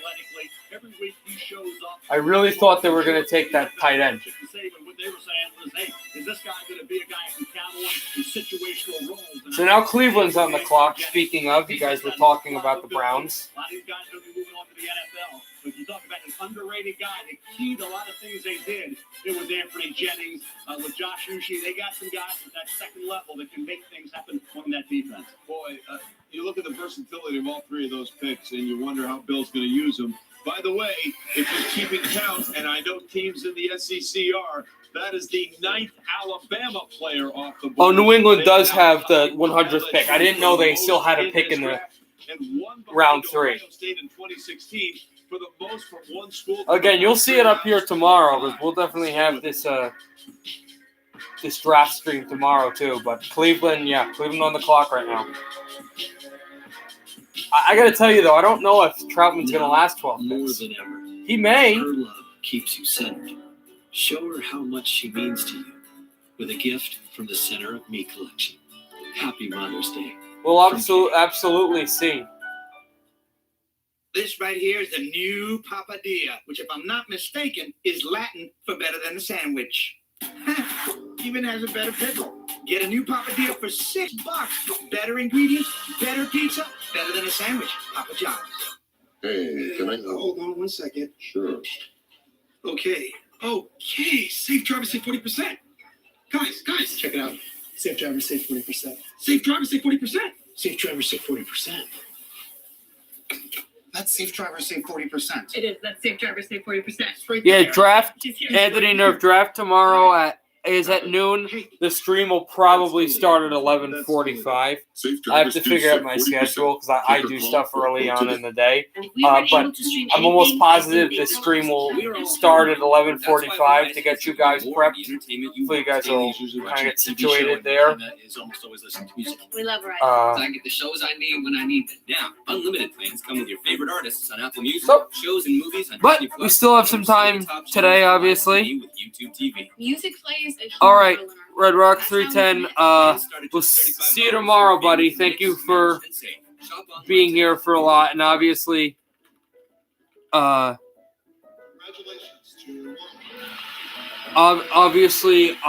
will definitely try to work on that. David Harris. I will try to work on that thing with the highlights. on the highlight stream on rivalries and stuff for the NHL. I'll definitely try to work on that. I gotta tell you though, with this commercial, whenever it comes on, like we saw last night, I always get a kick out of them showing David Ayers, the emergency goalie for the Carolina Hurricanes. That's awesome.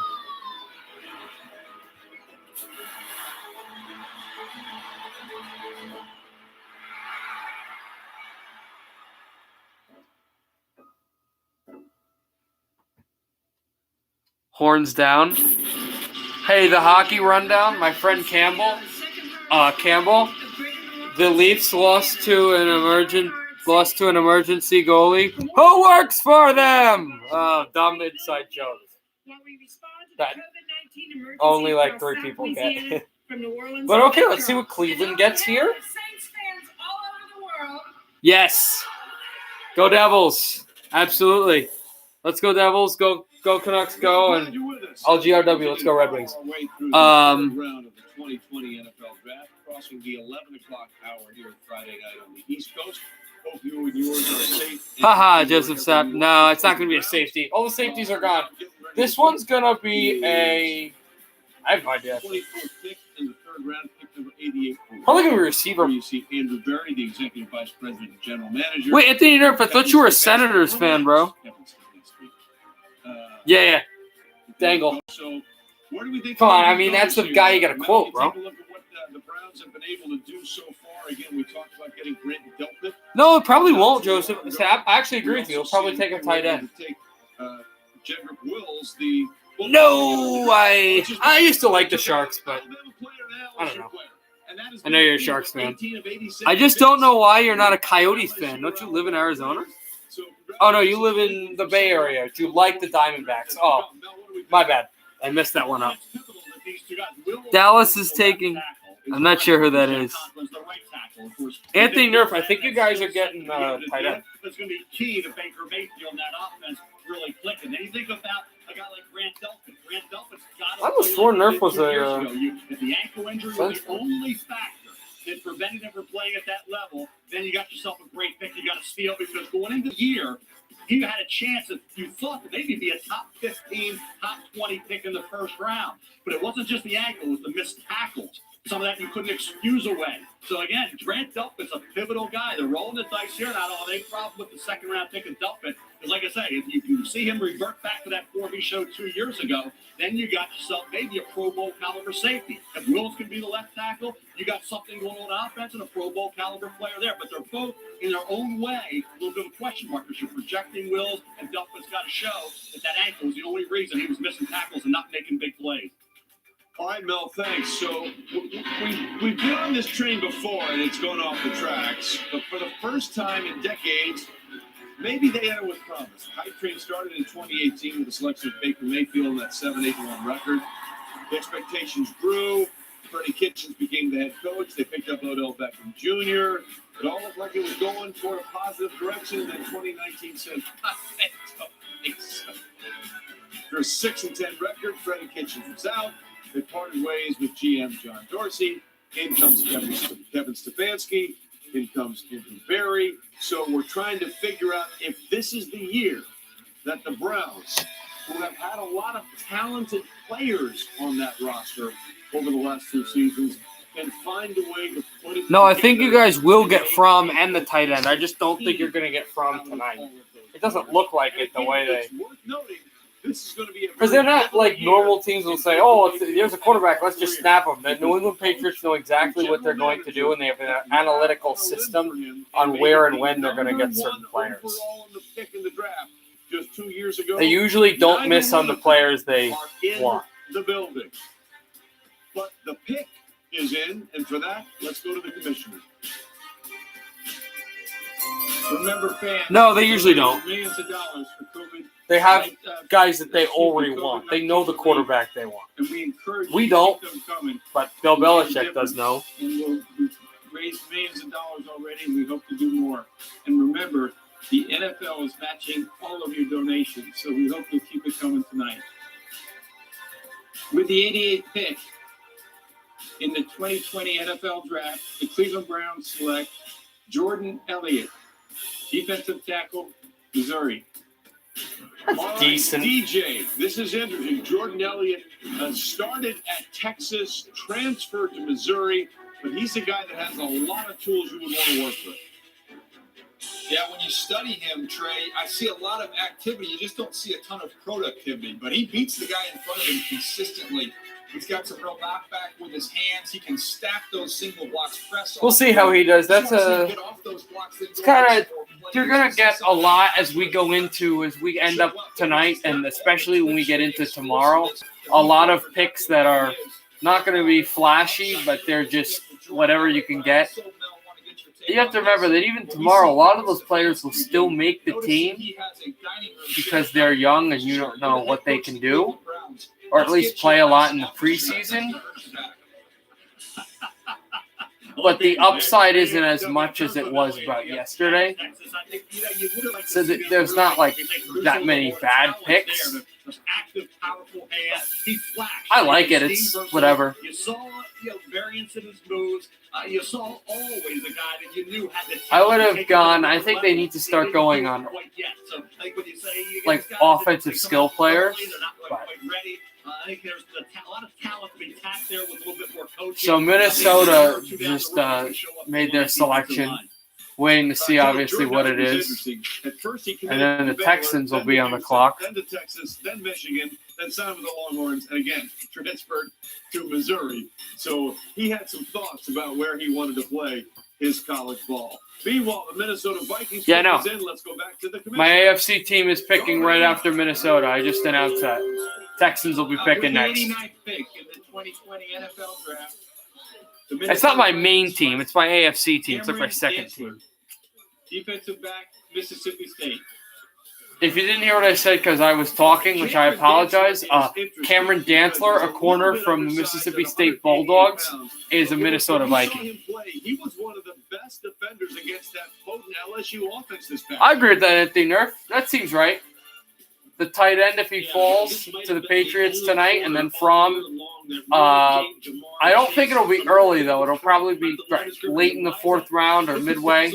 I don't think he'll drop to 5, but that seems right. And he talked to him down the field. You can tell he wouldn't back down from him. And you can see here, this is a long. Minnesota seems like they're a lot of physical range. It can really be like a lower form. It just is not as a complete form of the Seattle Seahawks, like the way they defensively play.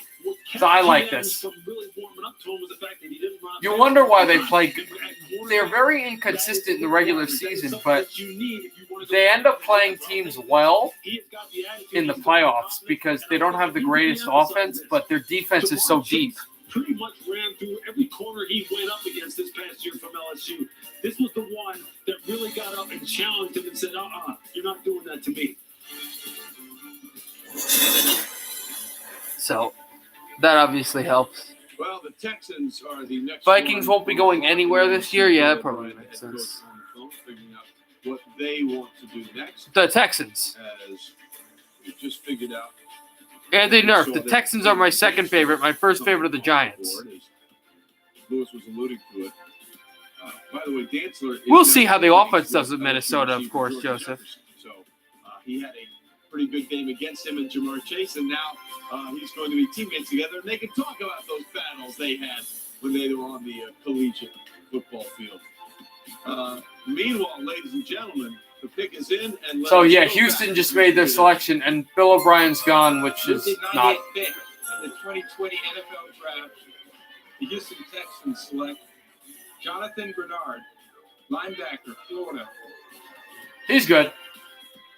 All right, Jonathan Greenard began his career as... This helps. The Texans used to be great at linebacker. We've gotten thin in the last few years. So to help on that draft definitely helps. That made no sense. To get deeper within the draft absolutely helps. He started at Louisville and then made his way over to Florida. Yeah, Trey, he's got some of the strongest hands in his draft. My thing with Eli Manning retiring was he needed to retire. It was the right move, but I still miss him so much. and he was just a great player that's going to be a legend forever, time and time again.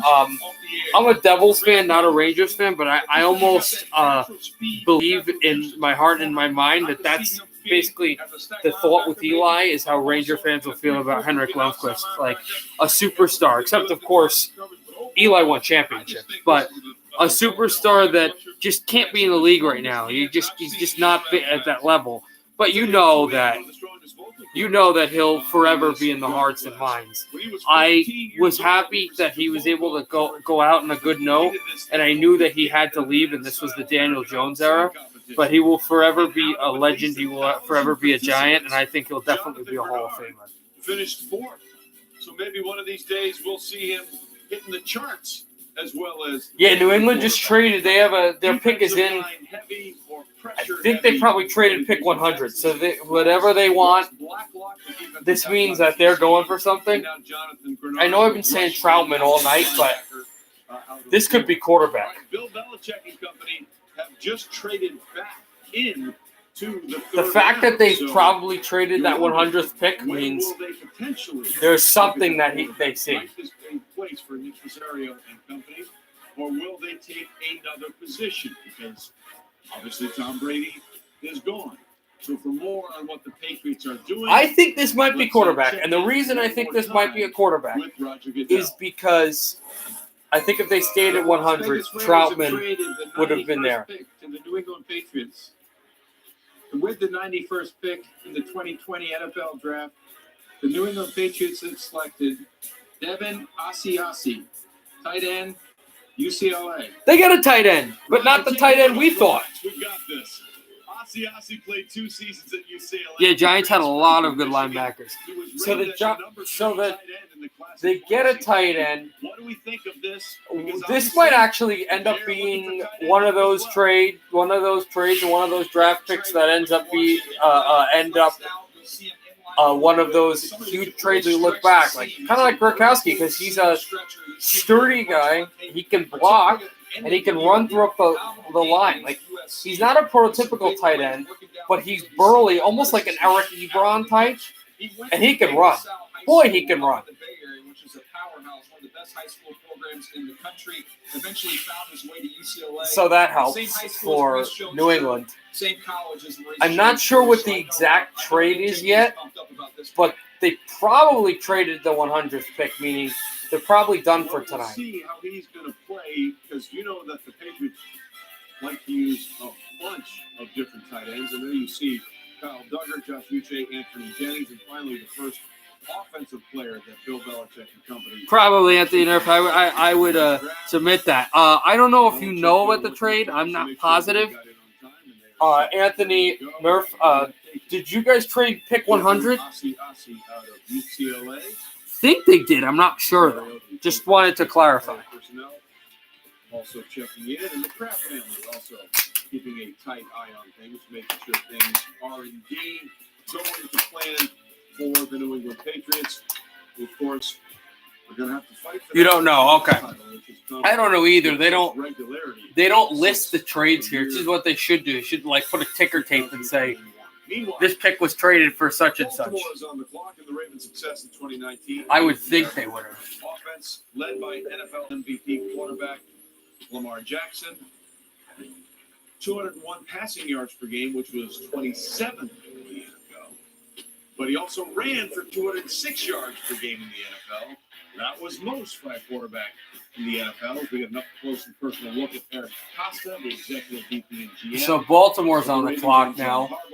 And by the way, Lamar became the first player in NFL history, and the first team in NFL history. Both Harbaugh and DaCosta are on the phone, and I think they've already called the player, so they probably know. I bet you Harbaugh is talking to the guy, and DaCosta's talking to Goodell. So they probably know exactly who their guy is, and they just submitted the pick. 500 yards or over 500 yards of offense. So it was with the Vegas Raiders. So the Raiders got the pick 100. Because the Raiders said, we'll just step back. And yeah, no question about it. I mean, the Patriots knew they wanted a tight end, and they knew the tight end they got. Much Bucs production, and we saw Hollywood Brown come in last year to be able to give them some of the big plays over the top. They love their tight ends, but yeah, without question, I think you try to continue to add weapons on the outside. You know you're going to be a primary run play action team, but there's going to be some times where you get stopped running the football. You're going to have to make those plays in the pass game. So would not be surprised if Baltimore somewhere down the road here adds another weapon or two on the outside. Well, let's take a look at the Ravens draft class so far. We saw Patrick Queen, which makes all the sense in the world. Justin Madubuike, the man Mel Kiper has been stumping for since the combine, also went. So, of course, he went to the Ravens.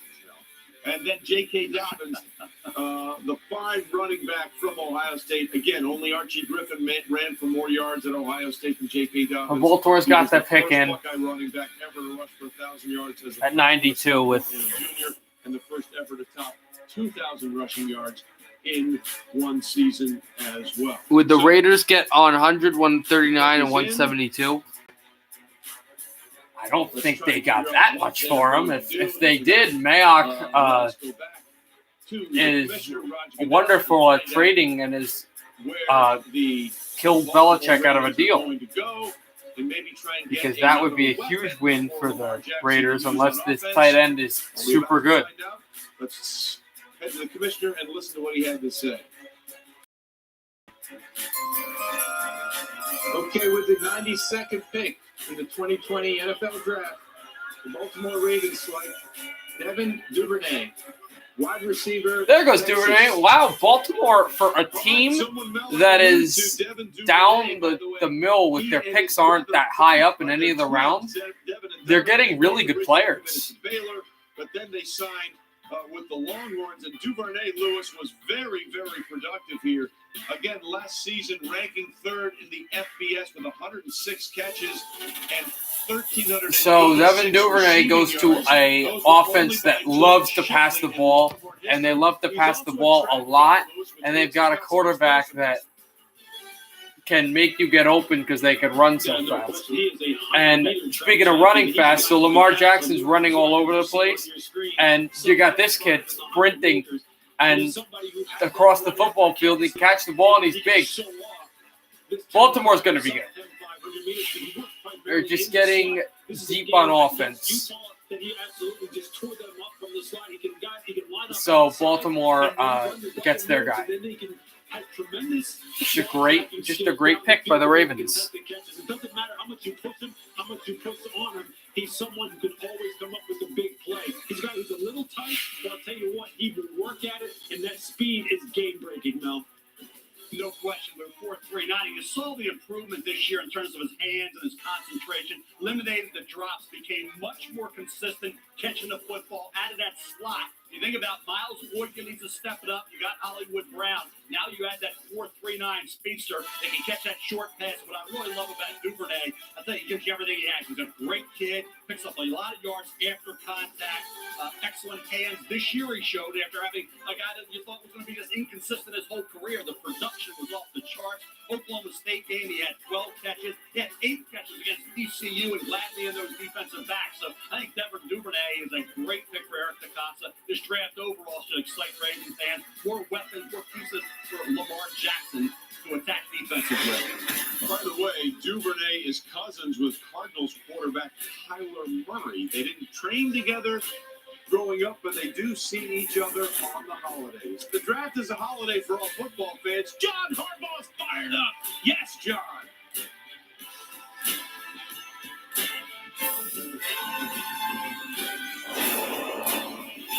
Tennessee's pick is in, and they'll come back with that one. When we go back. Wouldn't it be nice to eat Getting options. some of your old friends? But that's a team that's big, likes to play big, so we'll see there. Order ahead and get your $5 Chalupa Cravings box at Taco Bell's contactless drive-thru.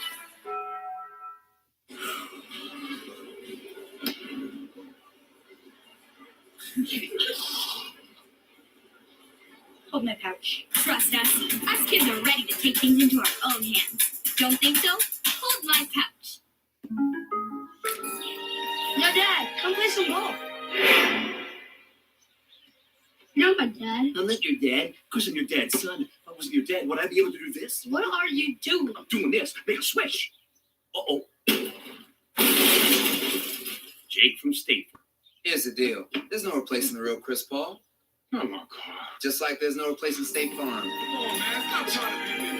If you want the real deal, like a good neighbor, State Farm is there.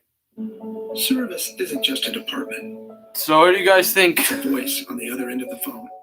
A note to say you're on our mind. What do you think Tennessee's going to get here? The world and how we interact with each other is changing, but that will never change who we are at Lexus. Now, more than ever, you and your needs come first. Find out what service options are available in your area at lexus.com/people first. Everyone at Honda wants you to be safe. And right now, you need a car you can count on and your dealer to go the extra mile. So if your Honda needs parts or service, we're right here, ready to help. Working to follow all government guidelines in order to get you what you need and help you stay safe with a reliable car ready to go when you need it. For questions about service, parts, or more, call your Honda dealer or visit automobiles.honda.com today. During these unprecedented times, we'd like to say a special thank you to our employees who leave their homes every day so you can stay safe in yours. At First Energy, we're proud of all the people who continue to go above and beyond to keep the lights on and lives connected for your family and ours. Because we're all in this together, striving for better days and a brighter future. We've always been interconnected, interdependent. Could you see Easton going to Tennessee? I just had that thought. Never been more apparent than right now. What we do together. I'm gonna put that there. How we live, I'm gonna say Jacob Easton goes to the Titans. I mean, I could be very wrong, but stay strong. And if you're able, give for your neighbors who need help the most. I really think that could be something. Well, as the draft continues, just this reminder, we are all in this together. Help us make a difference now. Huddle up for COVID-19 relief efforts and join players, teams, fans, and communities around the country in the NFL Draft-a-thon. If we unite behind this cause, we can provide relief for those significantly impacted by the pandemic. And every dollar, no matter how big or how small, absolutely counts. Visit NFL.com/relief. To donate now. Well, it has been an unusual draft because everybody's staying at home because of the pandemic, and you're seeing things like Matt LaFleur, the Packers head coach, hanging out and making picks with his kids. Adam Gase, the Jets head coach, with all his kids and the dog, they seem to be enjoying it. Joe Douglas getting all kinds of hugs. We talked to Tom Telesco, the Chargers GM, in the pregame show, and he said, I wasn't sure how this was going to go, but I actually really liked it. As you see Bob Quinn there, getting congratulations from his kids. Kevin Stefanski taking a selfie, it looks like perhaps, or having a video chat with somebody. And the Flores is also very much enjoying the process for the Miami Dolphins. It's been unusual, but it's also been a lot of fun. And you're seeing a different level of how the draft is put together. That's Jason Light, obviously with his kids, the Bucs general manager, and then there's Cliff Hayes. I mean, J.J. Watt. Cliff is living like Gordon Bombay when Henry puts him up. Gordon Bombay? Oh, Mighty Ducks reference for no reason. I don't know. But that is a very nice house. They couldn't afford me anymore. Oh, what are your Packers going to do? I think you're okay with it because you got to secondary, corner, safety, something like that. Cliff's house is going to be the one thing we remember. And let's go to the commissioner. With the 93rd pick in the 2020 NFL Eason. Draft, I'm saying the quarterback, Eason. Tennessee Titans like Darrington Evans. Okay, I'm wrong. Appalachian State. Oh, running back from a small school. All right, New Smyrna Beach High School, stand up. Darrington Evans is there. By the way, after a very impressive show he got with the Combine, he's going to Tennessee. And then Green Bay's up. Who was also from the same high school in New Smyrna Beach. Just saying, great job, way to go. And Evans said that made a lot of difference for him. Hey, App State running back. Let's go to an App State quarterback, Daniel Jeremiah.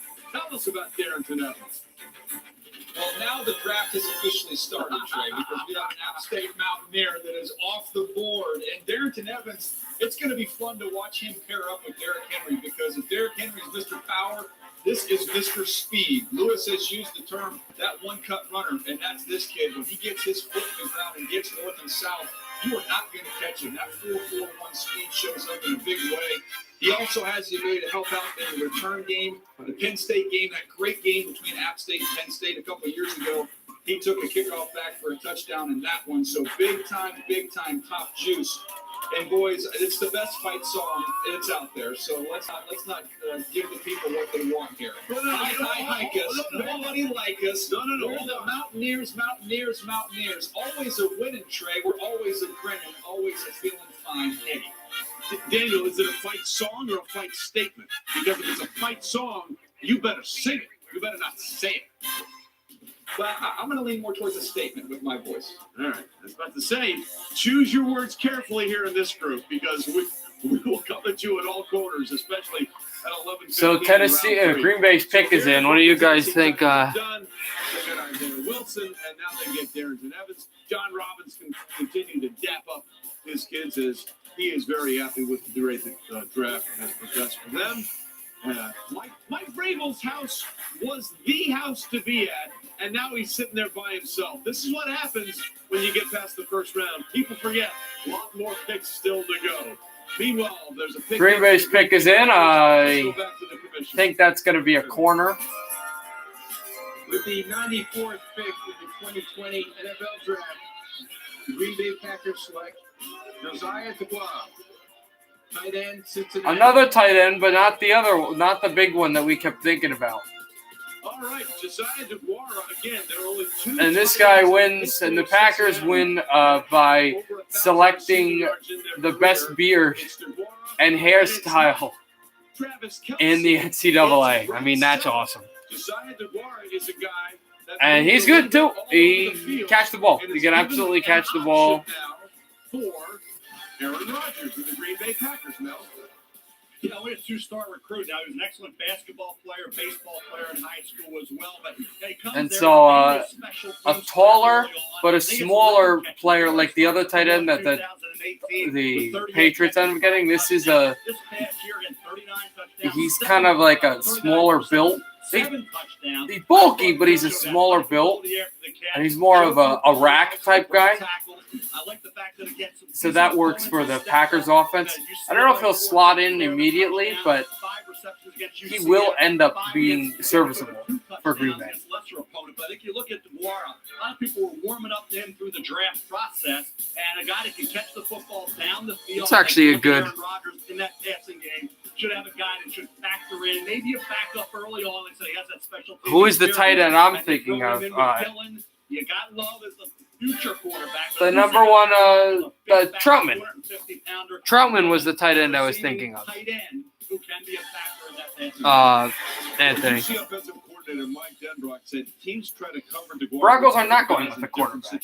They need to continue to step up with the defense. How to beat any situation. He's been probably a big defensive player, like a linebacker or such. What's the call, Aaron Rodgers? Hey, I got your weapon. I don't know. One can dream. We'll see what happens. There is Matt LaFleur is there with his kids in the bear.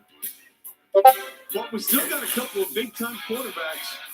Chillaxin waiting for that. And by the way, we should say at this point, we appreciate the fact that these draftees allow us to be in their houses and be a part of this experience, because as you learn, as you go through a lot of these, sometimes it doesn't go the way you plan, and you're sitting there for this, and we appreciate allowing this part of the journey to be told. So, Kurt Warner, as you're sitting there, is this about the time we should expect to see some of these quarterbacks coming off the board? Yeah, come on, Trey, man. It's a quarterback-driven league. We got to get these guys off the couch and into a camp. But, you know, I keep saying it all night long that our league is in a great position quarterback-wise. And so you just look at it, and the farther they go, I think it's really not about the players, but about the teams and who's in a dire situation where they've got to go and get a quarterback. There's not a lot of teams out there. And so, unfortunately, I think these guys are sitting around and falling below what their draft grades are just because of the position of where teams are and where our league is right now. Well, that's interesting, right, Mel? Because the situation here is with Easton, there's just not a ton of tape to go on because he got the injuries at Georgia very early in his career and then only had one season to go on when he went back to his home state of Washington. Yeah, and you also have to keep in perspective, we're only in the third round. Jacob had a second-round grade, a mid-second-round grade, late second-round grade. We're still in round 3. Jake Fromm had more of a third-round grade, so I think you're still obviously looking at 2 quarterbacks. Once you get past that first tier, we've seen it happen before where these quarterbacks get into that 4th, 5th-round area when they had second- or third-round grades because not many teams are prioritizing it now. They want to help their starting quarterback, and they don't view these guys necessarily as big-timers right now, but they could develop. Look at Gardner Minshew. Look what happened with him. He was still sitting around waiting until the late round. So it's happened before. Look where I want to bring up Tom Brady, the greatest of all time, but he sat around to the end of the 6th round waiting to get picked. So Jacob Easton and Jake Fromm, we're only in round 3. Relax. We got a long way to go. Doesn't matter where you're drafted. As long as you come in, get a shot with the right team. I love the fact that, what time is it right now exactly? At 11:30 on a Friday, Mel tells us, relax. We got a long way to go. 7 hours tomorrow. Let's see where the Broncos go. That's going to be crazy tomorrow. Definitely everybody. Oh, here comes Denver. In the 2020 NFL Draft, the Denver Broncos select McTelvin Agim, defensive tackle, Arkansas. You got that one, McTelvin. All right, McTelvin Agim is a very, very interesting prospect. Mel, listen, he came from Texarkana right outside Arkansas, but wandered around a little bit. What do we think of this prospect here? I liked him. I thought the kid showed up. He showed some quickness. He got off the double teams, and he made his presence felt in that backfield. I thought he was an underrated defensive tackle. Gave him a 3rd-round grade. I think it's a nice pick. This kid played against quality competition. You don't expect guys are going to be moving on to the National Football League on some of those offensive lines they were working against. He was on a defense where they knew they had to isolate on him, handle him, and we got this defense beat. You see the quickness off the snap. Oh, gee, this kid, I think, has a chance to be a surprise player in the NFL in terms of a guy can make his presence felt in round 3. Like I said, a lot of people thought this kid had a chance, and I'm glad to see the Denver Broncos pull the trigger, make this pick. This kid, I think, in the SEC, very underrated playing at Arkansas. Well, look, he's going to a defensive head coach in Vic Fangio who knows how to get the most of those kind of players. By the way, Texarkana, you don't know, is on the border of Texas and Arkansas. That's why it's called Texarkana. Who have been representing to both of those states. Vic Fangio with a smile, I believe, on his face as they get McTelvin Agim as he is ready to go. So the Kansas City Chiefs are back on the clock, ladies and gentlemen, and that means let us once again just enjoy the sheer pageantry of the Tommy Bahama shirt that Andy Reid is rocking one more time. Let's find out who is going to Kansas City. Super Bowl chop. Super Bowl chop. With the 96th pick in the 2020 NFL Draft, the Kansas City Chiefs select Lucas Niang, tackle, TCU. I think if this draft goes another hour and a half, Raj is going to be in his pajamas at this point. But we have an offensive tackle, Lewis, going off the board. Lucas Niang, what do we think?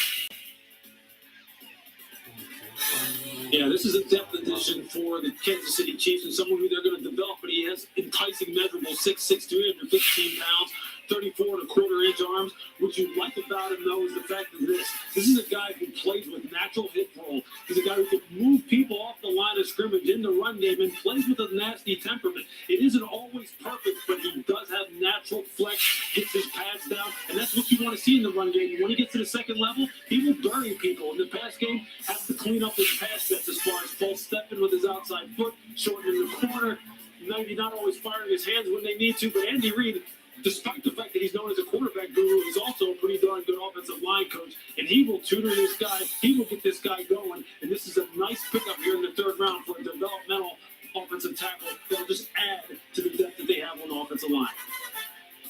So you see what the Chiefs have done there, starting with Clyde Edwards-Helaire, and now they get Lucas Niang. He became infatuated with football in the 4th grade when his team went undefeated 4th grade through the 8th grade. So the Kansas City Chiefs, again, so many of their starters and their backups coming back. Brett Veach and company, very happy with what's going on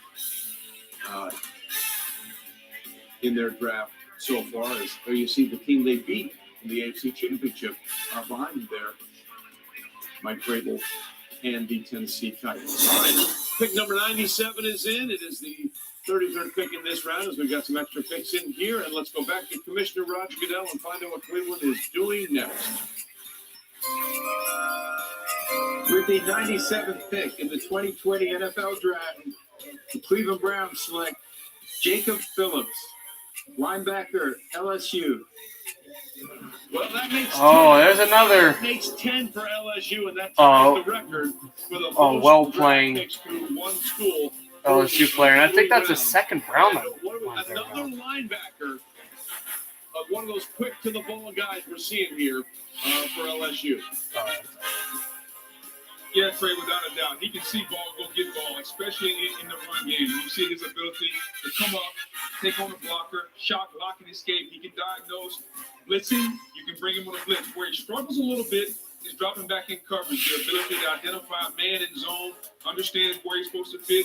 But if you put this young man in the front seven and say when the ball carrier comes to you, you go make a play, he's exactly what you want at that position. A downhill player.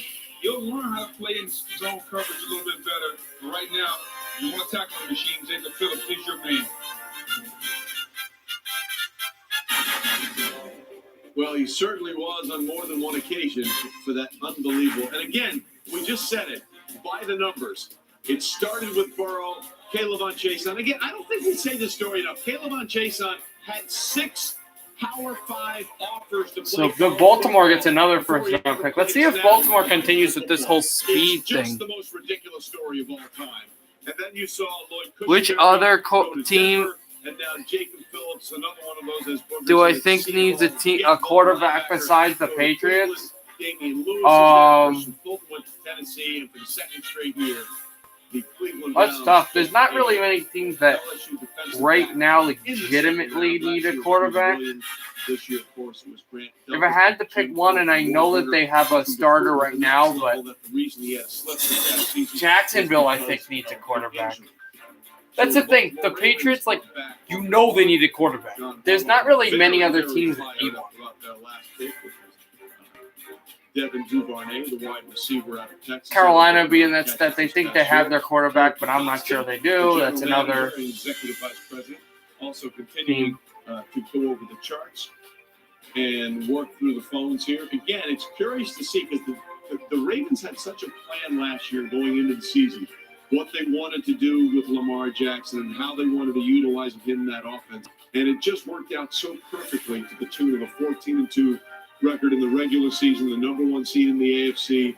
They set the record for the most rushing yards in a single season in NFL history. But as you know, every year, every offseason, there are tweaks. And you try and figure out what tweaks are coming for them, and that's part of the process that Harbaugh and DeCosta are working through right now. Mel really loved that pick of Devin Duvernay, giving them another receiver with some track speed as well. He displayed at Texas. Now we're trying to figure out what happens next for the Baltimore Ravens with this pick, the 98th pick so far in this draft, the 34th pick in the third round. As we're getting closer and closer to finding out what Harbaugh and DeCosta are going to do. The Ravens' first 4 picks included one of those see-ball, get-ball linebackers in Patrick Queen. Let's see where Baltimore, for the Ravens, they've been really getting on the speed. I think go offensive line here. And then we mentioned the wide receiver. Bears need a quarterback. Nick Foles they get. Not this draft, though.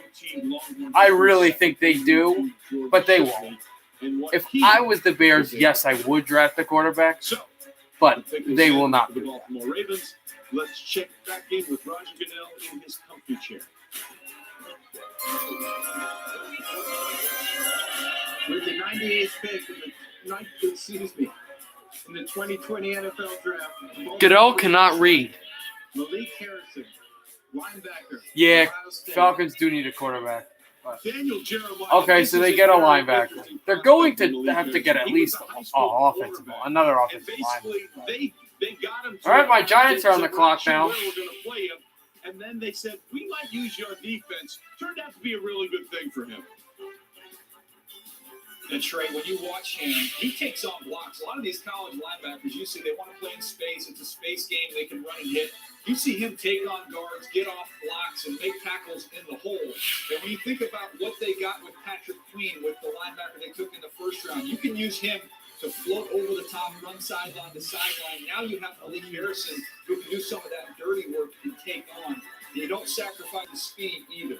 Ended up running in the mid-4.6s, so the Ravens have a new linebacker core that's gotten really athletic. He was one that they had a dunk contest for the Ohio State football team. It was won by this guy, Malik Harrison. Yeah, again, he played quarterback, safety, and wide receiver at times at Walnut Ridge. But I tell you, he was an interesting guy. When he was going through the recruiting process, he got so tired of getting all the messages, he stopped replying to their texts. So after a couple of days, Fickle showed up at his high school and said, look. So, all right, so New York Giants have made their pick. Who do I think the Giants are getting next? 247-pounder linebacker worked out very well, and now John Harbaugh and company have. I think they're going to get that tight end. Team as a member. Feltman or whatever his name is that they talked about. All right, the Giants are back on the clock. Have we seen Abby? At this point, I'm very concerned. Have we not seen Abby the dog, Joe Judge's dog that was on the back page of the New York Post? Said he knew as much about anybody as what pick they were going to make. And there you see Dave Gettleman, the senior VP and general manager. The pick is in. Let's go find out where they're going. Let's see. Giants pick. With the 99th pick in the 2020 NFL Draft, the New York Giants select Matt Herron, tackle, University of Connecticut. Another tackle. They need as many tackles as they can get, but the Giants got to get a pass rusher and soon. Huge kid. This is good. As a Giants fan, I'm very happy. They continue with the size factor. As long as these guys aren't grabbing and pulling, it'll be fine, because even if he's beat, he's so big that it'll give the quarterback time. They're going to need to get a pass rusher, though. The Giants are going to need to get a pass rusher. And I said that they'd get the tight end. I'd like a tight end, but that was more who I thought they'd take, and not as much who I want them to take. They need to 20 pounds, with the long arms that he has, the feet and the athleticism, and the will to really definitely get a pass rusher tomorrow. An offensive line coach's dream is Matt Peart. This is a guy who has a chance maybe 2-3 years down the road. Not as a rookie, you're asking too much, but 2-3 years down the road, getting coached up, getting acclimated to the NFL, and he has a chance. There's no question. He has a chance with the physical and athletic. All right, we have will keep improving. You got like the Raiders, whose pick is in right now. Mel, you're right, though. When he went to high school, basically football was an afterthought. He saw me in dining hall, the high school coach did, and said, hey, kid, what are you playing? He said, I was actually going to do dance to get more flexible for basketball. He said, no, you're playing football. And that was pretty much the end of it. I started playing football. Again, this draft was supposed to be in Vegas. The pandemic forced us to stay home and socially distance, but the Vegas Raiders are back on the clock. And they're also going to have the draft next year. They said that as well. With the 100th pick in the 2020 NFL Draft, the Las Vegas Raiders select Tanner Moose, linebacker, Clemson. So they get a safety, decent size, senior safety from the Clemson Tigers. Played in a few national championship games. Experienced leader, and also he's going to rejoin his former teammate in Clemson, the small receiver that played there. Oh, the Jets just traded a pick to the New England Patriots. Anthony Nerf, I don't know if you're watching, but the Jets have just traded, the Patriots have just traded back in to the third round. They might take the quarterback here. This is huge. New England just traded in Clelin Ferrell. Yeah, his teammate Clelin Ferrell. I meant the little slot receiver whose name is escaping me. But Yeah, okay, you are watching. Just wanted to let you know, and they just made their pick. Hunter Renfrow. There it is. They just showed it anyway. Hunter Renfrow, his former teammate, and also Trayvon Mullen, who just was picked. His nickname was Third. Who was picked last year. So, 4 Clemson Tigers and another guy in the backfield. So now... Yes, Mike Mayock, be happy, enjoy. Football things are being discussed. That's why we do this. The draft continues on ESPN, ABC, and the NFL Network as well. So New England just made their pick. Probably find out once this draft goes to... Once we come back from commercial, we'll find out. New England's going to make their pick. I think this was the last pick of the round for the Jets. So the Jets pick in the 4th round is... The New England pick in the 4th round is probably going to go to the Jets. I know the Patriots have needs, but to trade this late in the draft back into the 3rd round means they've got to be going because home is what unites us. They've got to be going quarterback, and to me, I'd say Fromm. People used to care. I'm really excited to see who it is. Just for a blurry photo of me. That's a good one. Wait, what's that? That's just for the battery. Now it's all, check out my RV and let's go 4-wheeling. Maybe there's a little part of me that wanted to be seen. Well, Progressive helps people save when they bundle their home with their outdoor vehicles. So they've got other things to do now, Bigfoot. Wait, what did you just call me? Bigfoot? My name is Darrell. Feed a healthy lifestyle with pure protein. High protein, low sugar, tastes great. High protein, low sugar, so good. Oh yeah, I do know, but I understand that, and I agree with that, but. Pick the patty, you slap that cheese on there, and it just all comes together. But for him to trade this late in the draft for a pick that late, where he could have just waited in the 4th round. Show me reality. TV. Where my hobbits at? Play Lord of the Rings. I understand that, but why would he just trade that deep in the 3rd round, where if there was a linebacker or a safety that take me to the streets. He could have waited? Sesame Street. That since Bill Belichick could have waited till the 4th round to take that guy, and he knows that a lot of players like those types of quarterbacks, even a lot of teams like those types of quarterbacks. So I could see them saying, we want this guy before he leaves. We like this guy, we want him before he leaves.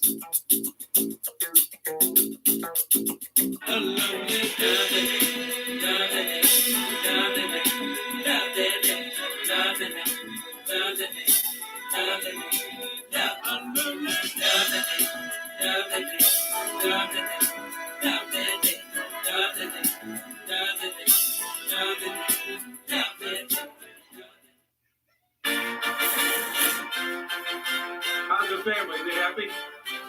Oh, man, everyone's excited. The 2020 NFL Draft is presented by Lowe's, the official home improvement sponsor of the NFL.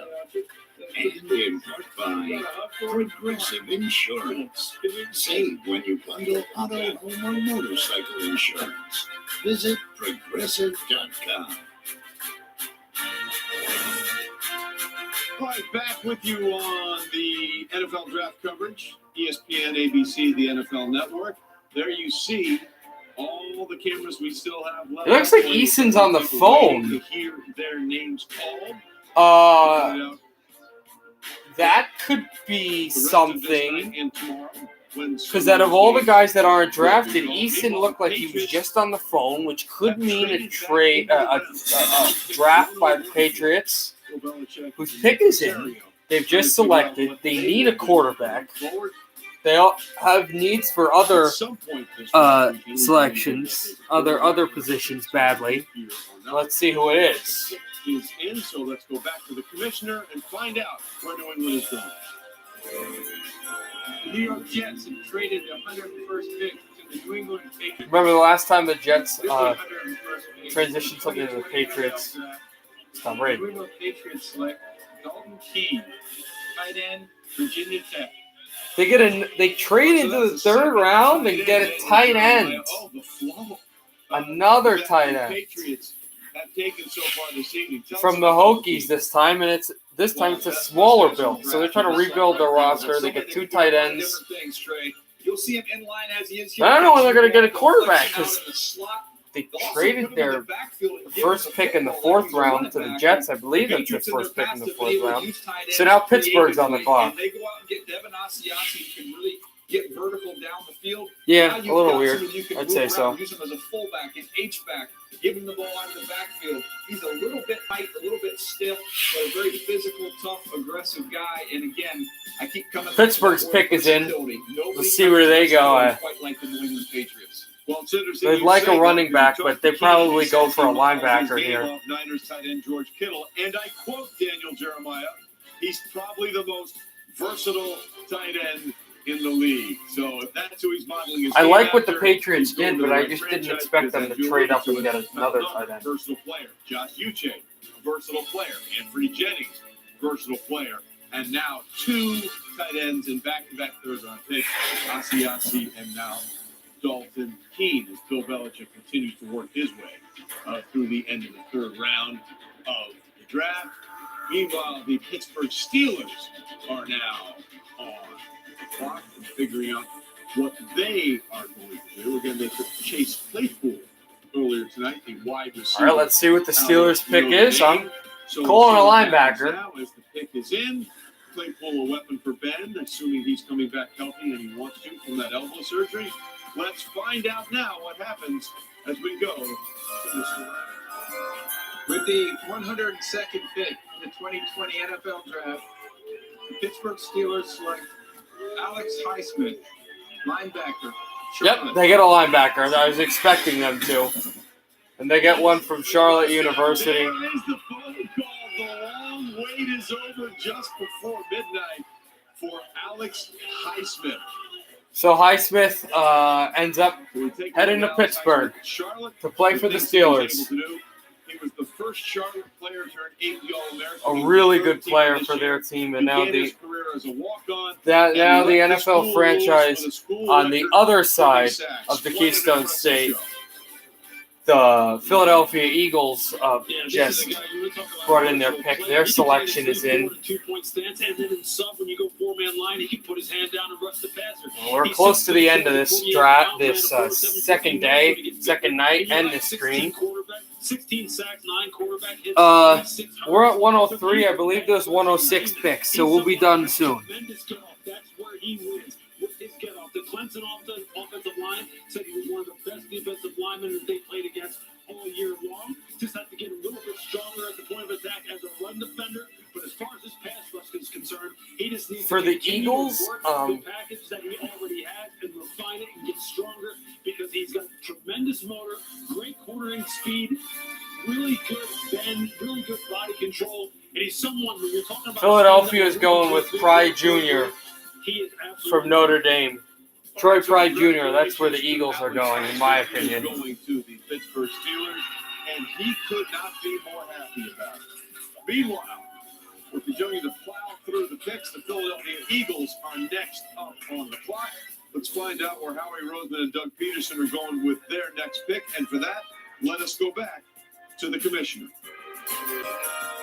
With the 103rd pick in the 2020 NFL Draft, the Philadelphia Eagles select Davon Taylor, linebacker. No, they don't get it. They don't go with the corner. They go with the linebacker from Colorado. Fascinating. From Magnolia, Mississippi, he played exactly. A Southern kid went out to play football in Colorado, and Davion Taylor is going to Philadelphia, another linebacker. And now he's in the NFL. You only could play a game. This is a team that loves to have deep linebacker strength. So that's who they take, and the Rams just made their selection. Their pick is in. Houston at 4.43 speed. This is a kid, Davon Taylor, can fly around safety, linebacker, special teams. 6'1.5". So LA is going to make their pick next, but this is a player that's a linebacker, but I think they're going to keep him in the backfield, like a spy linebacker, someone that can sit back, bark out signals, that type of guy. he seems a lot like that. Take a little weight off, keep him at that safety spot as like special teams like Tanner Muse. Hey, Tommy. Tom Varro, 104, 105, 106. I believe these last 3 picks are the last 3 picks of the draft, of the second round. Does. He started his college career. So Philly goes and gets Jalen Rieger, a wide receiver, 2 offensive players, a wide receiver from TCU. They get the former quarterback from Alabama, the quarterback in Oklahoma, Jalen Hurts, and Damien Taylor, linebacker from Colorado. Not sure exactly where they were, but there you see the draft by the Eagles. So LA's pick is in. The pick of Davon Hamilton. Okay. Yeah, definitely, it's been surprising. Rams are not going quarterback. Rams probably go tight end here. They probably get that kid that's been waiting for a long time.